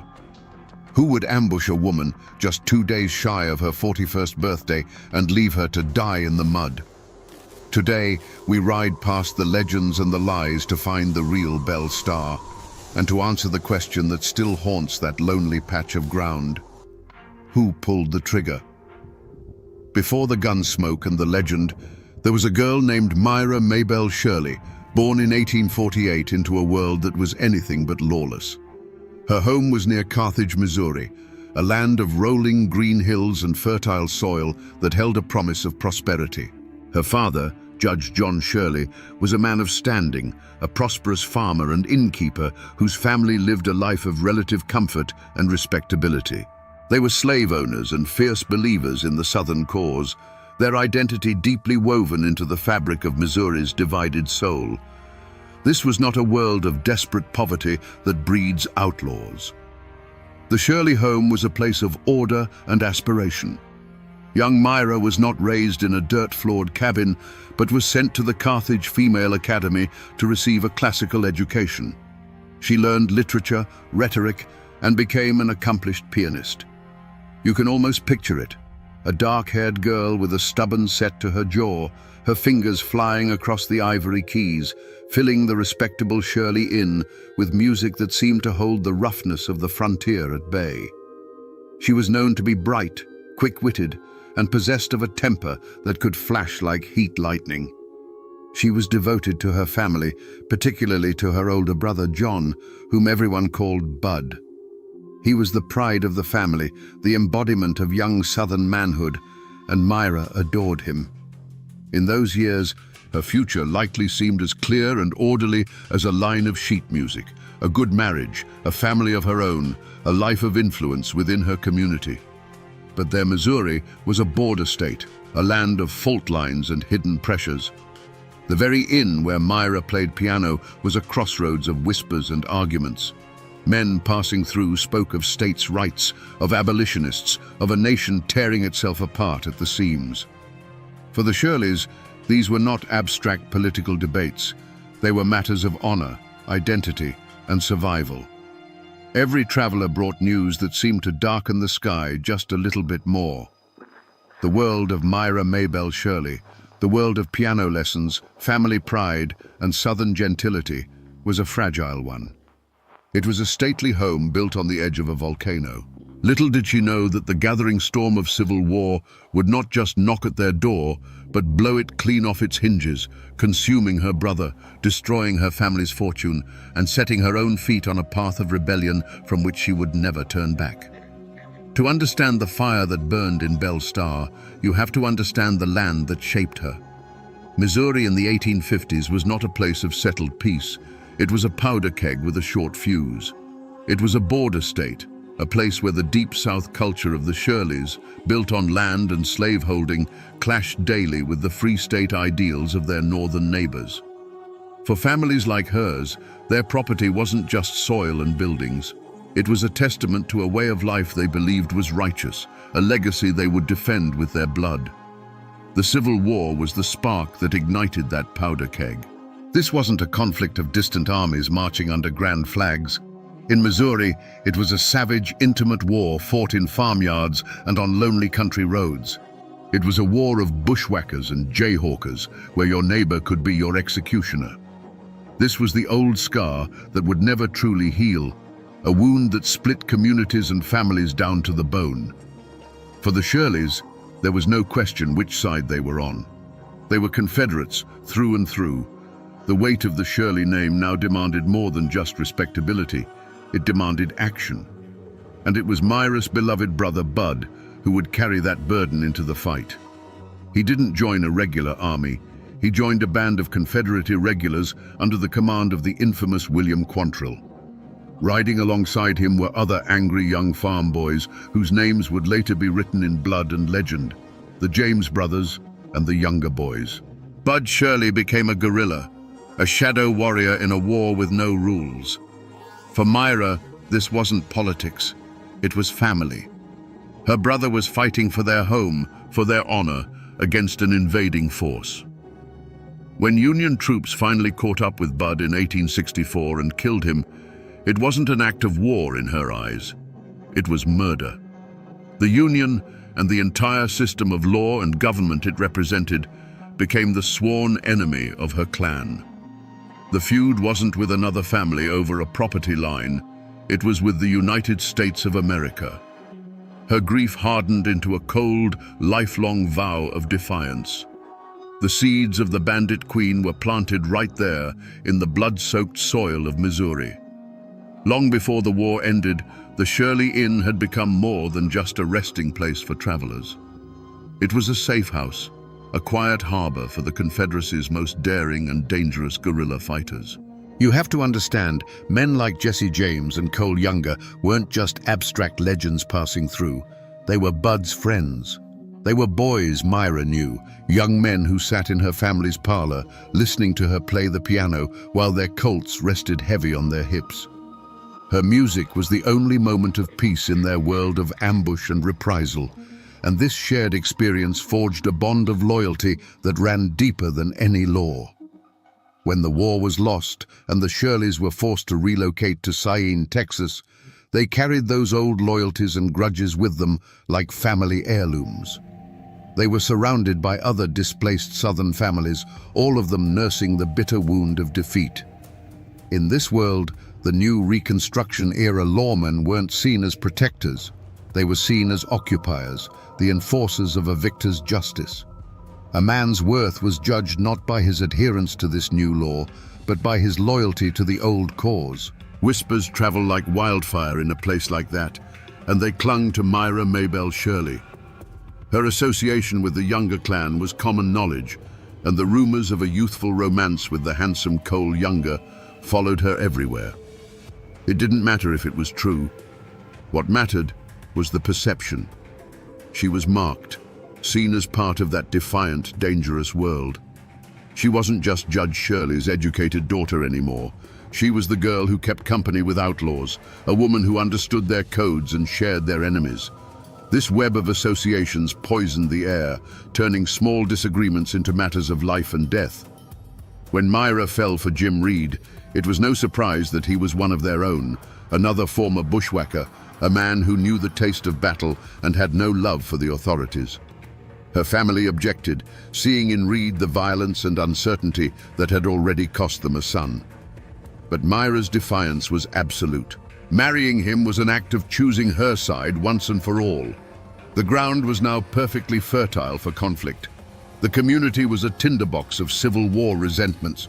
Myra's own reputation was already stained with the smoke of rebellion, and she had bound her fate to a man who saw the law as an obstacle to be overcome, not a shield to hide behind.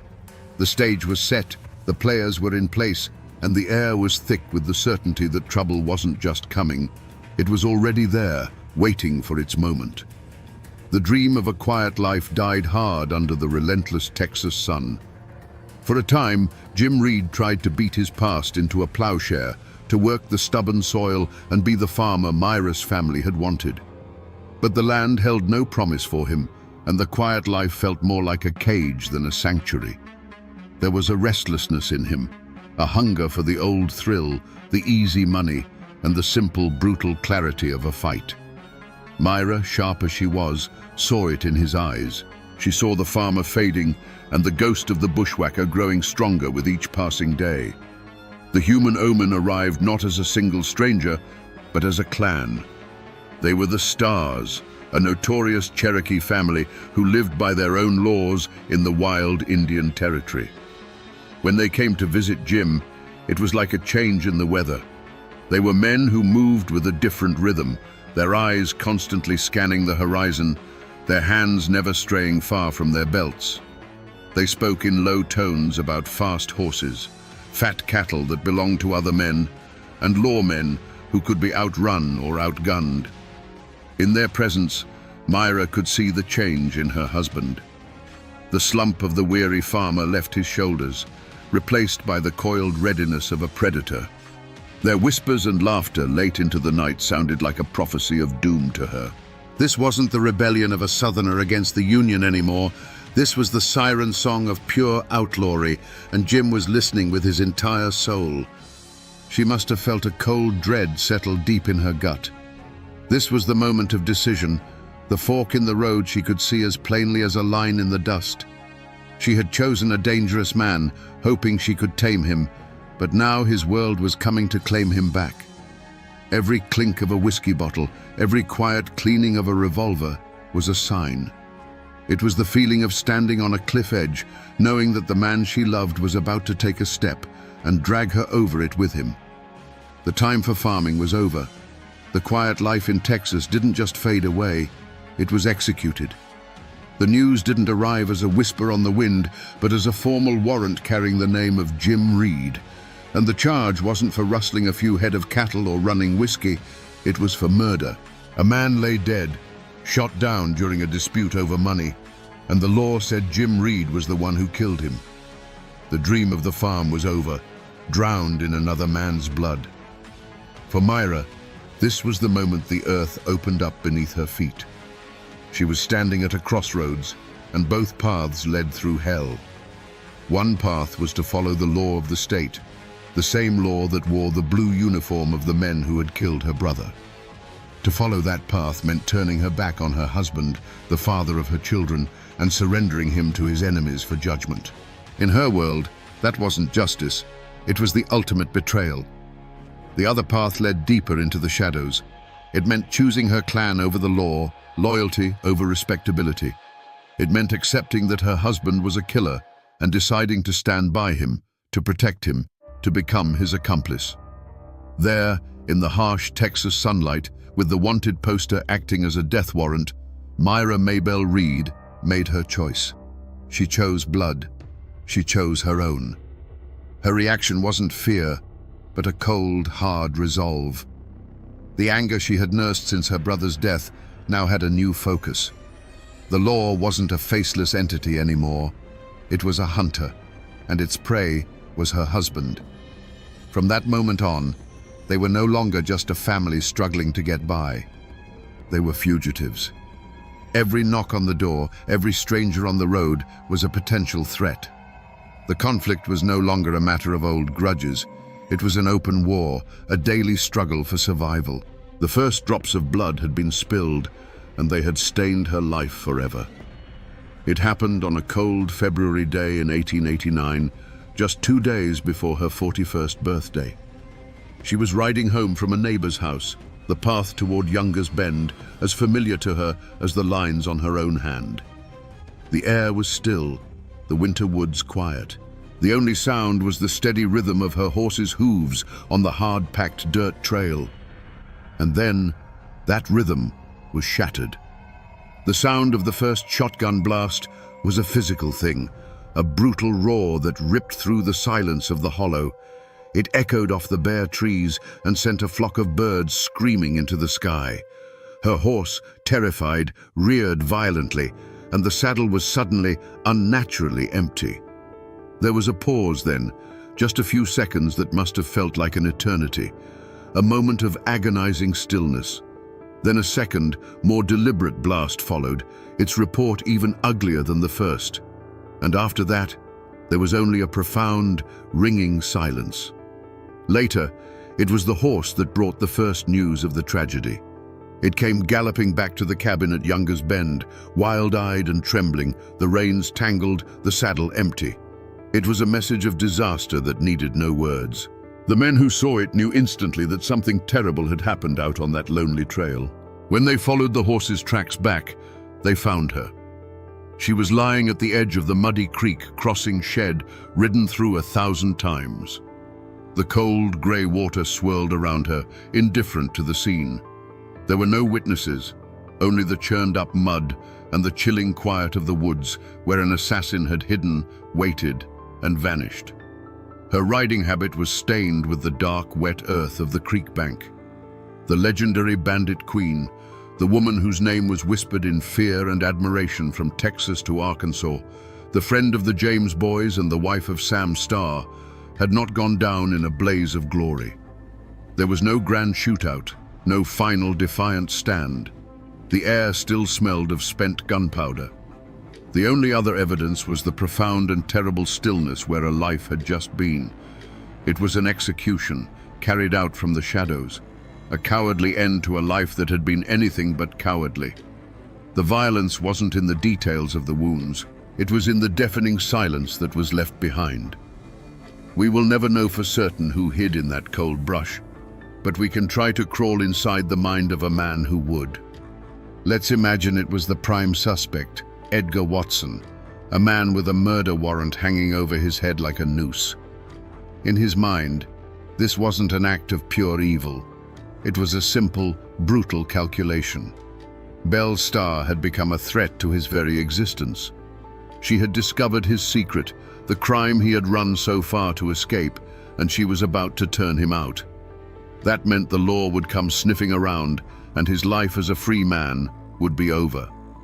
In this twisted logic, Belle wasn't a person anymore. She was a problem, a loose end that needed to be tied off permanently. He saw her not as the legendary bandit queen, but as the one person standing between him and survival. Killing her wasn't an act of passion. It was a business decision, as cold and pragmatic as shooting a lame horse. He was a cornered animal, and in his world, you did whatever it took to break out of the trap. Honor, friendship, decency, those were luxuries a man like him couldn't afford. The switch flipped the moment he realized she would not be bluffed or bought, the moment he looked into her eyes and saw that she was going to act. That was the point of transformation. His anger and fear cooled into a single, sharp point of purpose. The planning would have been methodical. He knew her routines, her paths. He would have chosen the creek crossing deliberately, a place where she would have to slow her horse, where the terrain gave him perfect cover, where the sound of the shot would be muffled by the hollow. He wasn't a raging monster. He was a patient predator setting a trap. And after the second blast tore the air, what did he feel? Not remorse, not triumph. Most likely he felt a profound and chilling sense of relief. The threat was gone. The problem was solved. As he melted back into the brush, his heart would have been beating fast, but not from guilt. It was the adrenaline of survival. His mind would already be working on the next steps. The alibi, the look of surprise on his face when he heard the news. Whether it was the cold calculation of a man like Watson, or the hot, humiliated rage of her own son, the psychology was the same. Belle had become an obstacle, and for the beast in the shadows, obstacles were meant to be removed. When the echoes of the second shot finally died, a heavy, unnatural silence fell over Younger's Bend. The discovery was as grim and undignified as the murder itself. It wasn't a posse of lawmen who found her, but her own people, led to the spot by her riderless horse. They lifted her body from the cold, clinging mud of the creek bank and carried her home. The fearsome bandit queen, the woman who had stared down Judge Parker's court, was gone. All that was left was the mortal remains of Myra Maybelle Starr, her clothes soaked and stained with the earth she had fought so hard to possess. The cabin at Younger's Bend, once a bustling sanctuary for men on the run, became a house of mourning. The whispers of outlaw plots were replaced by the stunned silence of grief. For her daughter, Pearl, the sight of her mother's body was a wound that would never heal. The shock was soon followed by a cold, burning question that settled in the air like smoke. Who had done this? And who among the men and women gathered in that very room knew more than they were saying? The fight for survival was no longer against the law. It was against the secret killer who might be standing right beside them. Word travels fast in the back country, and it wasn't long before the law arrived. Deputy marshals from Fort Smith, Judge Isaac Parker's men, rode into Younger's Bend. They were hard men, accustomed to the violence of the territory, but this was different. This was the murder of the most famous woman in their jurisdiction. They weren't just investigating a crime, they were stepping into the heart of a legend, a place built on a foundation of secrets and lies, where every neighbor had a grudge and every friend had a hidden motive. The investigation began immediately, a slow, methodical process of untangling the web of Belle's complicated life. Who were her enemies? Who owed her money? Who feared her? The list was dangerously long. A reward was posted, a paltry sum that seemed an insult to the scale of her fame. But in a land where loyalty was cheap and life was cheaper, even a small reward could be enough to loosen a tongue or point a finger. The initial chaos of rumor soon began to crystallize around one name. In the fearful whispers of neighbors and the cold calculations of the deputies, the name of Edgar Watson surfaced again and again. The tenant farmer with a secret past, the man Belle was about to evict. He had the motive, he had the opportunity, and he had the cold-blooded history. The hunt for Belle Starr's killer now had a face and a name. Belle Starr's murder was like a stone dropped into a still pond, and the ripples of fear and suspicion spread through every isolated cabin in the territory. This wasn't a tight-knit community bound by friendship. It was a loose collection of families, fugitives, and farmers, all held together by a fragile web of convenience and mutual distrust. Her death tore that web to pieces. Instantly, invisible lines were drawn in the dirt. On one side were those loyal to Belle's memory, her family, the outlaws she had sheltered, and the neighbors who had, in their own way, respected her power. On the other side were those who had feared her, owed her money, or, like Edgar Watson, felt the sting of her wrath. When the marshals from Fort Smith began their investigation, they ran headlong into a solid wall of silence. You have to understand, in the Indian Territory, the law of Judge Parker was seen as a foreign power. The real law was the local code, and that code had one simple rule: you don't talk to outsiders. To be a snitch was a death sentence, far more certain than any verdict from a jury in Fort Smith. The deputies would ask questions, and in return they would get blank stares, shrugged shoulders, and the maddeningly simple phrase, "Don't know nothing." This wasn't just loyalty to the outlaw way, it was raw, paralyzing fear. The killer was still out there. He could be the man plowing the next field over. He could be listening from the shadows at the general store. To speak a name aloud to a lawman was to invite a shotgun blast in the dark for you and your family. People who once left their doors unbarred now checked them twice. A strange horseman on the road was no longer a traveler, but a potential threat. The law offered a reward, but the killer offered a much more immediate consequence. In this atmosphere of terror, even the smallest actions became profound statements of allegiance. True courage was rare, and it was quiet. It was the neighbor woman who left a basket of cornbread on Pearl's doorstep, a silent offering of sympathy that said, "I am with you," without speaking a word. Cowardice, however, was far more common. It was the man who, when asked about Edgar Watson's whereabouts on that fateful afternoon, suddenly found a fascinating spot on the floor to stare at. It was the providing of a vague alibi, the convenient lapse in memory, the turning of a blind eye.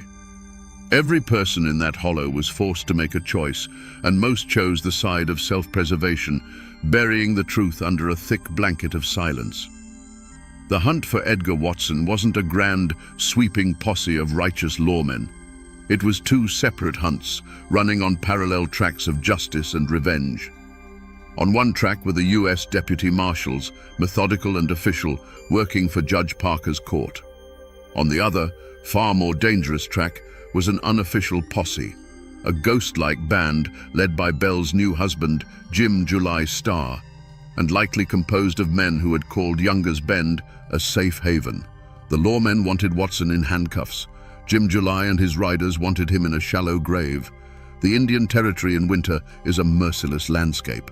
It's not the soaring peaks of Appalachia, but a tangled, brutal world of its own, a maze of dense thickets, frozen swamps, and red clay mud that can suck a horse down to its belly.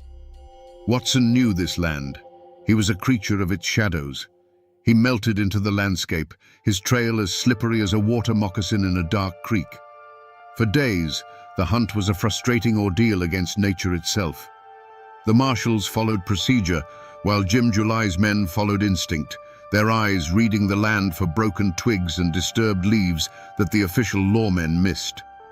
Watson was a phantom. A farmer would report seeing a man matching his description near the Poto River, but by the time the posse arrived, he was gone, leaving nothing but a cold campfire. They were always one step behind, chasing a ghost through a wilderness that seemed designed to protect its own. The territory itself was his greatest ally. It was a place where a man on the run could find a sympathetic ear, a hot meal, and a fresh horse from someone who held their own grudge against the law at Fort Smith. Watson wasn't just one man against a posse. He was a fugitive plugged into the lawless network that thrived in those hills. The chase stretched on, the days turning into a week. The pursuers grew weary, their supplies dwindling, their frustration mounting. They were hunting in a land of whispers and lies, where the very air seemed to conspire against them. It felt less like a manhunt and more like an exorcism, trying to drive a malevolent spirit out of a haunted land. Every cold night spent by a fire was a reminder that their quarry was out there, just as cold, just as determined, and driven by the most powerful engine of all, the will to survive. The end came not with a roar, but with a quiet click. It wasn't in a desperate firefight on a windswept ridge. The U.S. Marshals, relentless in their pursuit, finally cornered him. Perhaps it was a tip from someone who decided the reward money was worth more than the risk, or perhaps Watson simply made a mistake. They found him holed up, exhausted, hungry, and out of options. There was no final, defiant stand. Faced with the unwavering steel of the law, Edgar Watson surrendered. The hunt in the shadows was over, but the fight for what passed for justice in that wild country was only just beginning. The air in the Fort Smith federal courtroom was thick enough to taste, a stale mix of sweat, wet wool, and cheap tobacco. This was the domain of the hanging judge, Isaac Parker, a place where the law of the United States finally sank its teeth into the wild frontier of the Indian Territory. The trial of Edgar Watson for the murder of Belle Starr was a sensation. The public gallery was packed to the rafters with a curious and volatile mix. Sober-faced townsfolk, hard-eyed riders from the territory who watched everything with unnerving stillness, and a pack of slick reporters from the eastern papers, pencils flying, hungry for every sordid detail. Edgar Watson sat beside his lawyer, a picture of calm defiance. He wasn't a cornered, terrified animal anymore. He was clean-shaven and wore a borrowed suit, and he surveyed the courtroom with an almost imperceptible smirk. He knew the rules of this game better than any lawyer. His innocence or guilt would not be decided by facts, but by fear. He understood the code of the hills, and he was betting his life on it. The prosecution laid out its case, a carefully constructed web of circumstantial evidence. They had the motive. Belle was about to evict him, exposing him as a wanted murderer from Florida. They had the opportunity. He had no solid alibi for the time of the killing. What they didn't have was a single, credible witness. One by one, Belle's neighbors were called to the stand, and one by one, the wall of silence went up. Men who had spoken freely of their suspicions to the marshals now suffered from a crippling loss of memory. Their eyes would shift, their voices would drop to a mumble, their answers becoming a litany of, "I can't rightly say," and "it was too dark to see." You can just imagine the prosecutor's mounting frustration as he watched his case dissolve under the silent, powerful gaze Watson directed at each person who took the stand. The most powerful person in that room wasn't the judge. It was the defendant. He held the lives and fears of the witnesses in his hands, and everyone knew it. They were 100 miles from their isolated cabins, but the threat felt as close as the man in the witness box. The jury was out for less than an hour. The law required them to convict beyond a reasonable doubt, and with only whispers and motive, there was doubt everywhere. The foreman stood, cleared his throat, and refused to look at Watson as he read the verdict. Not guilty. A wave of murmurs and gasps swept the room. Edgar Watson simply nodded, as if he had known the outcome all along. He stood up, a free man in the eyes of the law, and walked out of the courthouse into the sunlight. But as he passed through the crowd, a local legend says he came face to face with Belle's daughter, Pearl. Someone asked her then and there who she thought had killed her mother. Pearl, it is said, never took her eyes off Watson as she replied, her voice cold and clear, "I know who killed my mother, and so does Mr. Watson." The court of men had spoken, but out on the courthouse steps, the justice of the mountains had delivered its own chilling verdict. The verdict was a second shotgun blast, this one fired into the heart of Belle's family. For her daughter Pearl, the acquittal of Edgar Watson was an impossible betrayal. The law had failed, and the man she believed was her mother's murderer was now free to walk the same earth. She and her brother Ed were now adrift, the anchor of their chaotic world gone. They stayed at Younger's Bend for a time, trying to hold on to the last piece of their mother's legacy, but the place was haunted. Every shadow in the woods, every creak of the cabin door was a reminder of the murder and the injustice. Eventually, the weight became too much. They drifted away, their lives following a long, sad arc away from the violence of their upbringing, seeking a peace they would never fully find. As for Edgar Watson, he left Fort Smith a free man, but he was a marked man. The court's verdict meant nothing in the territory, where Bell's friends and family held their own silent court. He knew he could never return to his farm, so he fled, becoming a wanderer, drifting from state to state, always looking over his shoulder. He couldn't escape the shadow of the bandit queen. For years, he was a ghost, haunted by the murder he was never convicted of. The law had acquitted him, but the court of public opinion and rumor had found him guilty. His ultimate fate is a matter of legend itself, but many say he met his end years later in another squalid dispute, his life ending as violently as the one he was accused of taking. It was a different kind of justice, slow and patient, but just as final. The community around Younger's Bend tried to forget. Forgetting was a form of self-preservation. To speak of Belle Starr's murder was to stir up ghosts and invite trouble. The story was pushed down, buried under the routines of farming and the passing of seasons. The notorious cabin at Younger's Bend, the outlaw sanctuary, slowly fell into disrepair, its timbers rotting, its stories fading into the landscape. The territory was changing. The old outlaw days were dying, and the people who lived there wanted to look forward, not back. The story became a cautionary tale whispered to children, a wild piece of local folklore. They buried the truth under a conspiracy of silence, not out of malice, but out of a desperate need for peace. But burying a story like that is like burying a seed. It doesn't die. It just waits in the darkness, ready to sprout again when someone comes along and starts digging. The name Starr didn't simply vanish into the red dirt of the territory. It echoed on, carried by her children, whose lives were forever shaped by their mother's violent end. Her son, Ed Reed, continued a life of petty crime, a pale shadow of the outlaws his mother had known, until he was killed in a saloon argument. Her daughter, Pearl, took a different path. She tried to escape the legacy, but found that the only way to survive was on the fringes of the very society that had sensationalized her mother's life. She eventually settled in Fort Smith and ran a bordello, becoming a different kind of outlaw queen, one who provided a haven not for gunslingers, but for the lonely and the lost. The most tangible trace of Belle Starr is a lonely patch of ground near the Eufaula Lake in modern-day Oklahoma, not far from where Younger's Bend once stood. There lies her grave. For years it was marked by a headstone said to have been carved by her daughter Pearl, bearing a bell, a star, and a poignant poem. Shed not for her the bitter tear, nor give the heart to vain regret. 'Tis but the casket that lies here, the gem that filled it sparkles yet.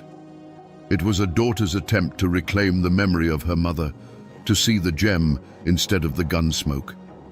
But even in death, the legend wouldn't let the woman rest. Over the decades, Belle Starr's grave was desecrated, plundered by treasure hunters possessed by the dime novel lies. They came searching for the twin Colt pistols they believed were buried with her, for jewels, for anything to connect them to the myth.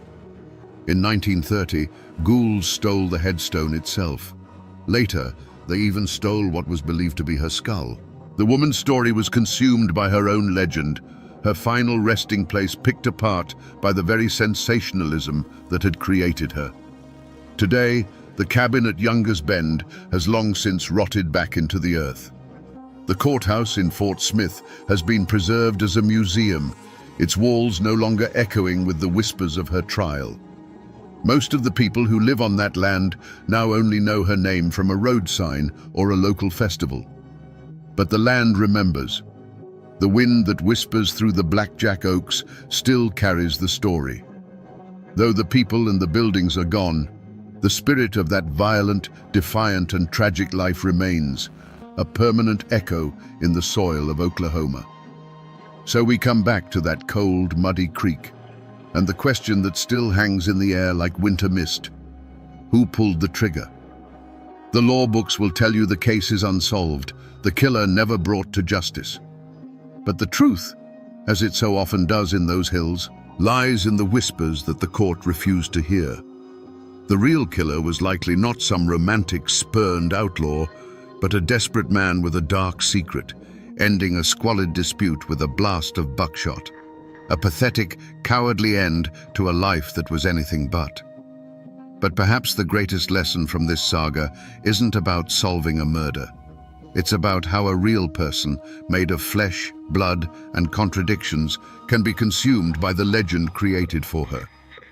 Belle Starr was not the mastermind, the velvet-clad rider leading gangs into battle. She was a woman forged in the crucible of civil war, a survivor who used her wits and her connections to build a life in a violent world dominated by violent men. She was a haven, a negotiator, a mother, and a formidable enemy. The true tragedy of Belle Starr isn't found in the manner of her death, but in the theft of her life by the myth that outlived her. This is a story of the untamable, often brutal spirit of the American frontier, and of the sensationalist press that turned real people's pain into cheap entertainment. The newspapers and dime novels gave the world a bandit queen, but in doing so, they erased the real Myra Maybelle Shirley, who lived, bled, and died in the mud of the Indian Territory. And now, my friends, you know the rest of the story. I'm standing on a patch of grass just outside Marietta, Georgia. Today, it's nothing more than a roadside shoulder, where the sound of passing cars is the only thing that breaks the stillness. There's no monument here, no grand marker to tell you what happened. But this ground remembers. Over a century ago, in the pale light of a new day, this was a stage for a final, terrible act of what some called justice and others called murder. Right here, a man's life ended at the end of a rope, not by the hand of the state, but by the will of a disciplined, silent mob. The story of how he got here, dragged from a prison farm 100 miles away, is a dark journey into the heart of a city on edge, a courtroom ruled by fear, and a nation divided. Today, we're going to walk that path. We're going to sift through the ashes of a forgotten fire and listen to the whispers it left behind. Because the question isn't just what happened here, but why. And the answer is a story that Georgia and America has been trying to forget ever since. To understand the spark that lit that fire, we have to travel back, away from that lonely patch of grass, to the heart of Atlanta in 1913. This was the capital of the so-called New South, a city straining to build a future of smokestacks and industry on a foundation of Civil War ashes. Northern money was pouring in, and with it came Northern managers, bringing new ways that sat uneasily with the old. The air was thick with both coal smoke and resentment. It was a city holding its breath, waiting for something to happen. Into this world walked two people, moving on a collision course they couldn't possibly see. The first was a girl named Mary Fagan. She was just 13 years old, a child who should have been in a schoolhouse or playing in a field. Instead, her family had been pushed by poverty from the quiet hills of Marietta into the city's grime, and she worked long, grinding hours at the National Pencil Company for 12 cents an hour. To the people of Atlanta, she was more than just a girl. She was a symbol of the innocent rural South they felt was being devoured by the machine of progress. The second was a man named Leo Frank. He was 29, the superintendent of that same pencil factory. And he was everything Mary Fagan was not. He was a northerner from Brooklyn, an engineer educated at Cornell University. He was Jewish in a world that was overwhelmingly and often fiercely Protestant. His speech was precise, his mannerisms different. He was the outsider, the face of the northern industrial power that gave girls like Mary a job, but at a cost that felt impossibly high. These two worlds met inside the brick walls of the National Pencil Company. Downstairs, the roar of machinery, the dust, and the sweat of hundreds of workers, many of them young girls from the countryside. Upstairs, the quiet order of the front office, a world of ledgers and calculations managed by Leo Frank. The two floors were separated by a staircase, but they might as well have been separated by an ocean of culture, class, and history. And the day it all came apart was no ordinary day. It was Saturday, April 26, 1913, Confederate Memorial Day. The streets of Atlanta were filled with parades, with the gray-haired veterans of a lost war marching under their faded battle flags. The city was wrapped in a defiant pride, a celebration of its past, even as it rushed toward a new future. It was on this day, with the echoes of old anthems in the air, that Mary Fagan made her way to the factory to collect her $1.20 pay from the man in the upstairs office. Him looking now at a digital copy of a photograph from the Georgia State Archives. The image is grainy, over a century old, but what it shows is chillingly clear. It's two small, crumpled pieces of paper covered in rough, almost childish pencil scrawls. These are the infamous murder notes found in the factory basement, just inches from Mary Fagan's head. They were the first and loudest voice to speak from that crime scene. Listen to what they say. The first one reads, "Ma'am, that Negro higher down here did this. I went to get water, and he pushed me down that hole, a long, tall Negro, black that who. It was long, slim, tall Negro, I write while play with me." The second is just as crude. He said he would love me and land down, play like the night witch did it, but that long, tall, black Negro did by hisself. On the surface, it's a deathbed accusation, a desperate attempt by a dying girl to name her attacker. But from the very beginning, these notes raised more questions than they answered. The police, the press, the public, they all looked at these words and saw a puzzle.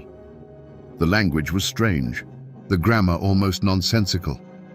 Why would a killer, in the middle of such a brutal act, linger in the dark to carefully craft a frame-up?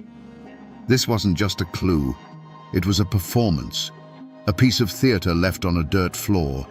These two scraps of paper were supposed to be a map pointing directly to the monster responsible. Instead, they became a labyrinth.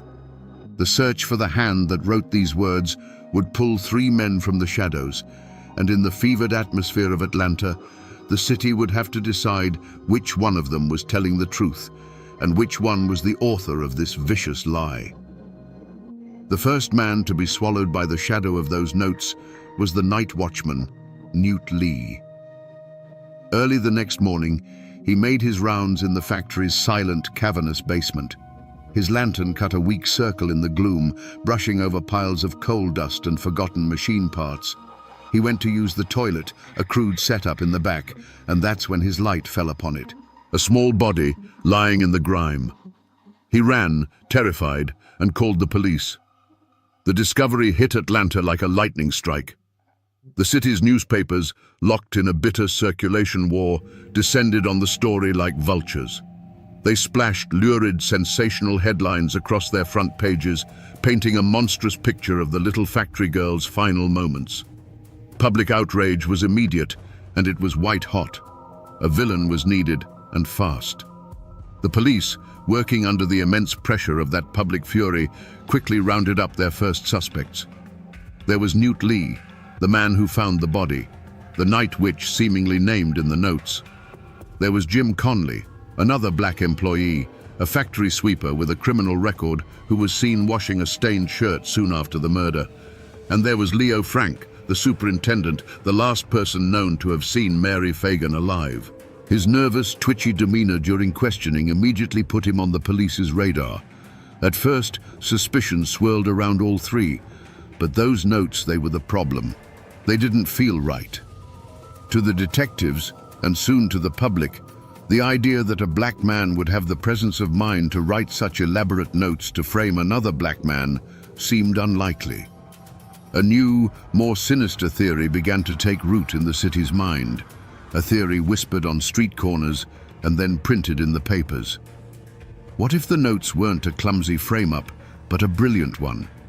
What if they were a double bluff, written by an educated white man, trying to make it look like an uneducated black man had committed the crime? Suddenly, the net of suspicion began to tighten. The focus shifted away from the two black workers and toward the northern Jewish superintendent. The very things that made Leo Frank an outsider, his education, his precise way of speaking, now became evidence against him. He was the only one, they reasoned, clever enough to devise such a twisted scheme. The seeds of a narrative were being sown, one where the factory boss was not just a manager, but a monster in disguise. To find the next piece of this story, I didn't go to a crime scene or a graveyard. I went to a small, cluttered office at a local university, a room lined with books on Georgia history, each one a monument to a forgotten world. I met with a local historian, a man who has dedicated 40 years of his life to untangling the knots of the Leo Frank case. He didn't just study the documents, he'd spoken to the children and grandchildren of the people who were there, preserving the whispers that never made it into the official record. "You have to understand," he told me, his voice quiet but intense. "The trial of Leo Frank didn't really happen in that courtroom. It happened in print, for weeks beforehand, on the pages of a magazine called The Jeffersonian." He explained that its publisher, Tom Watson, was a titan of Georgia politics, a populist who spoke to the fears of the poor, rural whites who felt their world was being stolen from them by northern industrialists and city slickers. And in Leo Frank, Watson found the perfect villain. This historian showed me copies of those old papers, their pages yellow and brittle. The words printed on them were pure venom. They didn't just report on the case, they created a myth. Frank was painted as a monster, a lecherous Jew who preyed on the innocent Christian girls who worked for him. Rumors, many of them sourced from disgruntled former employees, were printed as fact.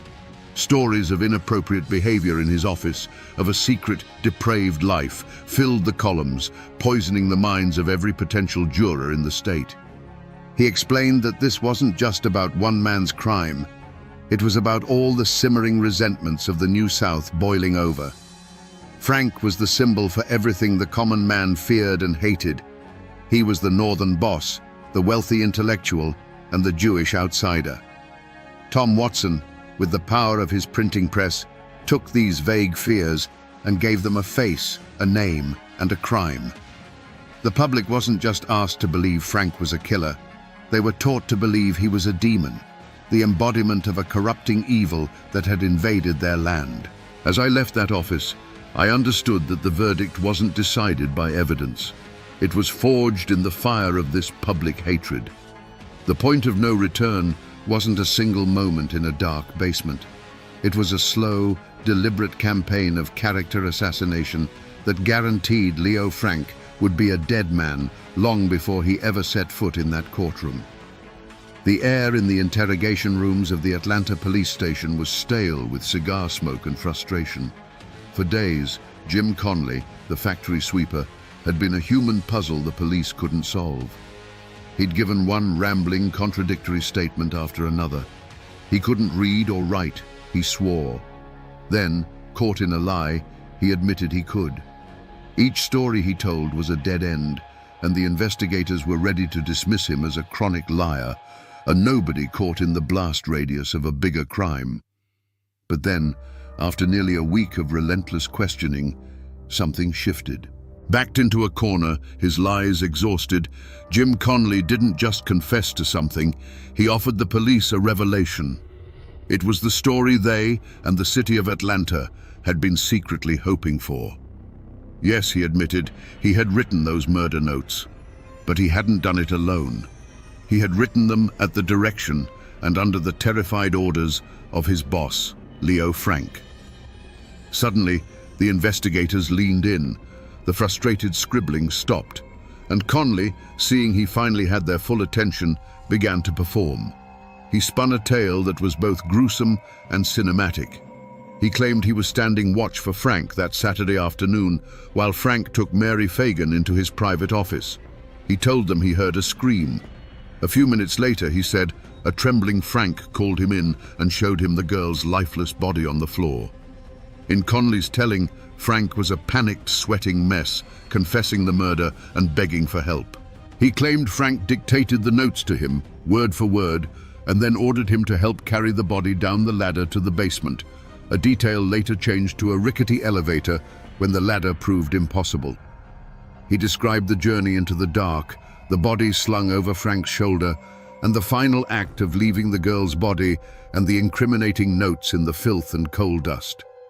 It was a story filled with holes, a narrative that would change and warp with each retelling. But it didn't matter. It was perfect. It had the villain the newspapers had already created, the cold, calculating Jewish mastermind. And it had the simple-minded accomplice, a black man too scared and too weak to do anything but follow orders. For the prosecutor, Hugh Dorsey, this was more than a breakthrough. It was a gift. He now had his star witness. From that moment on, the search for other truths ended. The investigation snapped shut like a steel trap around a single narrative. The path was now set in stone, leading from that interrogation room directly to a courthouse, a jury, and a hangman's noose. There would be no turning back. The machinery of justice now had its fuel, and it was roaring toward a single, preordained destination. I'm standing in downtown Atlanta now, at the corner of Forsyth and Marietta Street. It's a place of steel and glass, of corporate towers that scrape the sky. Businessmen and women with briefcases and coffee cups hurry past, their footsteps echoing on polished stone plazas. You won't find the National Pencil Company here anymore. There's no plaque, no historical marker, not even a trace of the old brick and mortar. The city has paved over its memory, burying the scene of the crime under the foundations of a new, gleaming skyline. But this is the place, right here, where this glass atrium catches the afternoon sun, once stood a 4-story brick factory, its windows clouded with a fine grey dust from the graphite within. It was a place of noise and labor, filled with the roar of machinery and the shouts of children earning a few cents an hour. And it was a building of stark contrasts: the loud, chaotic factory floors, the quiet, orderly superintendent's office on the 2nd story, and down below, a basement that was little more than a dirt-floored cave, dark, damp, and forgotten. This modern plaza is a scar, a smooth, clean surface hiding a wound that never truly healed. Because we know what this ground was used for. We can trace the path, in our minds, from that 2nd-floor office, down the narrow, creaking staircase to the absolute darkness of the cellar. This is the geography of the crime. And while the building is gone, the story remains, clinging to this very spot like a ghost. Right here, beneath all this progress, in the silence of a holiday afternoon, the machinery of industry stopped, and a far more brutal machine took over. If you believe the story told in that courtroom, the story that sealed Leo Frank's fate, then this is how the world ended for Mary Fagan. The great machines of the National Pencil Company were silent for the holiday.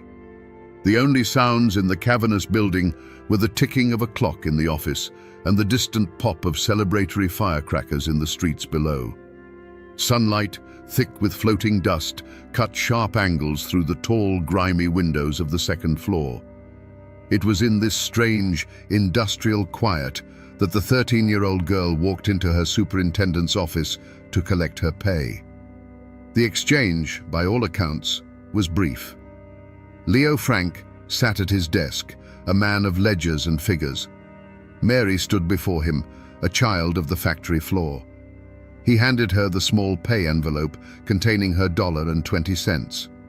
It was a transaction that had happened 100 times before, in this office, with 100 other girls. A routine moment. She would have turned to leave, her hand clutching the money, her mind already on the parade, the sunlight, the rest of her day. And then, according to the state of Georgia, the silence was broken. Not by a long, drawn-out struggle, but by a single, sharp sound. A cry, cut short. The sudden, ugly noise of a body striking wood, and then the floor. It was a sound that lasted only a second, but it was enough to shatter the afternoon. It was the sound of a line being crossed, of a life being erased in a flicker of brutal, incomprehensible violence. What followed was a terrible stillness. The dust motes continued their slow, silent dance in the sunbeams, but now they settled on a scene of irreversible horror. An overturned chair, a few scattered papers, and on the floor, near the leg of a heavy oak desk, a small pay envelope, its contents still neatly folded inside. The clock on the wall kept ticking, measuring out the seconds of a new, ghastly reality.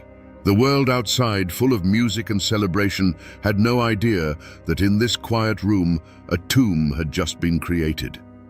This is the moment, Jim Conley swore, that he was called into the office. He claimed he saw a man not of cold, calculating evil, but of pure, animal panic. A man whose carefully constructed world had just been obliterated by his own hands. In the frantic, hushed whispers of that office, a desperate plan was born. The evidence had to be hidden. The body had to vanish. The target was the basement, a place no one ever went, a dark, forgotten hole at the bottom of the world. The journey down was a clumsy, scraping nightmare. The state claimed they used the narrow, hand-pulled elevator, a rickety cage barely large enough for one man, let alone two men and their terrible burden. The descent into the darkness was slow, the ropes groaning under the unfamiliar weight. They reached the bottom with a dull thud. The basement was pitch black, a cellar of damp earth and coal dust, where the only light came from a few frantic, flickering matches. There, in the oppressive dark, the final act was staged. The little body was left in a corner, amidst the filth. By the trembling light of a match, Conley said he scrawled out the clumsy accusatory notes, the pencil scratching against the paper. The words were meant to be a false trail, a clever misdirection. But they were more than that. They were the final, grotesque punctuation mark on the crime, a calculated lie left beside an unspeakable truth. Then, the match was extinguished, and two figures retreated into the gloom, leaving the basement to its profound and terrible silence. In a quiet room in the state archives, the entire tragedy is flattened, pressed, and bound into thousands of pages of brittle, yellowing paper. This is the official story, the one told in the language of law and procedure. Him looking at the trial transcript, a document thicker than a family Bible, and it feels like reading a ghost story. All the heat, the rage, and the terror of 1913 has been boiled down to a sterile series of questions and answers printed in neat black ink. You can read the coroner's report. It's a clinical inventory of a nightmare. It lists the cause of death as strangulation by ligature and notes the various wounds to the victim's body. The language is precise, medical, and utterly devoid of emotion. It reduces Mary Fagan to a collection of physical facts, a piece of evidence to be catalogued. It tells you how she died, but it cannot begin to tell you what it means for a child to be erased from the world in such a way. Then you turn to the testimony of Jim Conley. On the printed page, his story is a mess. It's a swamp of contradictions. The timeline he gives for the afternoon of the murder shifts and buckles under the slightest pressure. Key details of his story changed multiple times during his interrogations.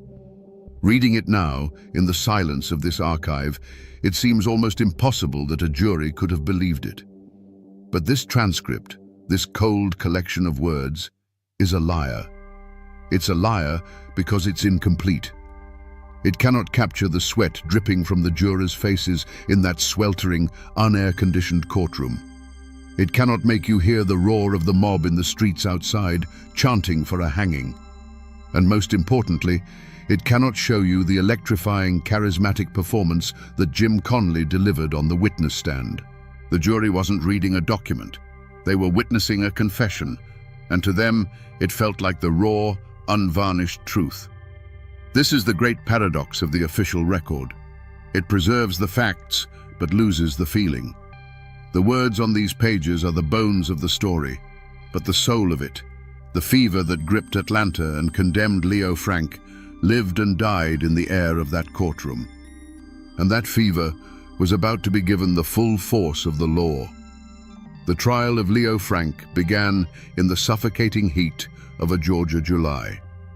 But the real trial, the one that truly mattered, was happening on the streets outside. Every morning, the jury had to push its way through a massive, hostile crowd that thronged the courthouse square. The air was thick with sweat, tobacco smoke, and a low, guttural anger. The mob wasn't there to watch justice unfold. They were there to demand it on their terms. As the jurors passed, they were met with a chilling chant, a promise and a threat. "Hang the Jew, or we'll hang you." Inside, the courtroom was a pressure cooker. The prosecutor, Hugh Dorsey, a man with his eyes on the governor's mansion, put on a masterclass of theatrical outrage. His case rested almost entirely on the shoulders of one man, Jim Conley. For 3 days, Conley sat on the witness stand, and under Dorsey's careful guidance, he gave the performance of a lifetime. He was by turns frightened, remorseful, and defiant. He acted out the murder, mimicking Frank's voice, describing the girl's final moments in lurid, horrifying detail. The defense attorneys hammered at his inconsistencies, but it was like trying to punch smoke. Conley stuck to the core of his story, and the jury was mesmerized. When it was Leo Frank's turn, his lawyers, fearing the cross-examination would play into the public's perception of him as a smug intellectual, advised him to make an unsworn statement. For over 3 hours, he stood before the court and spoke. He calmly, logically, and methodically dissected the state's case, proclaiming his innocence. But in that superheated atmosphere of emotion and prejudice, his calm came across as coldness. His logic felt like arrogance. He was speaking the language of a Cornell classroom to a jury that was fluent in the language of the mob outside. He was trying to solve a math problem while the room was on fire. The jury was out for less than 4 hours. The members could hear the crowd roaring outside, a constant, menacing reminder of the city's will. When they returned, the verdict was a foregone conclusion. Guilty. The sentence, death by hanging. The moment the word was spoken, the city of Atlanta exploded, not in relief, but in wild, triumphant celebration. Justice had been done. The law had bent to the will of the people, and Hugh Dorsey had secured his political future on the life of Leo Frank. Walking through Oakland Cemetery in Atlanta now. It's one of the city's oldest, a sprawling city of the dead, where stone angels weep over the graves of Confederate generals and forgotten pioneers. This is where Mary Fagan was laid to rest. Her grave is easy to find. It's a site of pilgrimage, marked by a handsome stone, etched with a poem calling her a little factory girl whose innocence and faith were her shield and buckler. Flowers are often left here, even now, a century later. She remains a symbol, frozen in time as the eternal victim. To find Leo Frank's final resting place, you have to travel 1,000 miles north to Mount Carmel Cemetery in Queens, New York. His body was brought home, back to the Brooklyn he left behind. His grave is marked by a simple, dignified stone bearing his name, his dates, and the words, "Truth shall spring out of the earth." Unlike Mary's grave, his is a quiet place, far from the land that condemned him. It's a stone of exile. And what of the others? Hugh Dorsey, the prosecutor, rode the fame of the trial all the way to the governor's mansion, just as he'd planned. He is buried here in Atlanta as well, remembered as a statesman. Jim Conley, the star witness, served just 1 year in jail for his role as an accessory. He faded back into the obscurity from which he came, dying of drink and disease decades later, buried in an unmarked pauper's grave. But the most tragic figure in this story of endings might be Governor John Slayton. He's buried here in Oakland Cemetery too, under a grand monument befitting a man of his stature. The stone speaks of his service, his honor, but it doesn't tell the full story. It doesn't mention that for one act of incredible moral courage, commuting Leo Frank's sentence because he believed him to be innocent, his political career was annihilated, and he and his wife had to flee their home state under the threat of death. He now lies just a short walk from the girl at the center of the storm. Enemies and saviors, victims and villains, all of them neighbors now, equals under the silent, watchful gaze of the Georgia pines. The guilty verdict was not an end. It was the beginning of a new war, a 2-year struggle fought in the highest courts of the land. The case of Leo Frank became a national scandal, a raw nerve that exposed the deep divisions between the industrial North and the defiant South. Money poured in from Jewish communities across the country to fund Frank's appeals, a fact that Tom Watson's newspapers used as proof of a vast conspiracy to subvert Georgia justice. With every failed appeal, the public's rage grew hotter, more impatient. The final battlefield was not a courtroom, but the conscience of one man, Georgia's outgoing governor, John Slayton.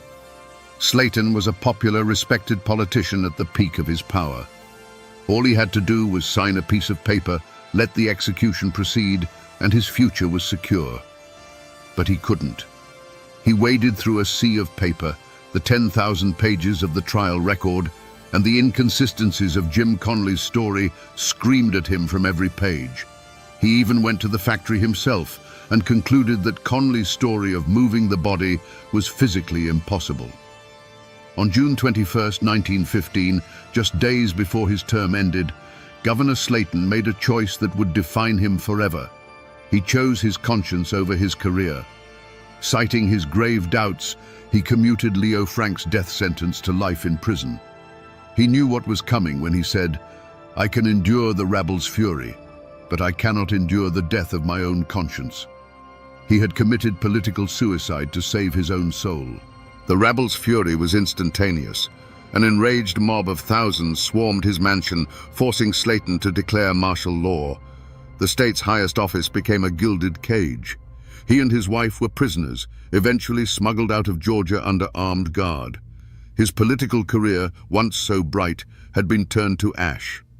For his own safety, Leo Frank was taken from Atlanta in the dead of night and moved to the remote Milledgeville State Prison farm. But the shadow of the verdict followed him. Soon after arriving, another inmate, a convicted murderer, slashed Frank's throat with a butcher knife, nearly killing him. He survived that attack, but it was a clear message. The state could not protect him.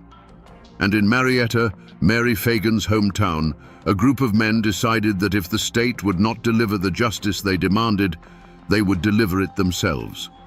This was no disorganized rabble. This was a disciplined conspiracy of vengeance, organized by some of the most powerful men in Georgia, lawyers, judges, businessmen, and politicians.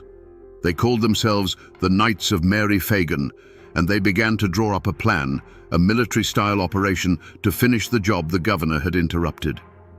The hanging of Leo Frank on that August morning didn't end the story. It broke it in two, and for over a century those two broken halves have been at war. The event didn't create closure. It created a schism in the memory of Georgia, a wound that to this day has never properly healed. The conflict is no longer about one man's guilt or innocence, but about which version of the past we choose to believe. For a long time, and even now in the quiet corners of this state, one version of the story was held as gospel. It's the story of a community's righteous anger, of good men forced to do a terrible thing because the system had failed them. In this telling, the men who drove to Milledgeville weren't a lynch mob. They were the final jury, delivering a verdict a corrupt, city-slicker governor had tried to steal. To them, Mary Fagan is the only victim that matters, and Leo Frank got the justice he deserved, just a little later than scheduled. It's a legacy of local honor, a grim fairy tale about protecting one's own. But then there is the other legacy, the one pieced together from the flawed trial transcripts, from the tireless work of investigators decades later, and from the gnawing conscience of the state itself. This is the story of a perfect storm of prejudice, where anti-Semitism, class warfare, and tabloid journalism converged on one man, an outsider who was the perfect scapegoat. It views Leo Frank not as a monster, but as a martyr, and the Knights of Mary Fagan not as patriots, but as a well-organized death squad whose members included the community's most powerful men. These two stories cannot both be true. Leo Frank cannot be both a depraved killer and an innocent victim. The lynching cannot be both an act of popular justice and a calculated act of murder.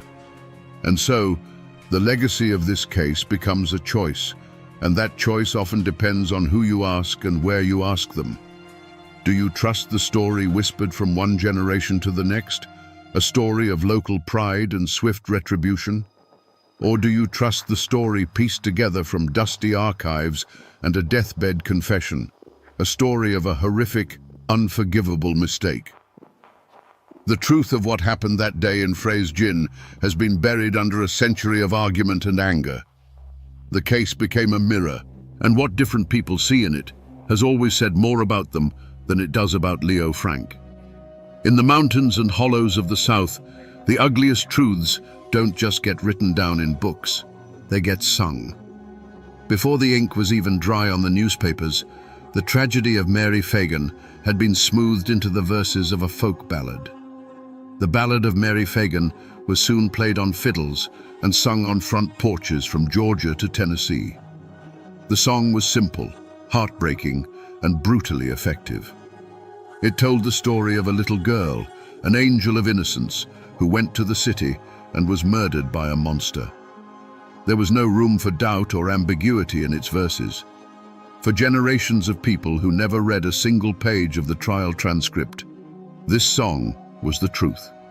History had dissolved, and a legend as powerful and unshakable as a hymn had taken its place. But the story of Leo Frank didn't just curdle into a sad song, it mutated into something far more organized and far more dangerous. The disciplined, successful lynching by the Knights of Mary Fagan was seen by some not as a crime, but as an inspiration. 3 months later, on Thanksgiving night of 1915, a man named William J. Simmons took 15 followers to the top of Stone Mountain, a massive granite dome just outside Atlanta. There, under the cold stars, they lit a towering wooden cross, its fiery arms visible for miles around. This ceremony marked the official rebirth of the Ku Klux Klan. The story of Leo Frank was its founding myth, its genesis story. The Klan of the 1920s was no longer just an anti-black organization. It was now virulently anti-Jewish, anti-Catholic, and anti-immigrant. The tale of the innocent Christian girl murdered by the lecherous Jew boss became their single most powerful recruiting tool. The story was no longer a story, it was a weapon. The legend, born from the death of one girl and one man, would now be used to ignite a fire of hatred that would spread across the entire nation, casting a long, dark shadow that would take decades to fade. And so, here we are again, back where we started, on this quiet roadside shoulder just outside Marietta. The cars still rush past, their drivers oblivious, their tires humming on the asphalt. A century ago, the only sound here was the creak of a rope and the collective held breath of a crowd that had gathered to watch a man die. After our journey, this place looks different. It's no longer just a patch of anonymous ground. It's a wound in the earth, a final destination. We can almost see them now, the silent convoy of cars arriving in the pre-dawn light, the grim-faced men, the terrified figure pulled from the back seat. We have followed the whispers from this spot all the way back to their source. A dusty factory floor, a sweltering courtroom, a governor's mansion under siege. We've seen how a city's simmering anxieties about the future could be focused into a burning hatred for one man. We've seen how the power of a printing press could convict a man in the public mind long before a jury ever heard his name. And we've seen how a group of powerful men, convinced of their own righteousness, could take the law into their own hands and call it justice. This story serves as a chilling reminder. It shows us how fragile truth can be in the face of a story people want to believe. It took 70 years for a deathbed confession to surface, for a man named Alonzo Mann to finally break his silence. And it took even longer for the state of Georgia to issue a pardon, not for innocence, but for its own failure to protect a prisoner from the mob. A piece of paper issued decades too late to correct a wrong that could never be undone. So the next time you pass a forgotten spot on a lonely road, a place with no marker to tell its tale, listen. Listen for the echoes, because the oak tree they used is long gone, cut down by souvenir hunters and time. The factory has been demolished, replaced by the monuments of a new century. The people are all gone, turned to dust and memory. But the story remains.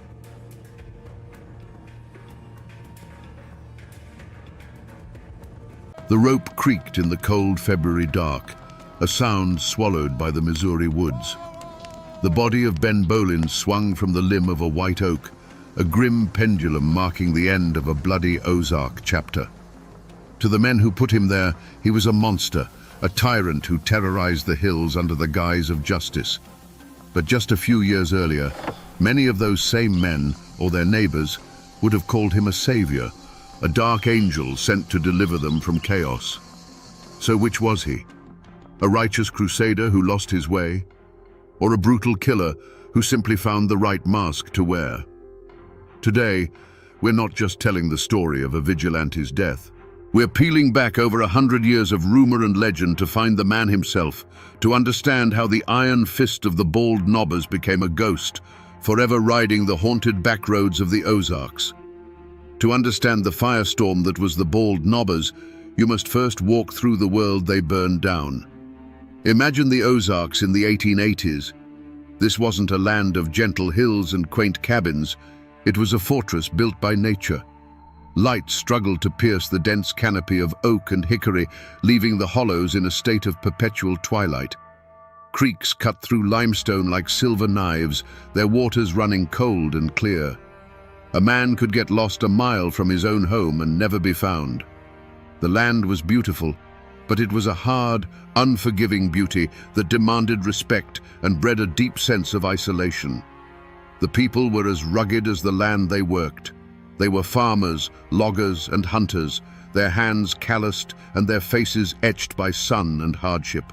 Their lives were governed by the rhythm of the seasons, ploughing the rocky soil in the spring, enduring the suffocating humidity of summer, harvesting their meager crops in the fall, and hunkering down for the long, cold winter. Their world was small, often no larger than the valley where they were born. A trip to the county seat in Forsyth was a major event. The law, headquartered in some far-off city like Springfield, was less than a rumor. It was a ghost, a thing that had no power here. But beneath this quiet surface of toil and survival, the poison of the past was still at work. The Civil War had never truly ended in these hills. It had simply shattered into 1,000 personal feuds. Neighbor had fought neighbor as bushwhackers and jayhawkers, and the memories of burned-out farms and midnight raids were passed down from father to son like a cursed inheritance. Trust was a rare commodity, usually reserved for immediate kin. At night, heavy wooden bars were dropped across cabin doors, and the sound of an unfamiliar horse was enough to make a man reach for the rifle he kept over the mantel. This simmering fear created a vacuum, and into that vacuum crept a new kind of evil. Gangs of thieves and cutthroats, like the notorious Taylor brothers, roamed the countryside, preying on the very people the law was supposed to protect. They stole livestock, burned barns, and terrorized families, knowing there would be no consequences. Decent folk felt helpless, trapped between the ghosts of old hatreds and the very real threat of modern outlaws. They were good people pushed to the edge, praying for a savior. And in the smoky corners of general stores and under the shade of churchyard oaks, a dangerous idea began to take root. It was whispered at first, a desperate question passed between men who were tired of being afraid. If the law wouldn't protect them, who would? If justice was blind or simply too far away, then perhaps it was time for them to create their own. They didn't know it yet, but they were laying the foundation for a movement that would offer them salvation with one hand and deliver damnation with the other. The storm was gathering, and its name was justice. The Ozarks weren't settled, they were conquered. Not from some foreign power, but from the wilderness itself. The families that put down roots here in the generations before the war were mostly Scots-Irish, a people known for their fierce independence and a deep-seated suspicion of any authority they didn't create themselves. They weren't given land grants from a distant king. They earned their homesteads with an axe, a plow, and a rifle. Every field cleared of rocks, every cabin raised log by log, was a testament to their grit. This land wasn't just property to them, it was a part of their identity, paid for in sweat and blood. To threaten a man's land was to threaten his very soul. Then came the Civil War, and it fell on these hills not like a conventional war, but like a plague. Missouri was a border state, and that border ran straight through the heart of every family and every town. This wasn't a war of blue and gray armies marching in formation. It was the war of the torch and the rope. It was a war of neighbors. Confederate sympathizers formed guerrilla bands known as bushwhackers, while Union men became jayhawkers. They didn't fight over grand strategy. They fought over livestock, loyalties, and long-held grudges. A midnight raid could leave a family homeless, or worse. The violence was intimate, personal, and it left scars that wouldn't heal for a century. When the war officially ended in 1865, the fighting in the Ozarks didn't stop. It just lost its flag. The men who had spent 4 years living by the gun found they couldn't simply go back to the plow. Some of the most brutal bushwhackers and jayhawkers simply became outlaws, continuing their reign of terror without the thin veil of military cause. They knew the secret paths, the hidden hollows, and the fear in people's hearts. They were the war's bitter harvest, and they choked the life out of the fragile peace. This is where the weight of a name became a life or death matter.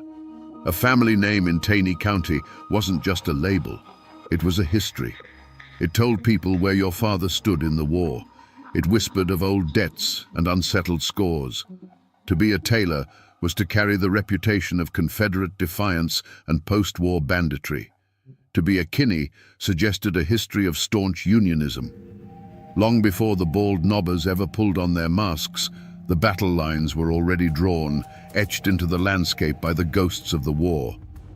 The conflict to come wasn't new. It was simply the old feud, waiting for a spark to set the hills ablaze once more. In the center of this simmering pot was Nat Kinney. He wasn't a vigilante by nature. He was a Union veteran, a respected farmer, and the Sunday school superintendent. People listened when he spoke. He saw the moral decay, the fear in his neighbors' eyes, and it offended his sense of order. On the other side were men like the Taylor brothers, who swaggered through the county as if they owned it. They and their associates were the festering wound, a constant source of trouble, known for their love of whiskey, brawling, and taking whatever they pleased. They were the embodiment of the lawlessness that Kinney and other decent folk were growing to despise. The conflict didn't start with a gunshot, but with 1,000 smaller cuts. An old farmer's fence would be cut in the night, his cattle scattered for miles. A man who spoke too loudly against the outlaws in the Kirbyville saloon would find his corn crib burned to the ground a week later. These weren't random acts, they were messages. One of the most galling incidents involved a public fistfight where one of the Taylors brutally beat a younger man over a perceived slight, all while the local constable conveniently looked the other way. The message was clear. There is no law here but us. Fear is a patient poison, and it spreads through whispers. In the general store, while weighing out flour and salt, men would speak in low tones. Heard the Taylors were seen near John Green's place, right before his best mule went missing. At church socials, women would exchange worried glances, sharing stories of strange riders seen on the road after dusk. Every unsolved theft, every act of vandalism was laid at the feet of the same handful of families. Rumor hardened into fact, and suspicion curdled into a collective certainty. This constant drip of intimidation and gossip created a siege mentality. The community wasn't just being attacked from the outside, it was rotting from within. The outlaws were emboldened by the lack of consequences, and the law-abiding majority felt increasingly isolated and powerless. The air in Taney County grew thick with a toxic mix of fear and resentment. It wasn't just about stolen property anymore. It was about honor, dignity, and the terrifying realization that if they didn't draw a line in the dirt themselves, the tide of violence and chaos would soon wash away their homes, their families, and their entire way of life.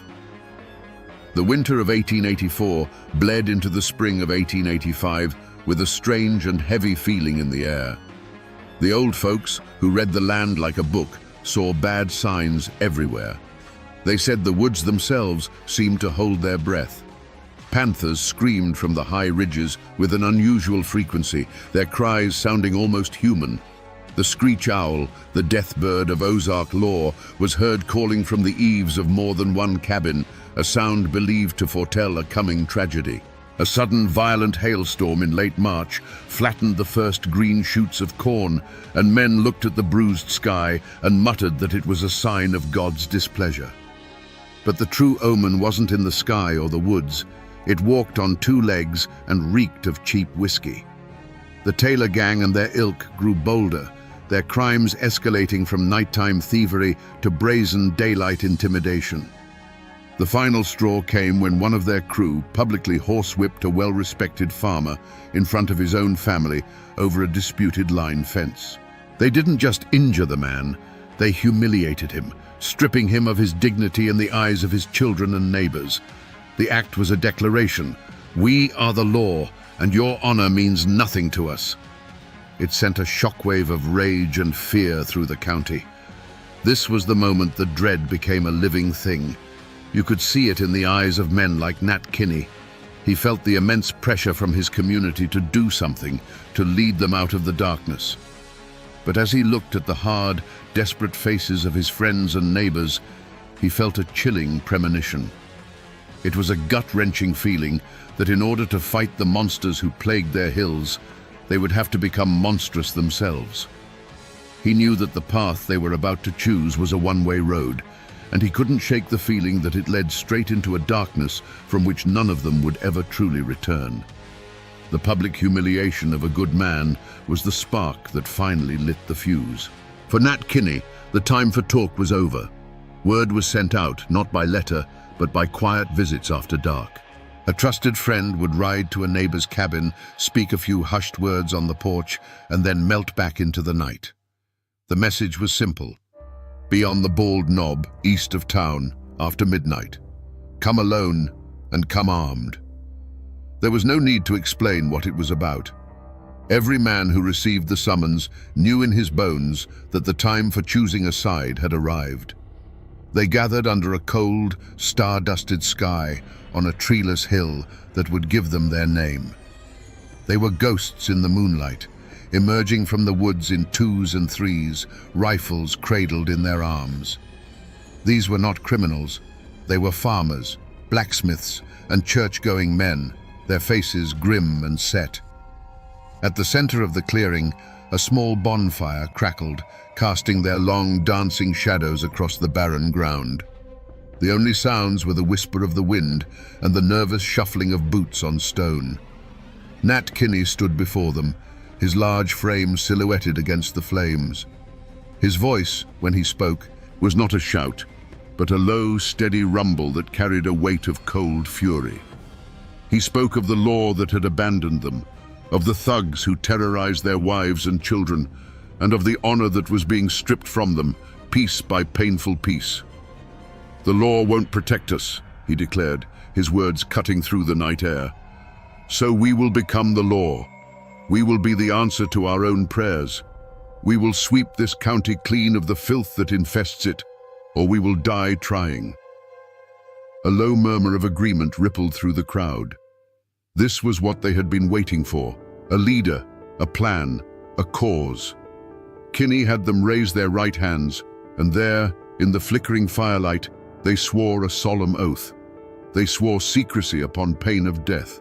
They swore loyalty to one another, and they swore to mete out justice with rope and switch to any man who threatened their homes and their peace.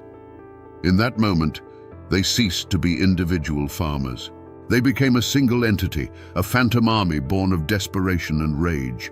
They were the Bald Knobbers, and as the men dispersed, melting back into the darkness from which they came, a new and terrible power was unleashed upon the Ozarks. They had a name, an oath, and a list of targets. Among them stood men like Ben Bolin, his hands still tingling from the oath, his mind already turning to the work ahead. He and his brothers were not thinkers like Kinney. They were doers. The first drops of blood had not yet been spilt, but the promise had been made. The hunt was about to begin, and the hills would soon echo with the sounds of their swift, brutal justice. Their justice was a terrifying ritual, repeated in dozens of darkened hollows. It always began with the sound, a low thunder that started far off and grew steadily closer. It was the sound of shod hooves, dozens of them, moving as one through the night. To the family huddled inside their cabin, it was the sound of a coming judgment. The dogs would bark themselves into a frenzy, then fall eerily silent as the phantom army surrounded the home. And then, the waiting. A silence so heavy you could feel it pressing in on the log walls. From the darkness would come a single, commanding voice, often rough and distorted by the flannel mask. "Come out, or we're coming in." Inside, a man would have to make a choice that was no choice at all. To surrender was to face the switch, the tar, the rope. To resist was to invite something far worse. This ritual of fear was the bald knobber's true weapon, and for a time it worked. They drove out the worst of the outlaws and brought a fragile, terror-enforced peace to the hills. But the night they rode on William Edens, the ritual changed.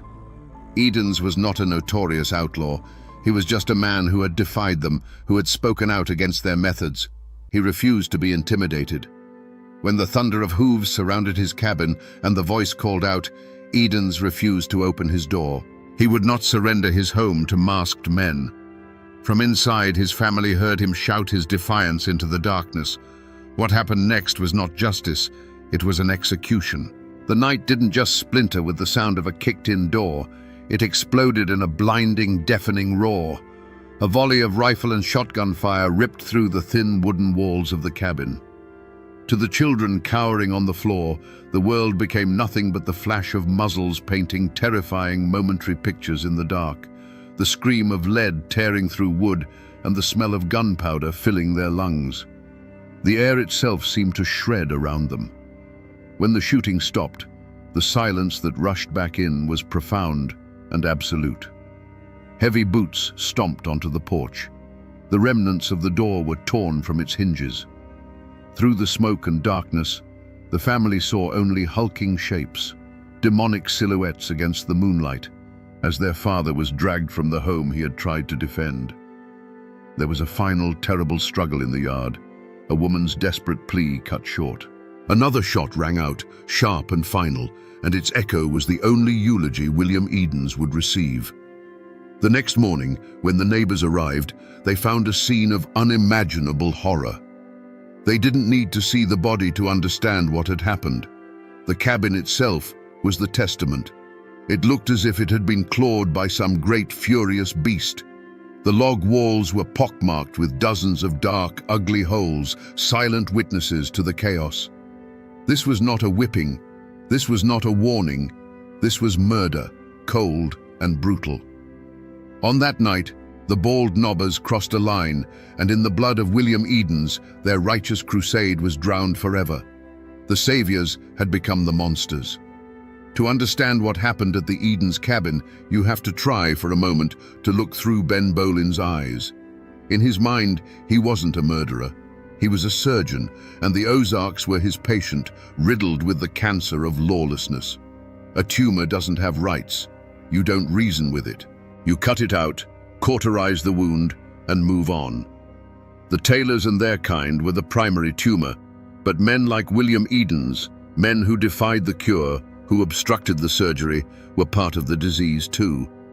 In Bolin's brutally simple logic, if you weren't actively helping to save the patient, you were helping the sickness spread. The switch didn't flip for Ben Bolin on the night of the Edens murder. It had been welded into position the moment he took the oath on that bald knob. While other men, perhaps even Kinney, saw their night riding as a temporary necessary evil, Bolin saw it as a righteous calling.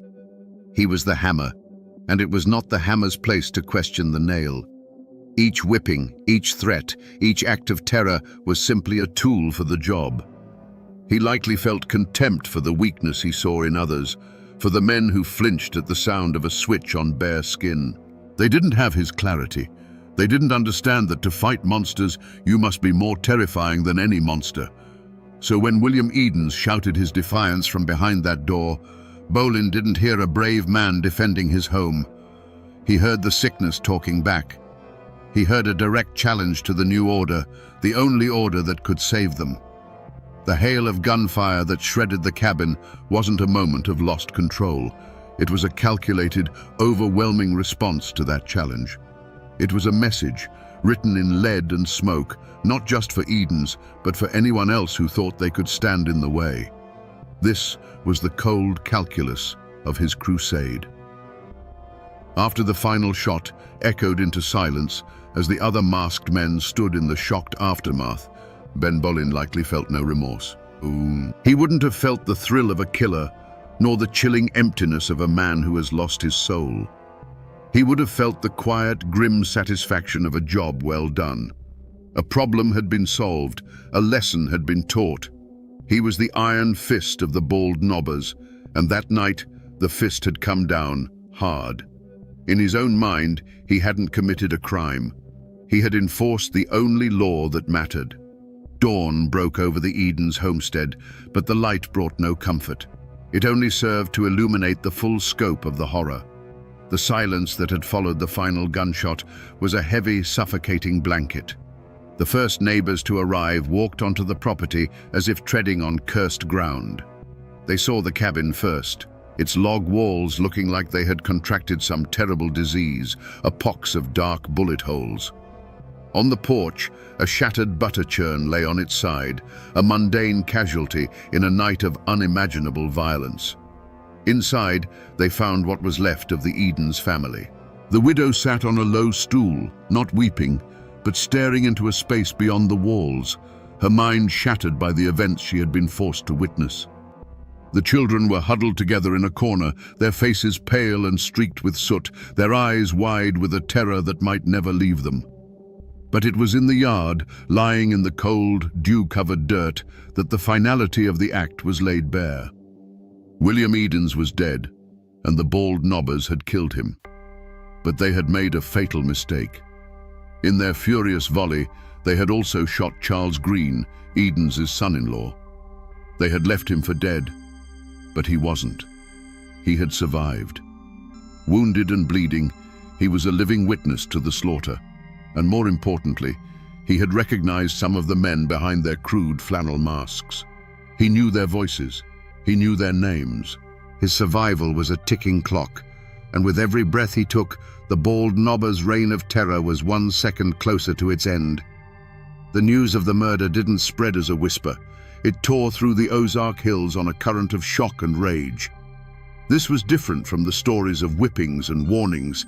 This was a line crossed in blood. The story reached the courthouse in Forsyth, and from there it traveled by telegraph to the state capitol. The tale of the bullet-riddled cabin and the defiant man murdered in front of his family was so brutal, so brazen, that the state of Missouri could no longer afford to look the other way. The law, which had been a distant rumor for so long, finally awoke with a vengeance. The governor authorized the militia. Warrants were drawn up, bearing the names of the most prominent bald nobbers, including Nat Kinney and the Bolin brothers. A substantial reward was offered for their capture, dead or alive. The official documents went up on posts and walls in every town, turning the masked riders from a secret society into a list of wanted men. The hunters had become the hunted. The murder of William Edens split Taney County down the middle like an axe splitting a log. There was no more middle ground, no room for quiet neutrality. You were either for the nobbers or against them, and you had to choose a side right now. The pot-bellied stove at the general store, once a place for shared stories and friendly gossip, now radiated a cold silence. Men who had known each other since childhood would now pass on the road with a curt nod, their eyes hard, each wondering if the other had been among the masked riders that night. The church itself was divided, with some praying for the souls of the vigilantes and others praying for their swift damnation. From the ashes of this division, an opposing force rose up, calling themselves the anti-bald nobbers. They were not lawmen. They were the friends and family of men who had been wronged by the nobbers, joined by those who were simply horrified by the Eden's killing. They armed themselves and swore their own oaths, promising to hunt down the vigilantes and deliver a justice of their own. The old Civil War feud was reborn, but this time without uniforms. It was neighbor against neighbor once more, and the hills became a checkerboard of loyalty and hate, where taking the wrong path or trusting the wrong person could get a man killed. A thick, suffocating fear settled over the county, creating a conspiracy of silence. Many people knew the truth. They had seen the riders gather, heard the boasts in a saloon, or recognized a man's horse tied up outside the Eden's place. But the bald nobbers' power, even when they were fugitives, was immense. Their kin were everywhere, and the threat of a burning barn or a midnight visit was far more immediate than the protection of a distant law. When the sheriff and his deputies came asking questions, men would suddenly suffer from bad memories, their eyes cast down to the floorboards. To speak the truth was an act of incredible courage, because everyone knew the nobbers had a very simple law for informants. Amidst this climate of fear, small acts of profound courage and startling cowardice played out in the shadows. One neighbor, at great risk to his own family, would leave a basket of bread and salted pork on the Eden's widow's porch before dawn, a silent gesture of support. But another man, bound by blood or fear, would stand before a magistrate and provide a false alibi for his cousin, swearing he was playing cards with him on the night of the murder. The community was tearing itself apart at the seams, its moral fabric tested and frayed. It was in this fractured, paranoid landscape that the real hunt for Ben Bolin and his brothers would have to begin. While the official law, the state militia, and the county sheriff made a great show of organizing and searching, they were outsiders. They knew the main roads, but they didn't know the hollows.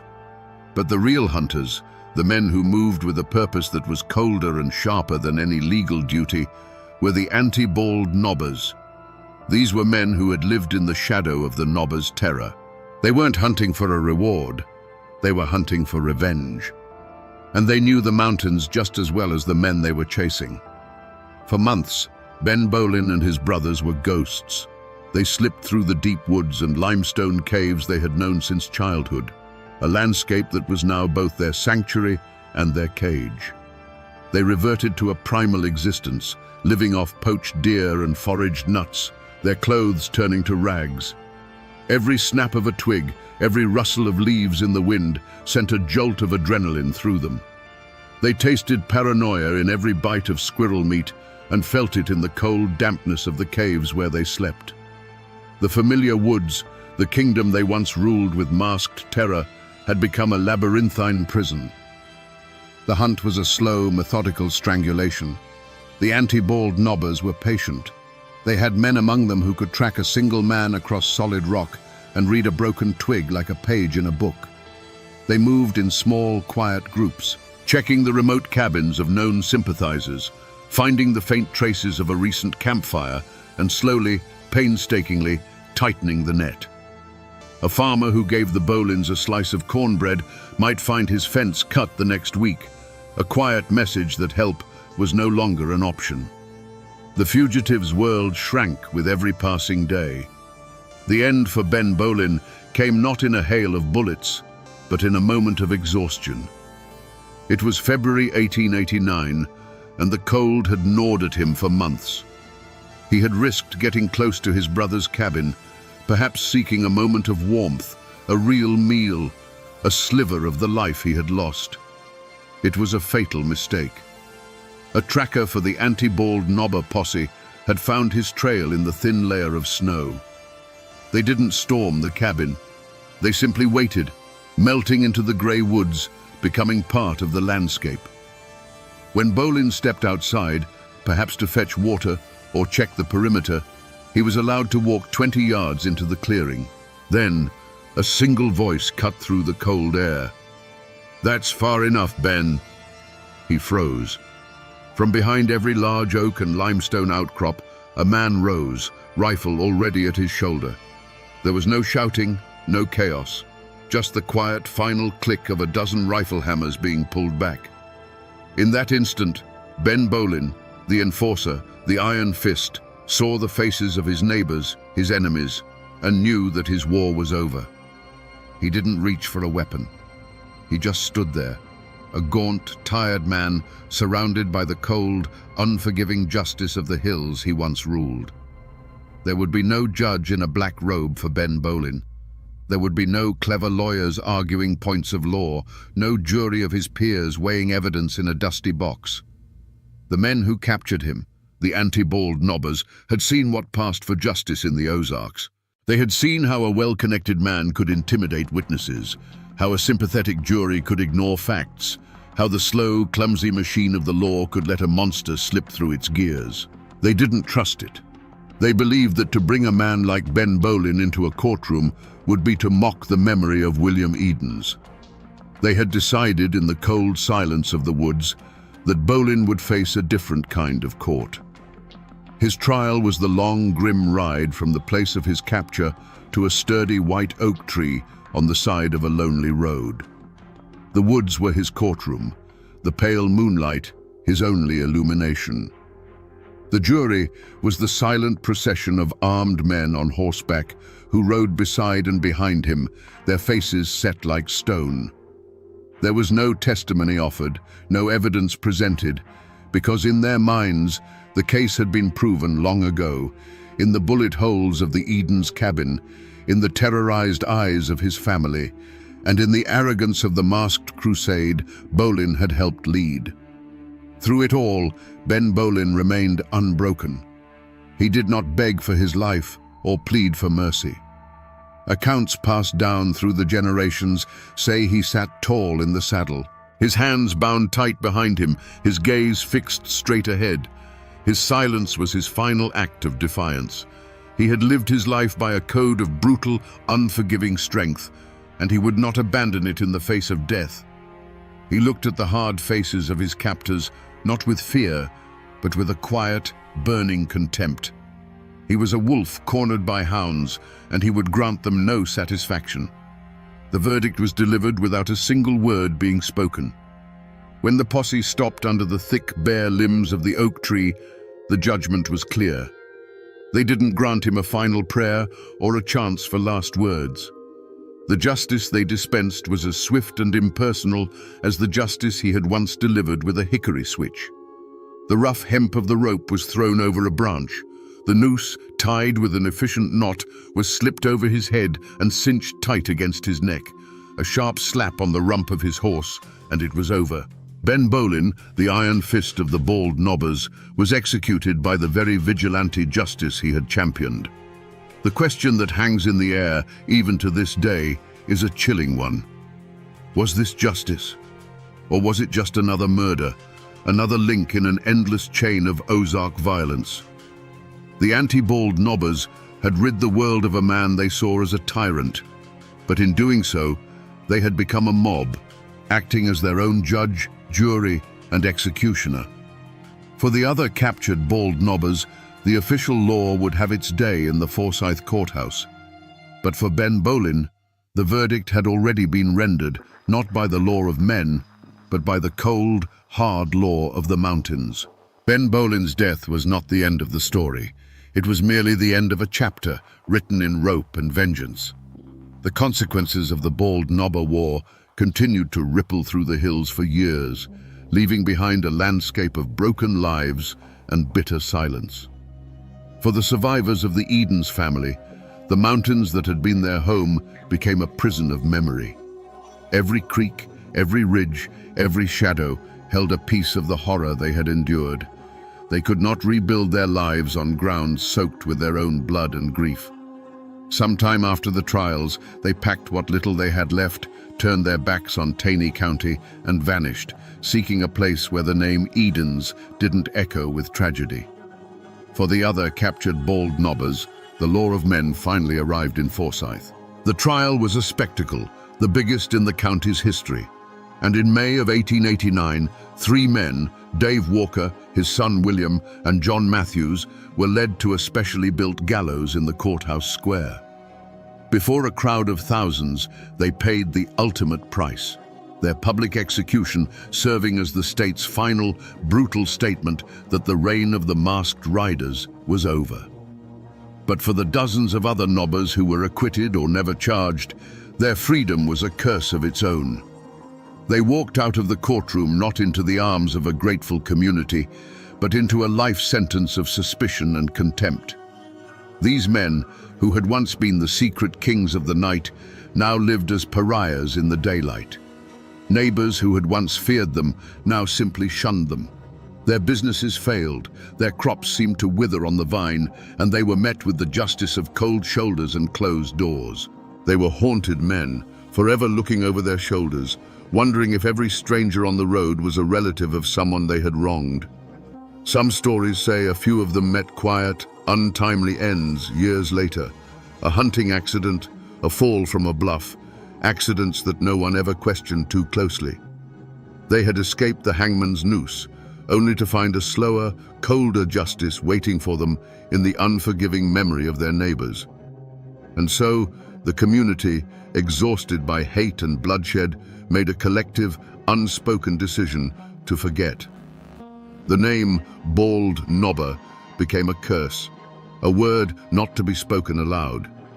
The grotesque horned masks were burned in secret, the records of their meetings buried or destroyed. Parents stopped telling their children the full bloody story, opting instead for a vague tale of troubles in the old days. They tried to plow over the history, to plant a new crop of peace and pretend the soil beneath wasn't filled with bones. They wrapped the entire saga in a thick blanket of silence, hoping that if they didn't speak its name, the monster they had created would finally die. The forced silence that fell over Taney County could never last. A story this soaked in blood has a way of seeping back up through the ground. Walk through the Ozark Hills today, and you will still find the old names, Bolin, Kinney, Taylor, on mailboxes and in the phone book. The descendants of the riders and their enemies now share pews in the same churches and shop in the same stores. The blood feud is long over, the wounds scabbed over by generations of peace. But the echo remains. To carry one of those names is to carry a piece of that violent history, a faint whisper of a time when your great-grandfather might have been either the masked man on the horse or the one bolting his door in fear.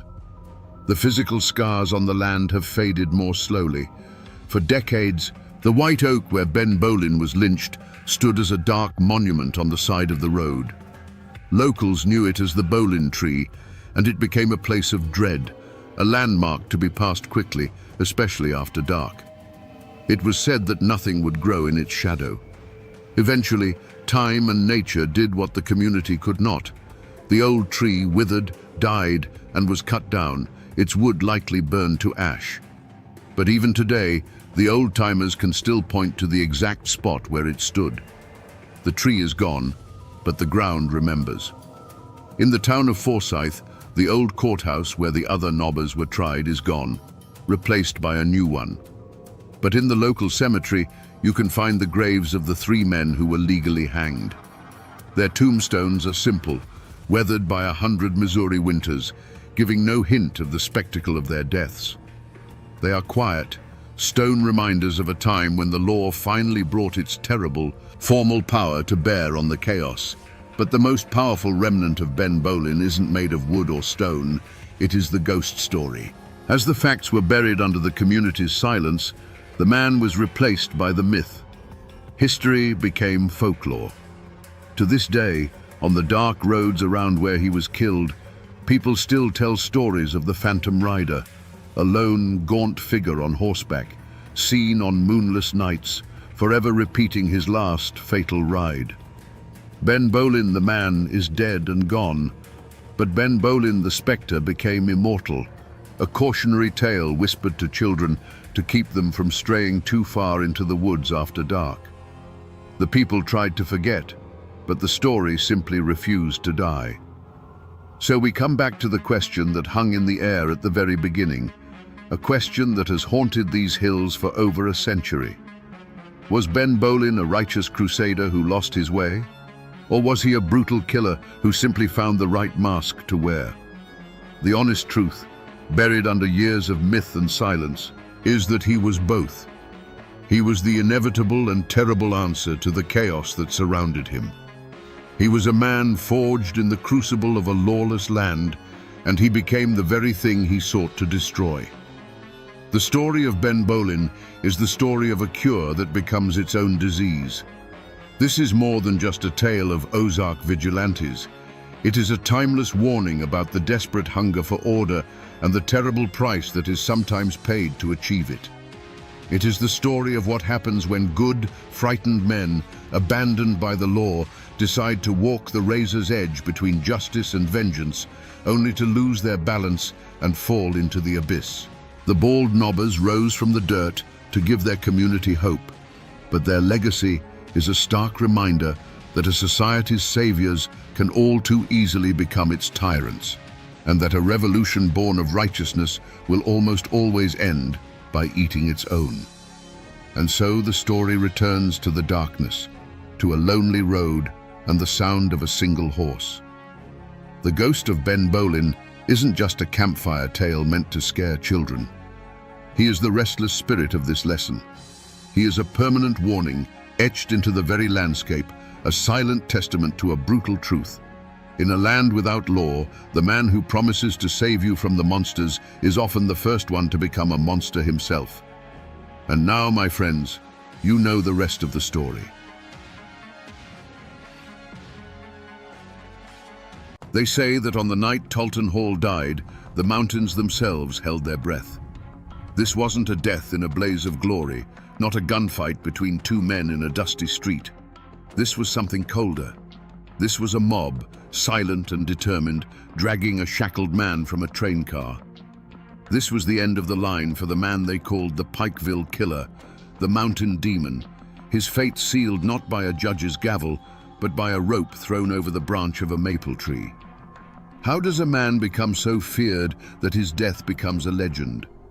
Was he a simple monster, a killer for hire who finally ran out of road?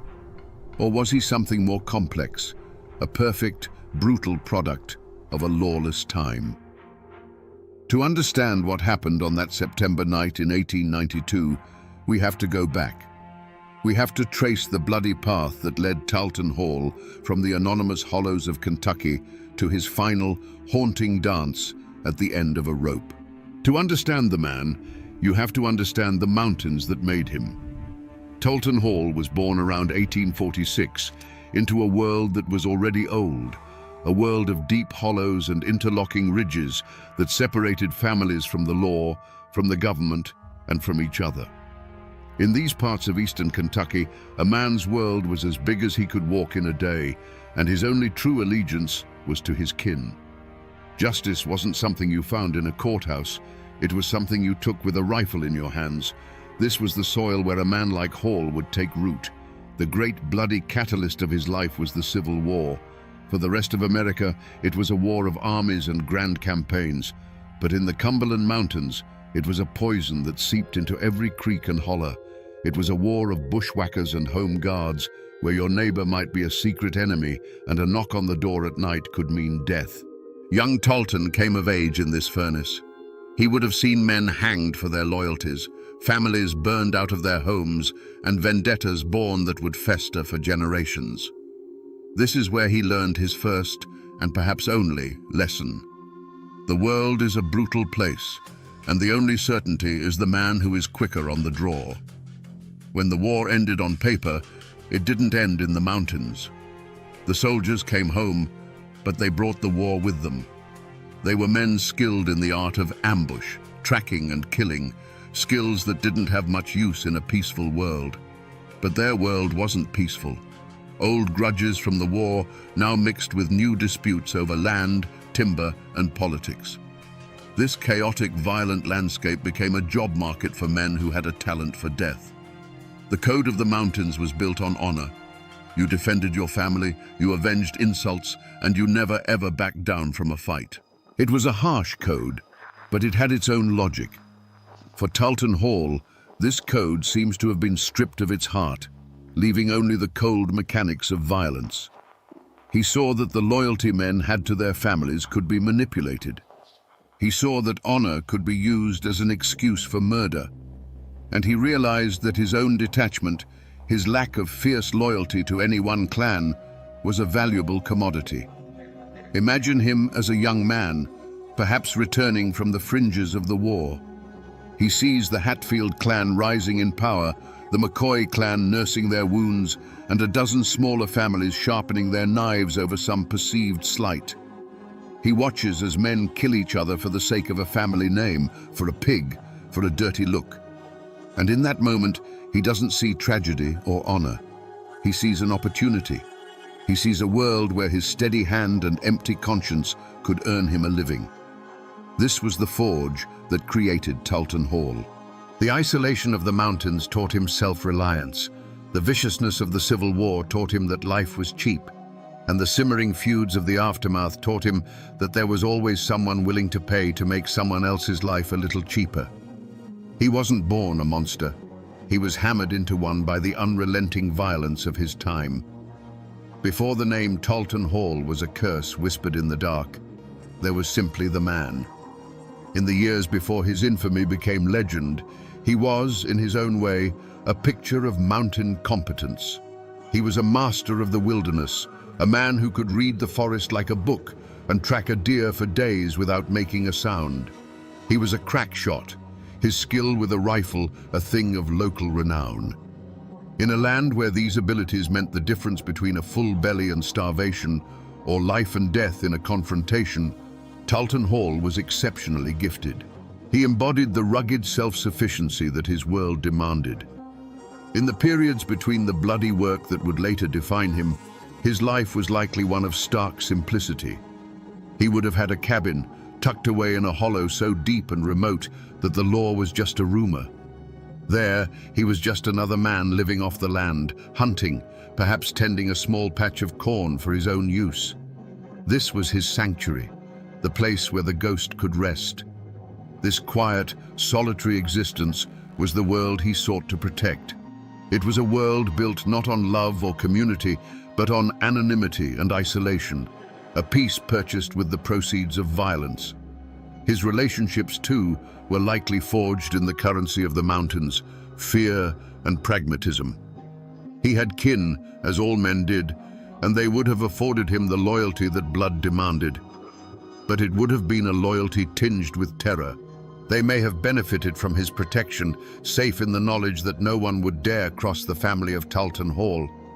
But they would have lived under the shadow of his cold nature, always aware of what he was capable of. He wasn't a man who inspired love. He inspired a dreadful, unshakable respect. In his prime, before the New Year's massacre and the murder of Officer Belcher, his reputation was less that of a demon and more that of a tool. A dangerous tool, but a useful one. If a timber company needed a troublesome squatter scared off a piece of land, they might seek out Talton Hall. If a moonshiner needed his still guarded from rivals or federal agents, Hall was the man for the job. He was seen as a regulator, a human weapon to be aimed at a problem. He was the final, violent answer to a dispute that couldn't be settled any other way. In the brutal logic of the mountains, he provided a service. This was the life he built, a quiet existence in the hollows, punctuated by brief, violent forays into the world of men. His stake in the world wasn't a family's love or a community's admiration. It was his freedom. The freedom to move through the mountains unseen, to be a name without a face, and to be the master of his own dark destiny.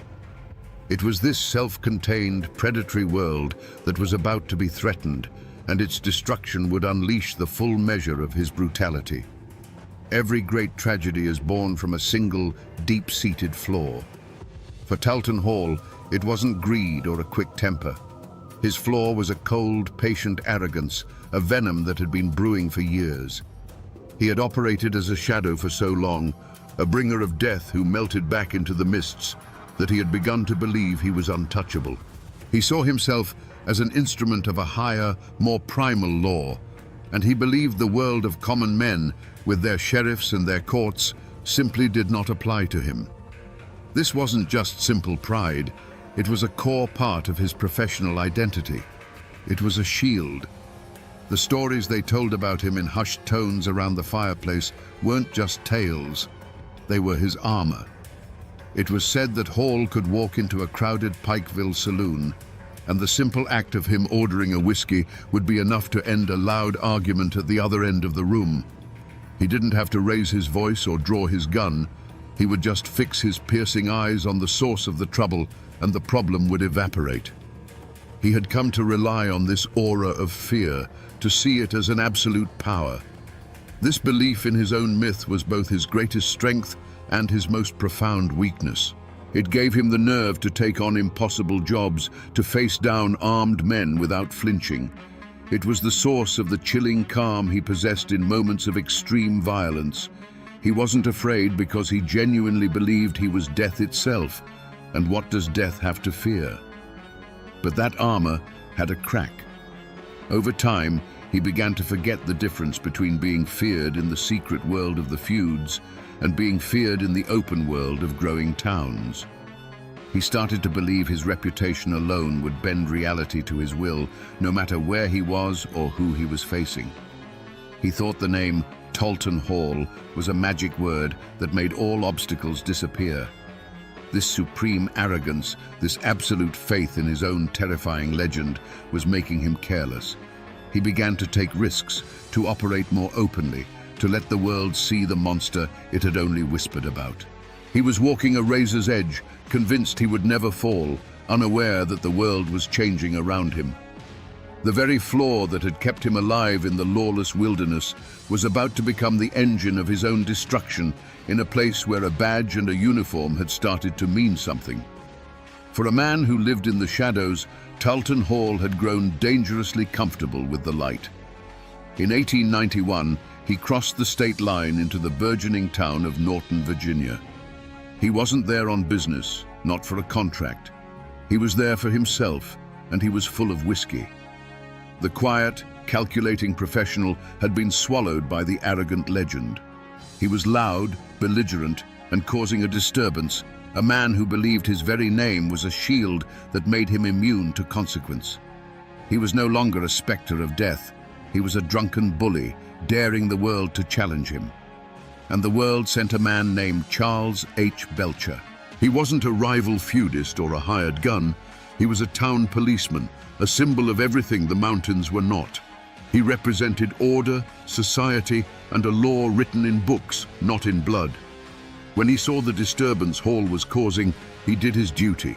He walked toward the Pikeville killer, his simple blue uniform a stark contrast to Hall's reputation, which was as dark and formless as a mountain shadow. For Officer Belcher, this was just another drunk to be quieted. He had no idea he was walking toward a man who considered himself a god. The affront, in Hall's mind, was not an insult or a threat. It was the simple act of being confronted. The moment Belcher spoke to him, the moment he attempted to impose the town's law on the mountain's killer, was an intolerable challenge to Hall's entire existence. Eyewitnesses would later describe the look in Hall's eyes, not anger, but a cold, dismissive contempt. Here was a man with a tin badge who thought he could lay hands on Talton Hall. The arrogance that had been simmering for years now boiled over. In Hall's mind, this wasn't a man.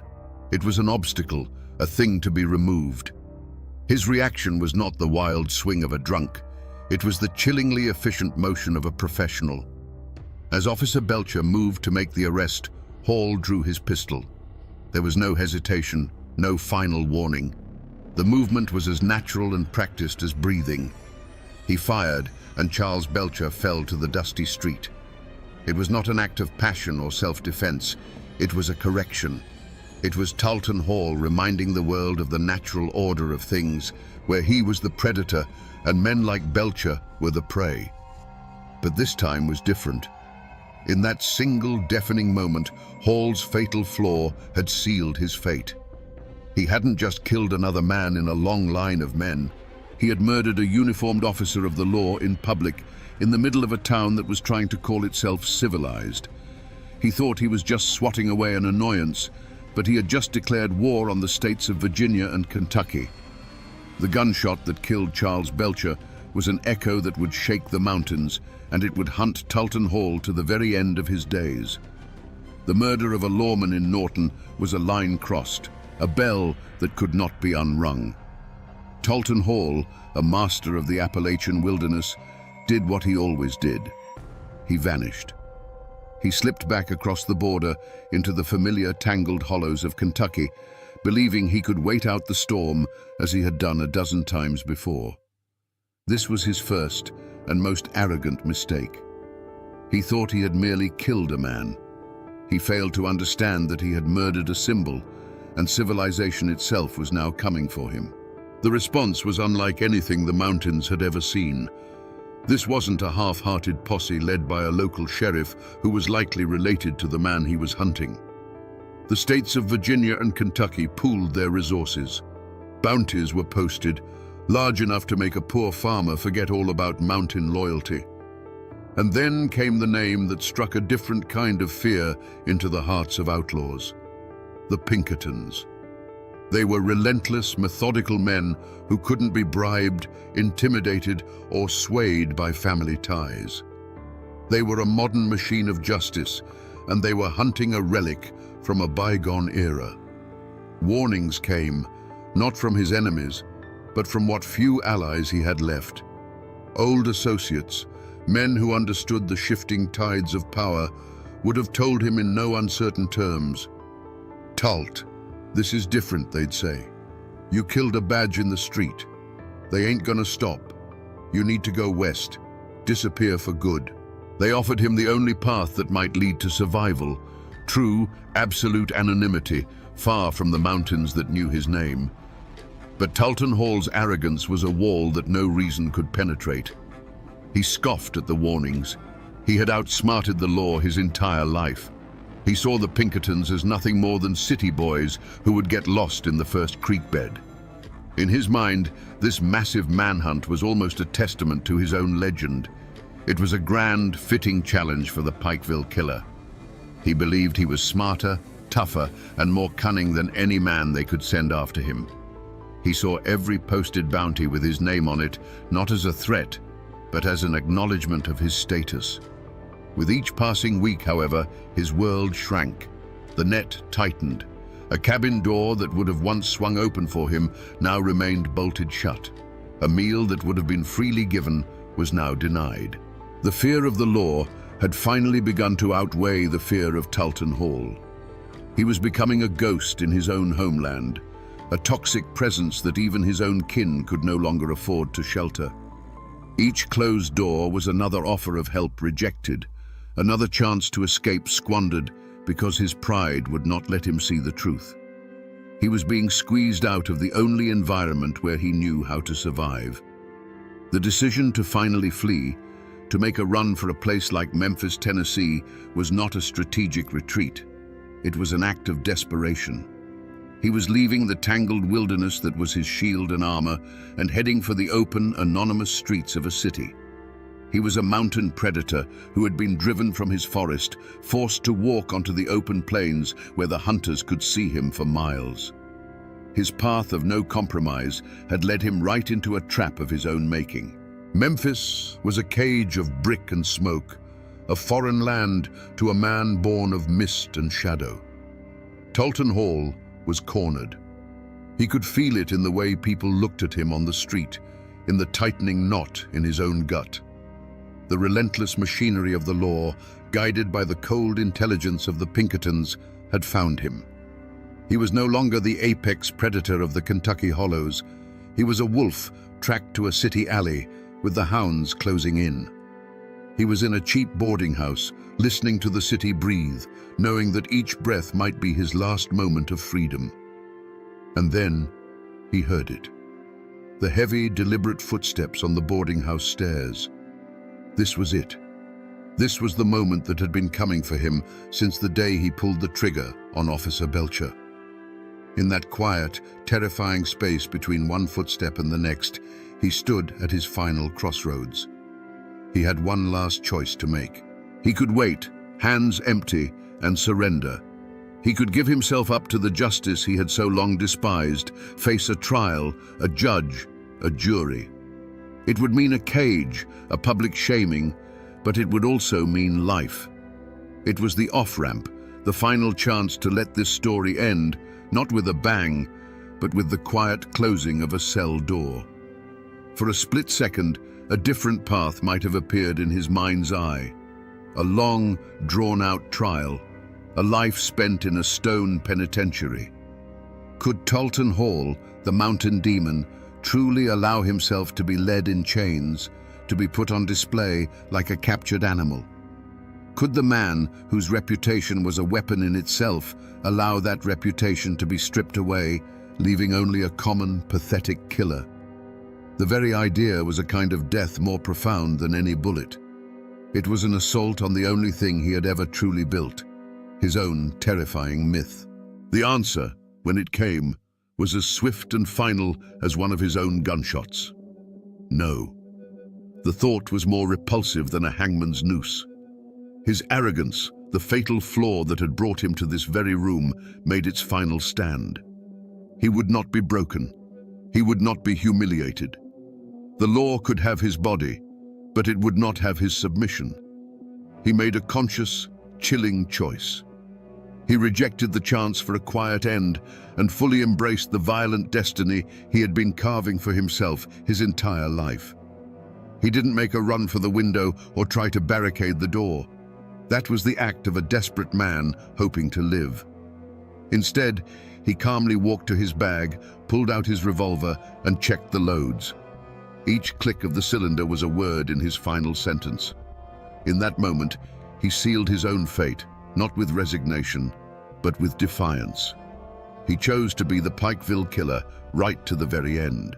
The lawmen breaking down his door wouldn't be capturing a fugitive. They would be walking into the last act of a legend, an act that Talton Hall himself had decided to write in blood. The splintering of the door was the only warning he needed. It wasn't the sound of a lock being picked or a hinge being forced. It was the raw, violent crack of wood giving way to brute force. For Talton Hall, the world, which had been a tightening cage of streets and unfamiliar faces, suddenly shrank to the size of that small boarding house room. He was a creature of the deep woods, and in that moment, the lawmen crashing through the door were no different from a pack of hounds cornering a wolf in a box canyon. He wasn't panicked. He was eerily calm, the way a man is when he finally meets a fate he has been expecting his whole life. All the running, all the hiding, it had all led to this cramped, smoke-stained room. The revolver felt cool and familiar in his hand, a solid piece of certainty in a world that was coming apart. The figures in the doorway were just shapes, dark silhouettes against the light of the hallway, and in his mind, they ceased to be men. They were simply the final problem he had to solve.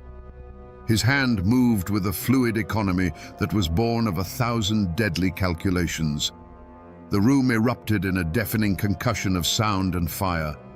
The muzzle flash was a bolt of lightning in the dimness, momentarily illuminating the determined faces in the doorway.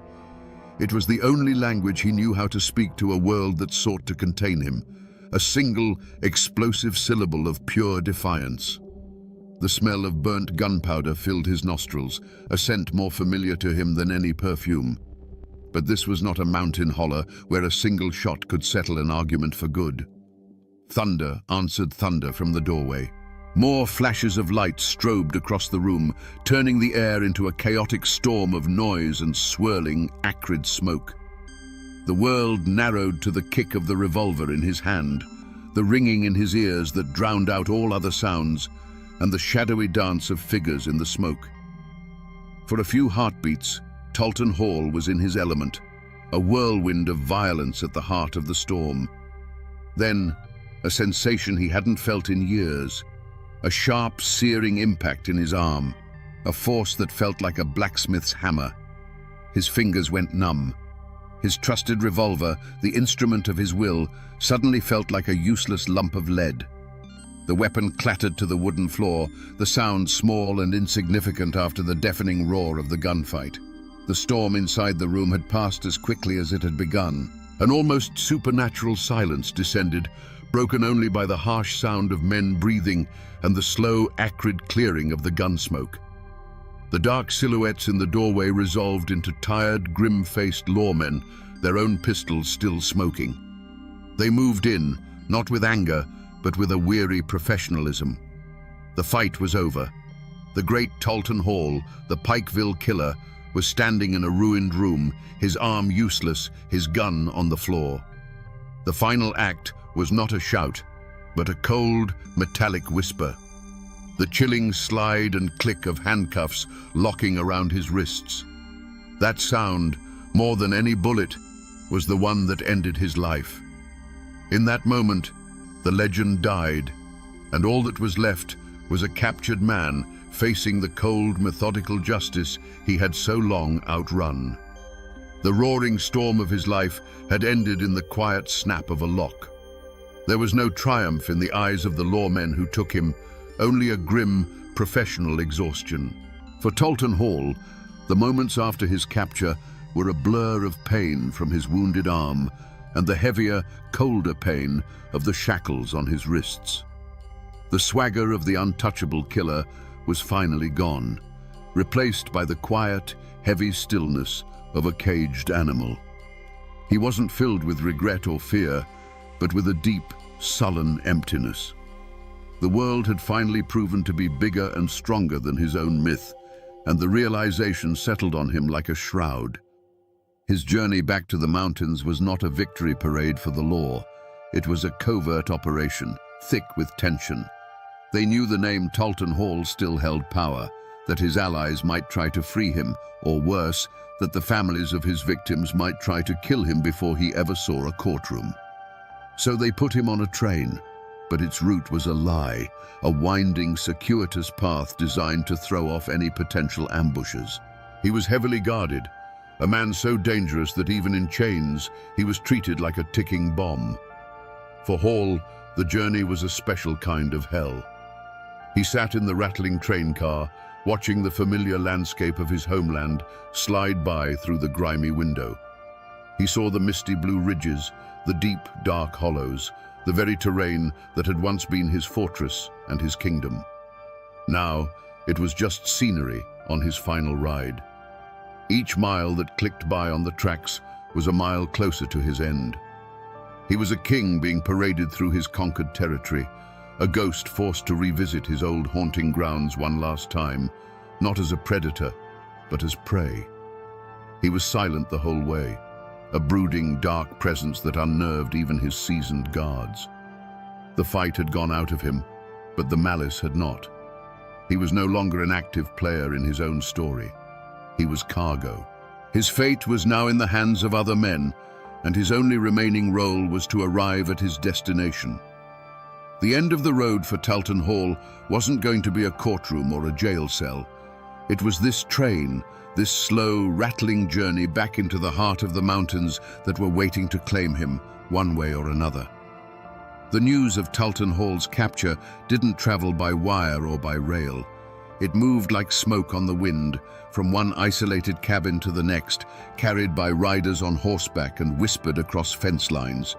And with that news, the fragile, fearful peace of the mountains was shattered. The fall of one man sent a shockwave that would ripple through every holler, leaving a trail of wreckage that had little to do with Hall himself. His personal story was ending, but the tragedy he had authored was just entering its most brutal chapter. For his own kin, the name Hall, once a shield of fear, now became a target. The protection his terrifying reputation had afforded them vanished overnight. Now, they were just the family of a captured killer, vulnerable and exposed. Every shadow on the road, every late-night bark of a dog would send a spike of fear through them. They were living in the crosshairs of every man who had ever held a grudge against Talton, and that was a very long list. The sins of the father were about to be visited upon them, and their lives would become a paranoid existence of bolted doors and watchful eyes. For the families of his victims, the news was not a relief. It was a call to arms. For the widow of Charles Belcher, it was the reawakening of a grief that was still raw. For the remaining McCoys, who had seen their brothers tied to pawpaw trees and their sister shot down in the snow, this was not a matter for a distant court. It was a personal debt of blood that had come due. Hall's capture didn't bring closure. It tore the scabs off wounds that had never healed, and the pain demanded a release. Their desire was not for legal proceedings, it was for a reckoning. The entire community felt the tremor. For years, the violence had been, if not controlled, then at least predictable. It followed the dark logic of the feuds. But Hall's capture created a power vacuum, a chaotic moment where old hatreds could flare without a central figure to fear. He had acted as a cancer on the region, and his removal didn't cure the disease. It simply sent the body into a violent, final spasm. The quiet resentment of his reign of terror now had a voice, and it was a chorus calling for vengeance. The true wreckage Talton Hall left behind was not the bodies he had buried, but the hatred he had cultivated. He had spent his life profiting from the region's culture of violence, and now, even in chains, he was about to give it one last, terrible gift. His capture hadn't brought peace. It had simply brought the promise of a different, more terrible kind of violence, a communal violence, where an entire region, haunted by his ghost, would gather to deliver a final bloody verdict of its own. The law had done its part. It had hunted a killer across state lines, engaged him in a gunfight, and brought him back in chains. The next step in the machinery of civilization was a trial, a slow, methodical process of evidence, testimony, and deliberation.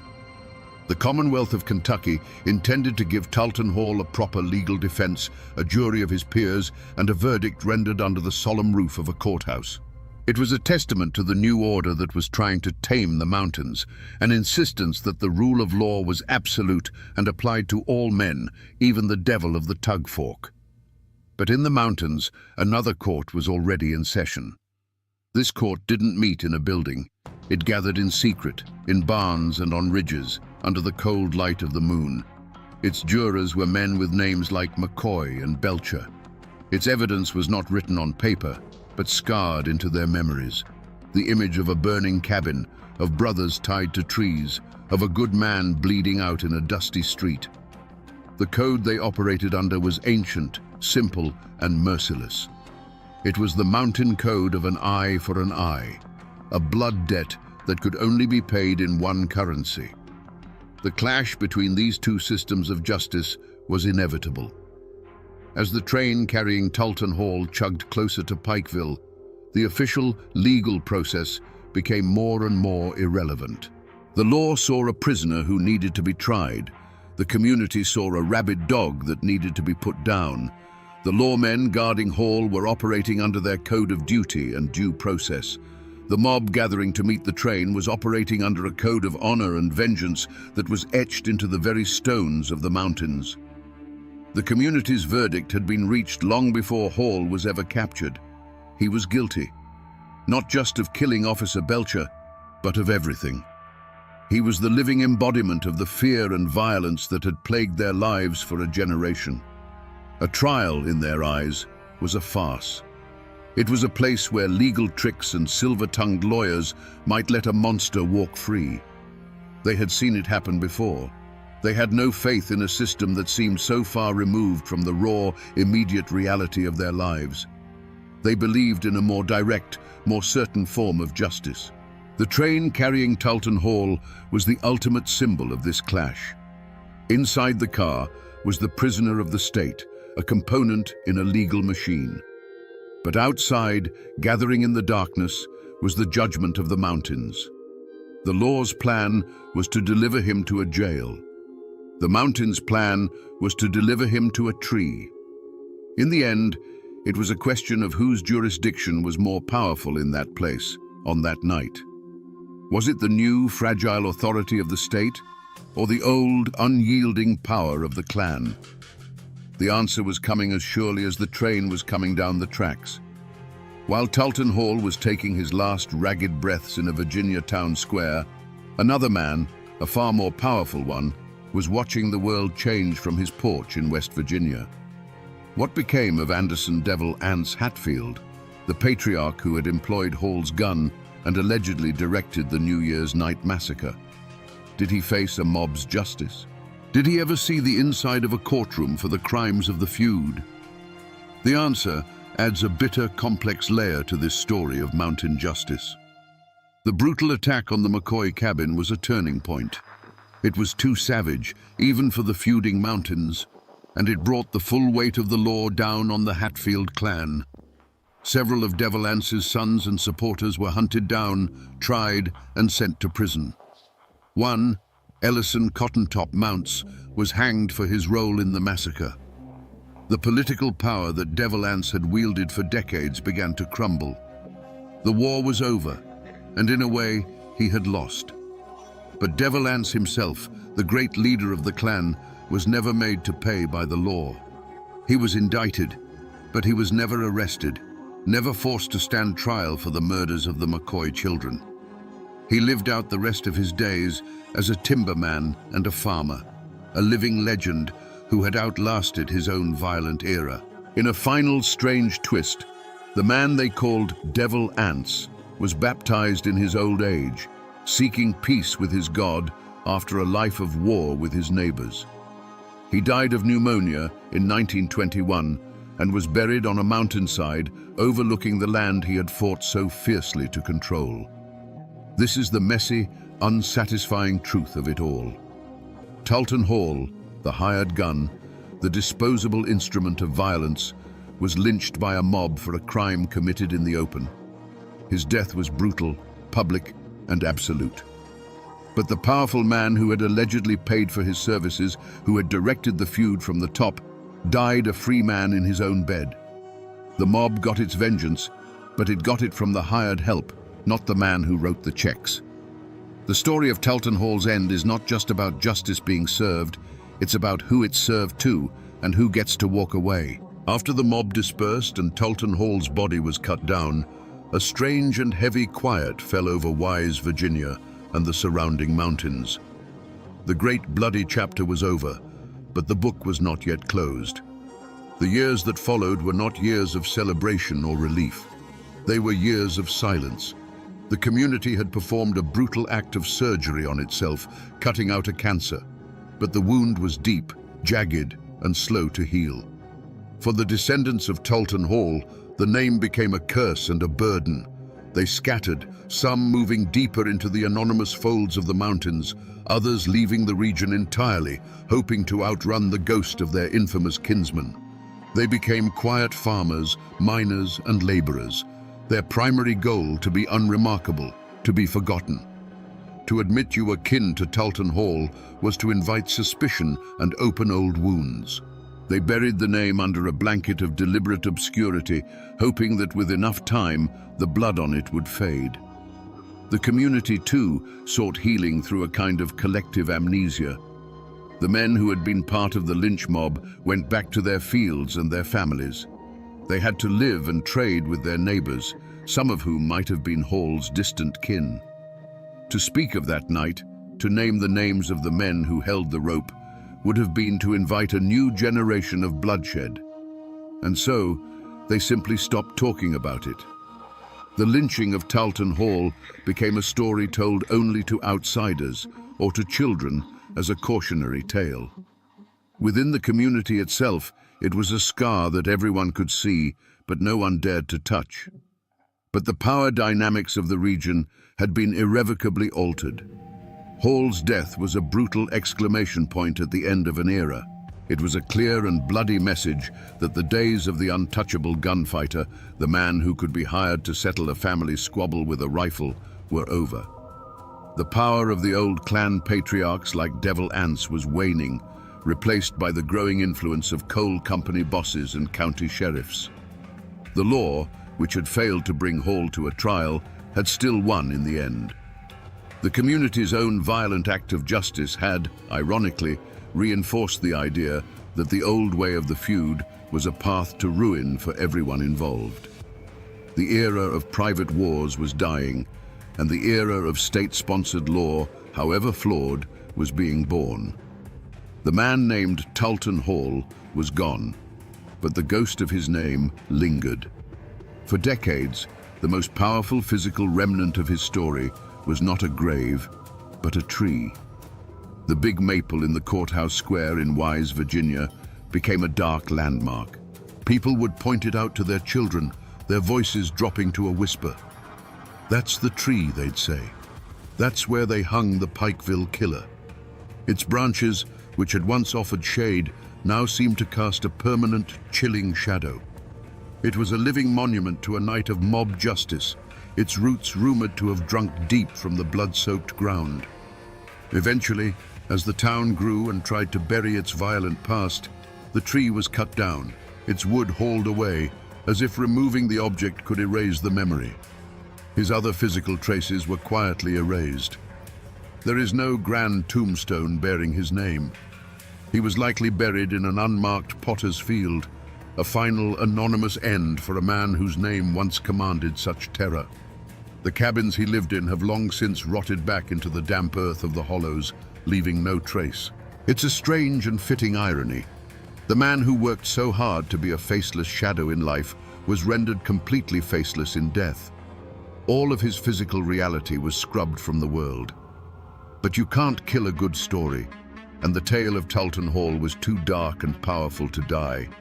It transformed. It left the realm of history and entered the world of folklore. For generations, people in Wise claimed that on still, moonlit nights, if you looked at the spot where the old maple stood, you could still see him.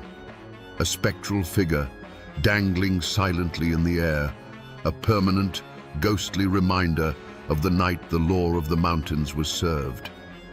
The man became a boogeyman, a cautionary tale told to frighten unruly children into behaving. His life became a kind of unwritten murder ballad, the verses known by heart in every holler. He was no longer just a man, he was a character, a symbol of the entire bloody era of the feuds. His name became a shorthand for a certain kind of cold, professional violence. When old-timers spoke of the bad days, of the lawless times before the coal companies and the state police truly took hold, the name they would use to punctuate their point was always the same. It was a time of men like Talt Hall.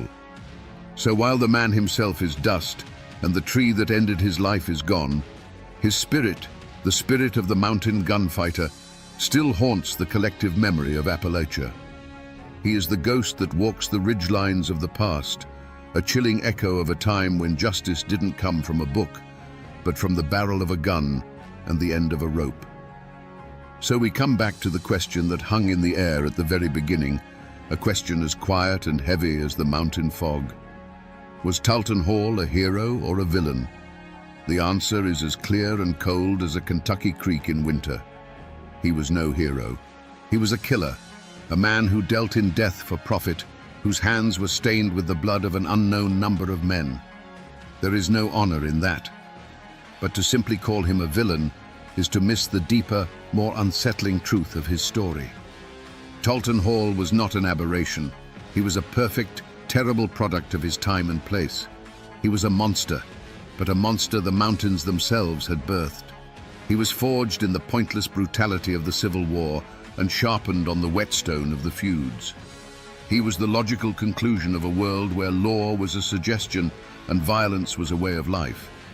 He was a symptom of a disease, not the disease itself. In the end, this is a story about a man whose greatest strength, his absolute belief in his own terrifying legend, became the flaw that destroyed him. He saw himself as a timeless force, a permanent part of the mountain landscape. But the world was changing around him.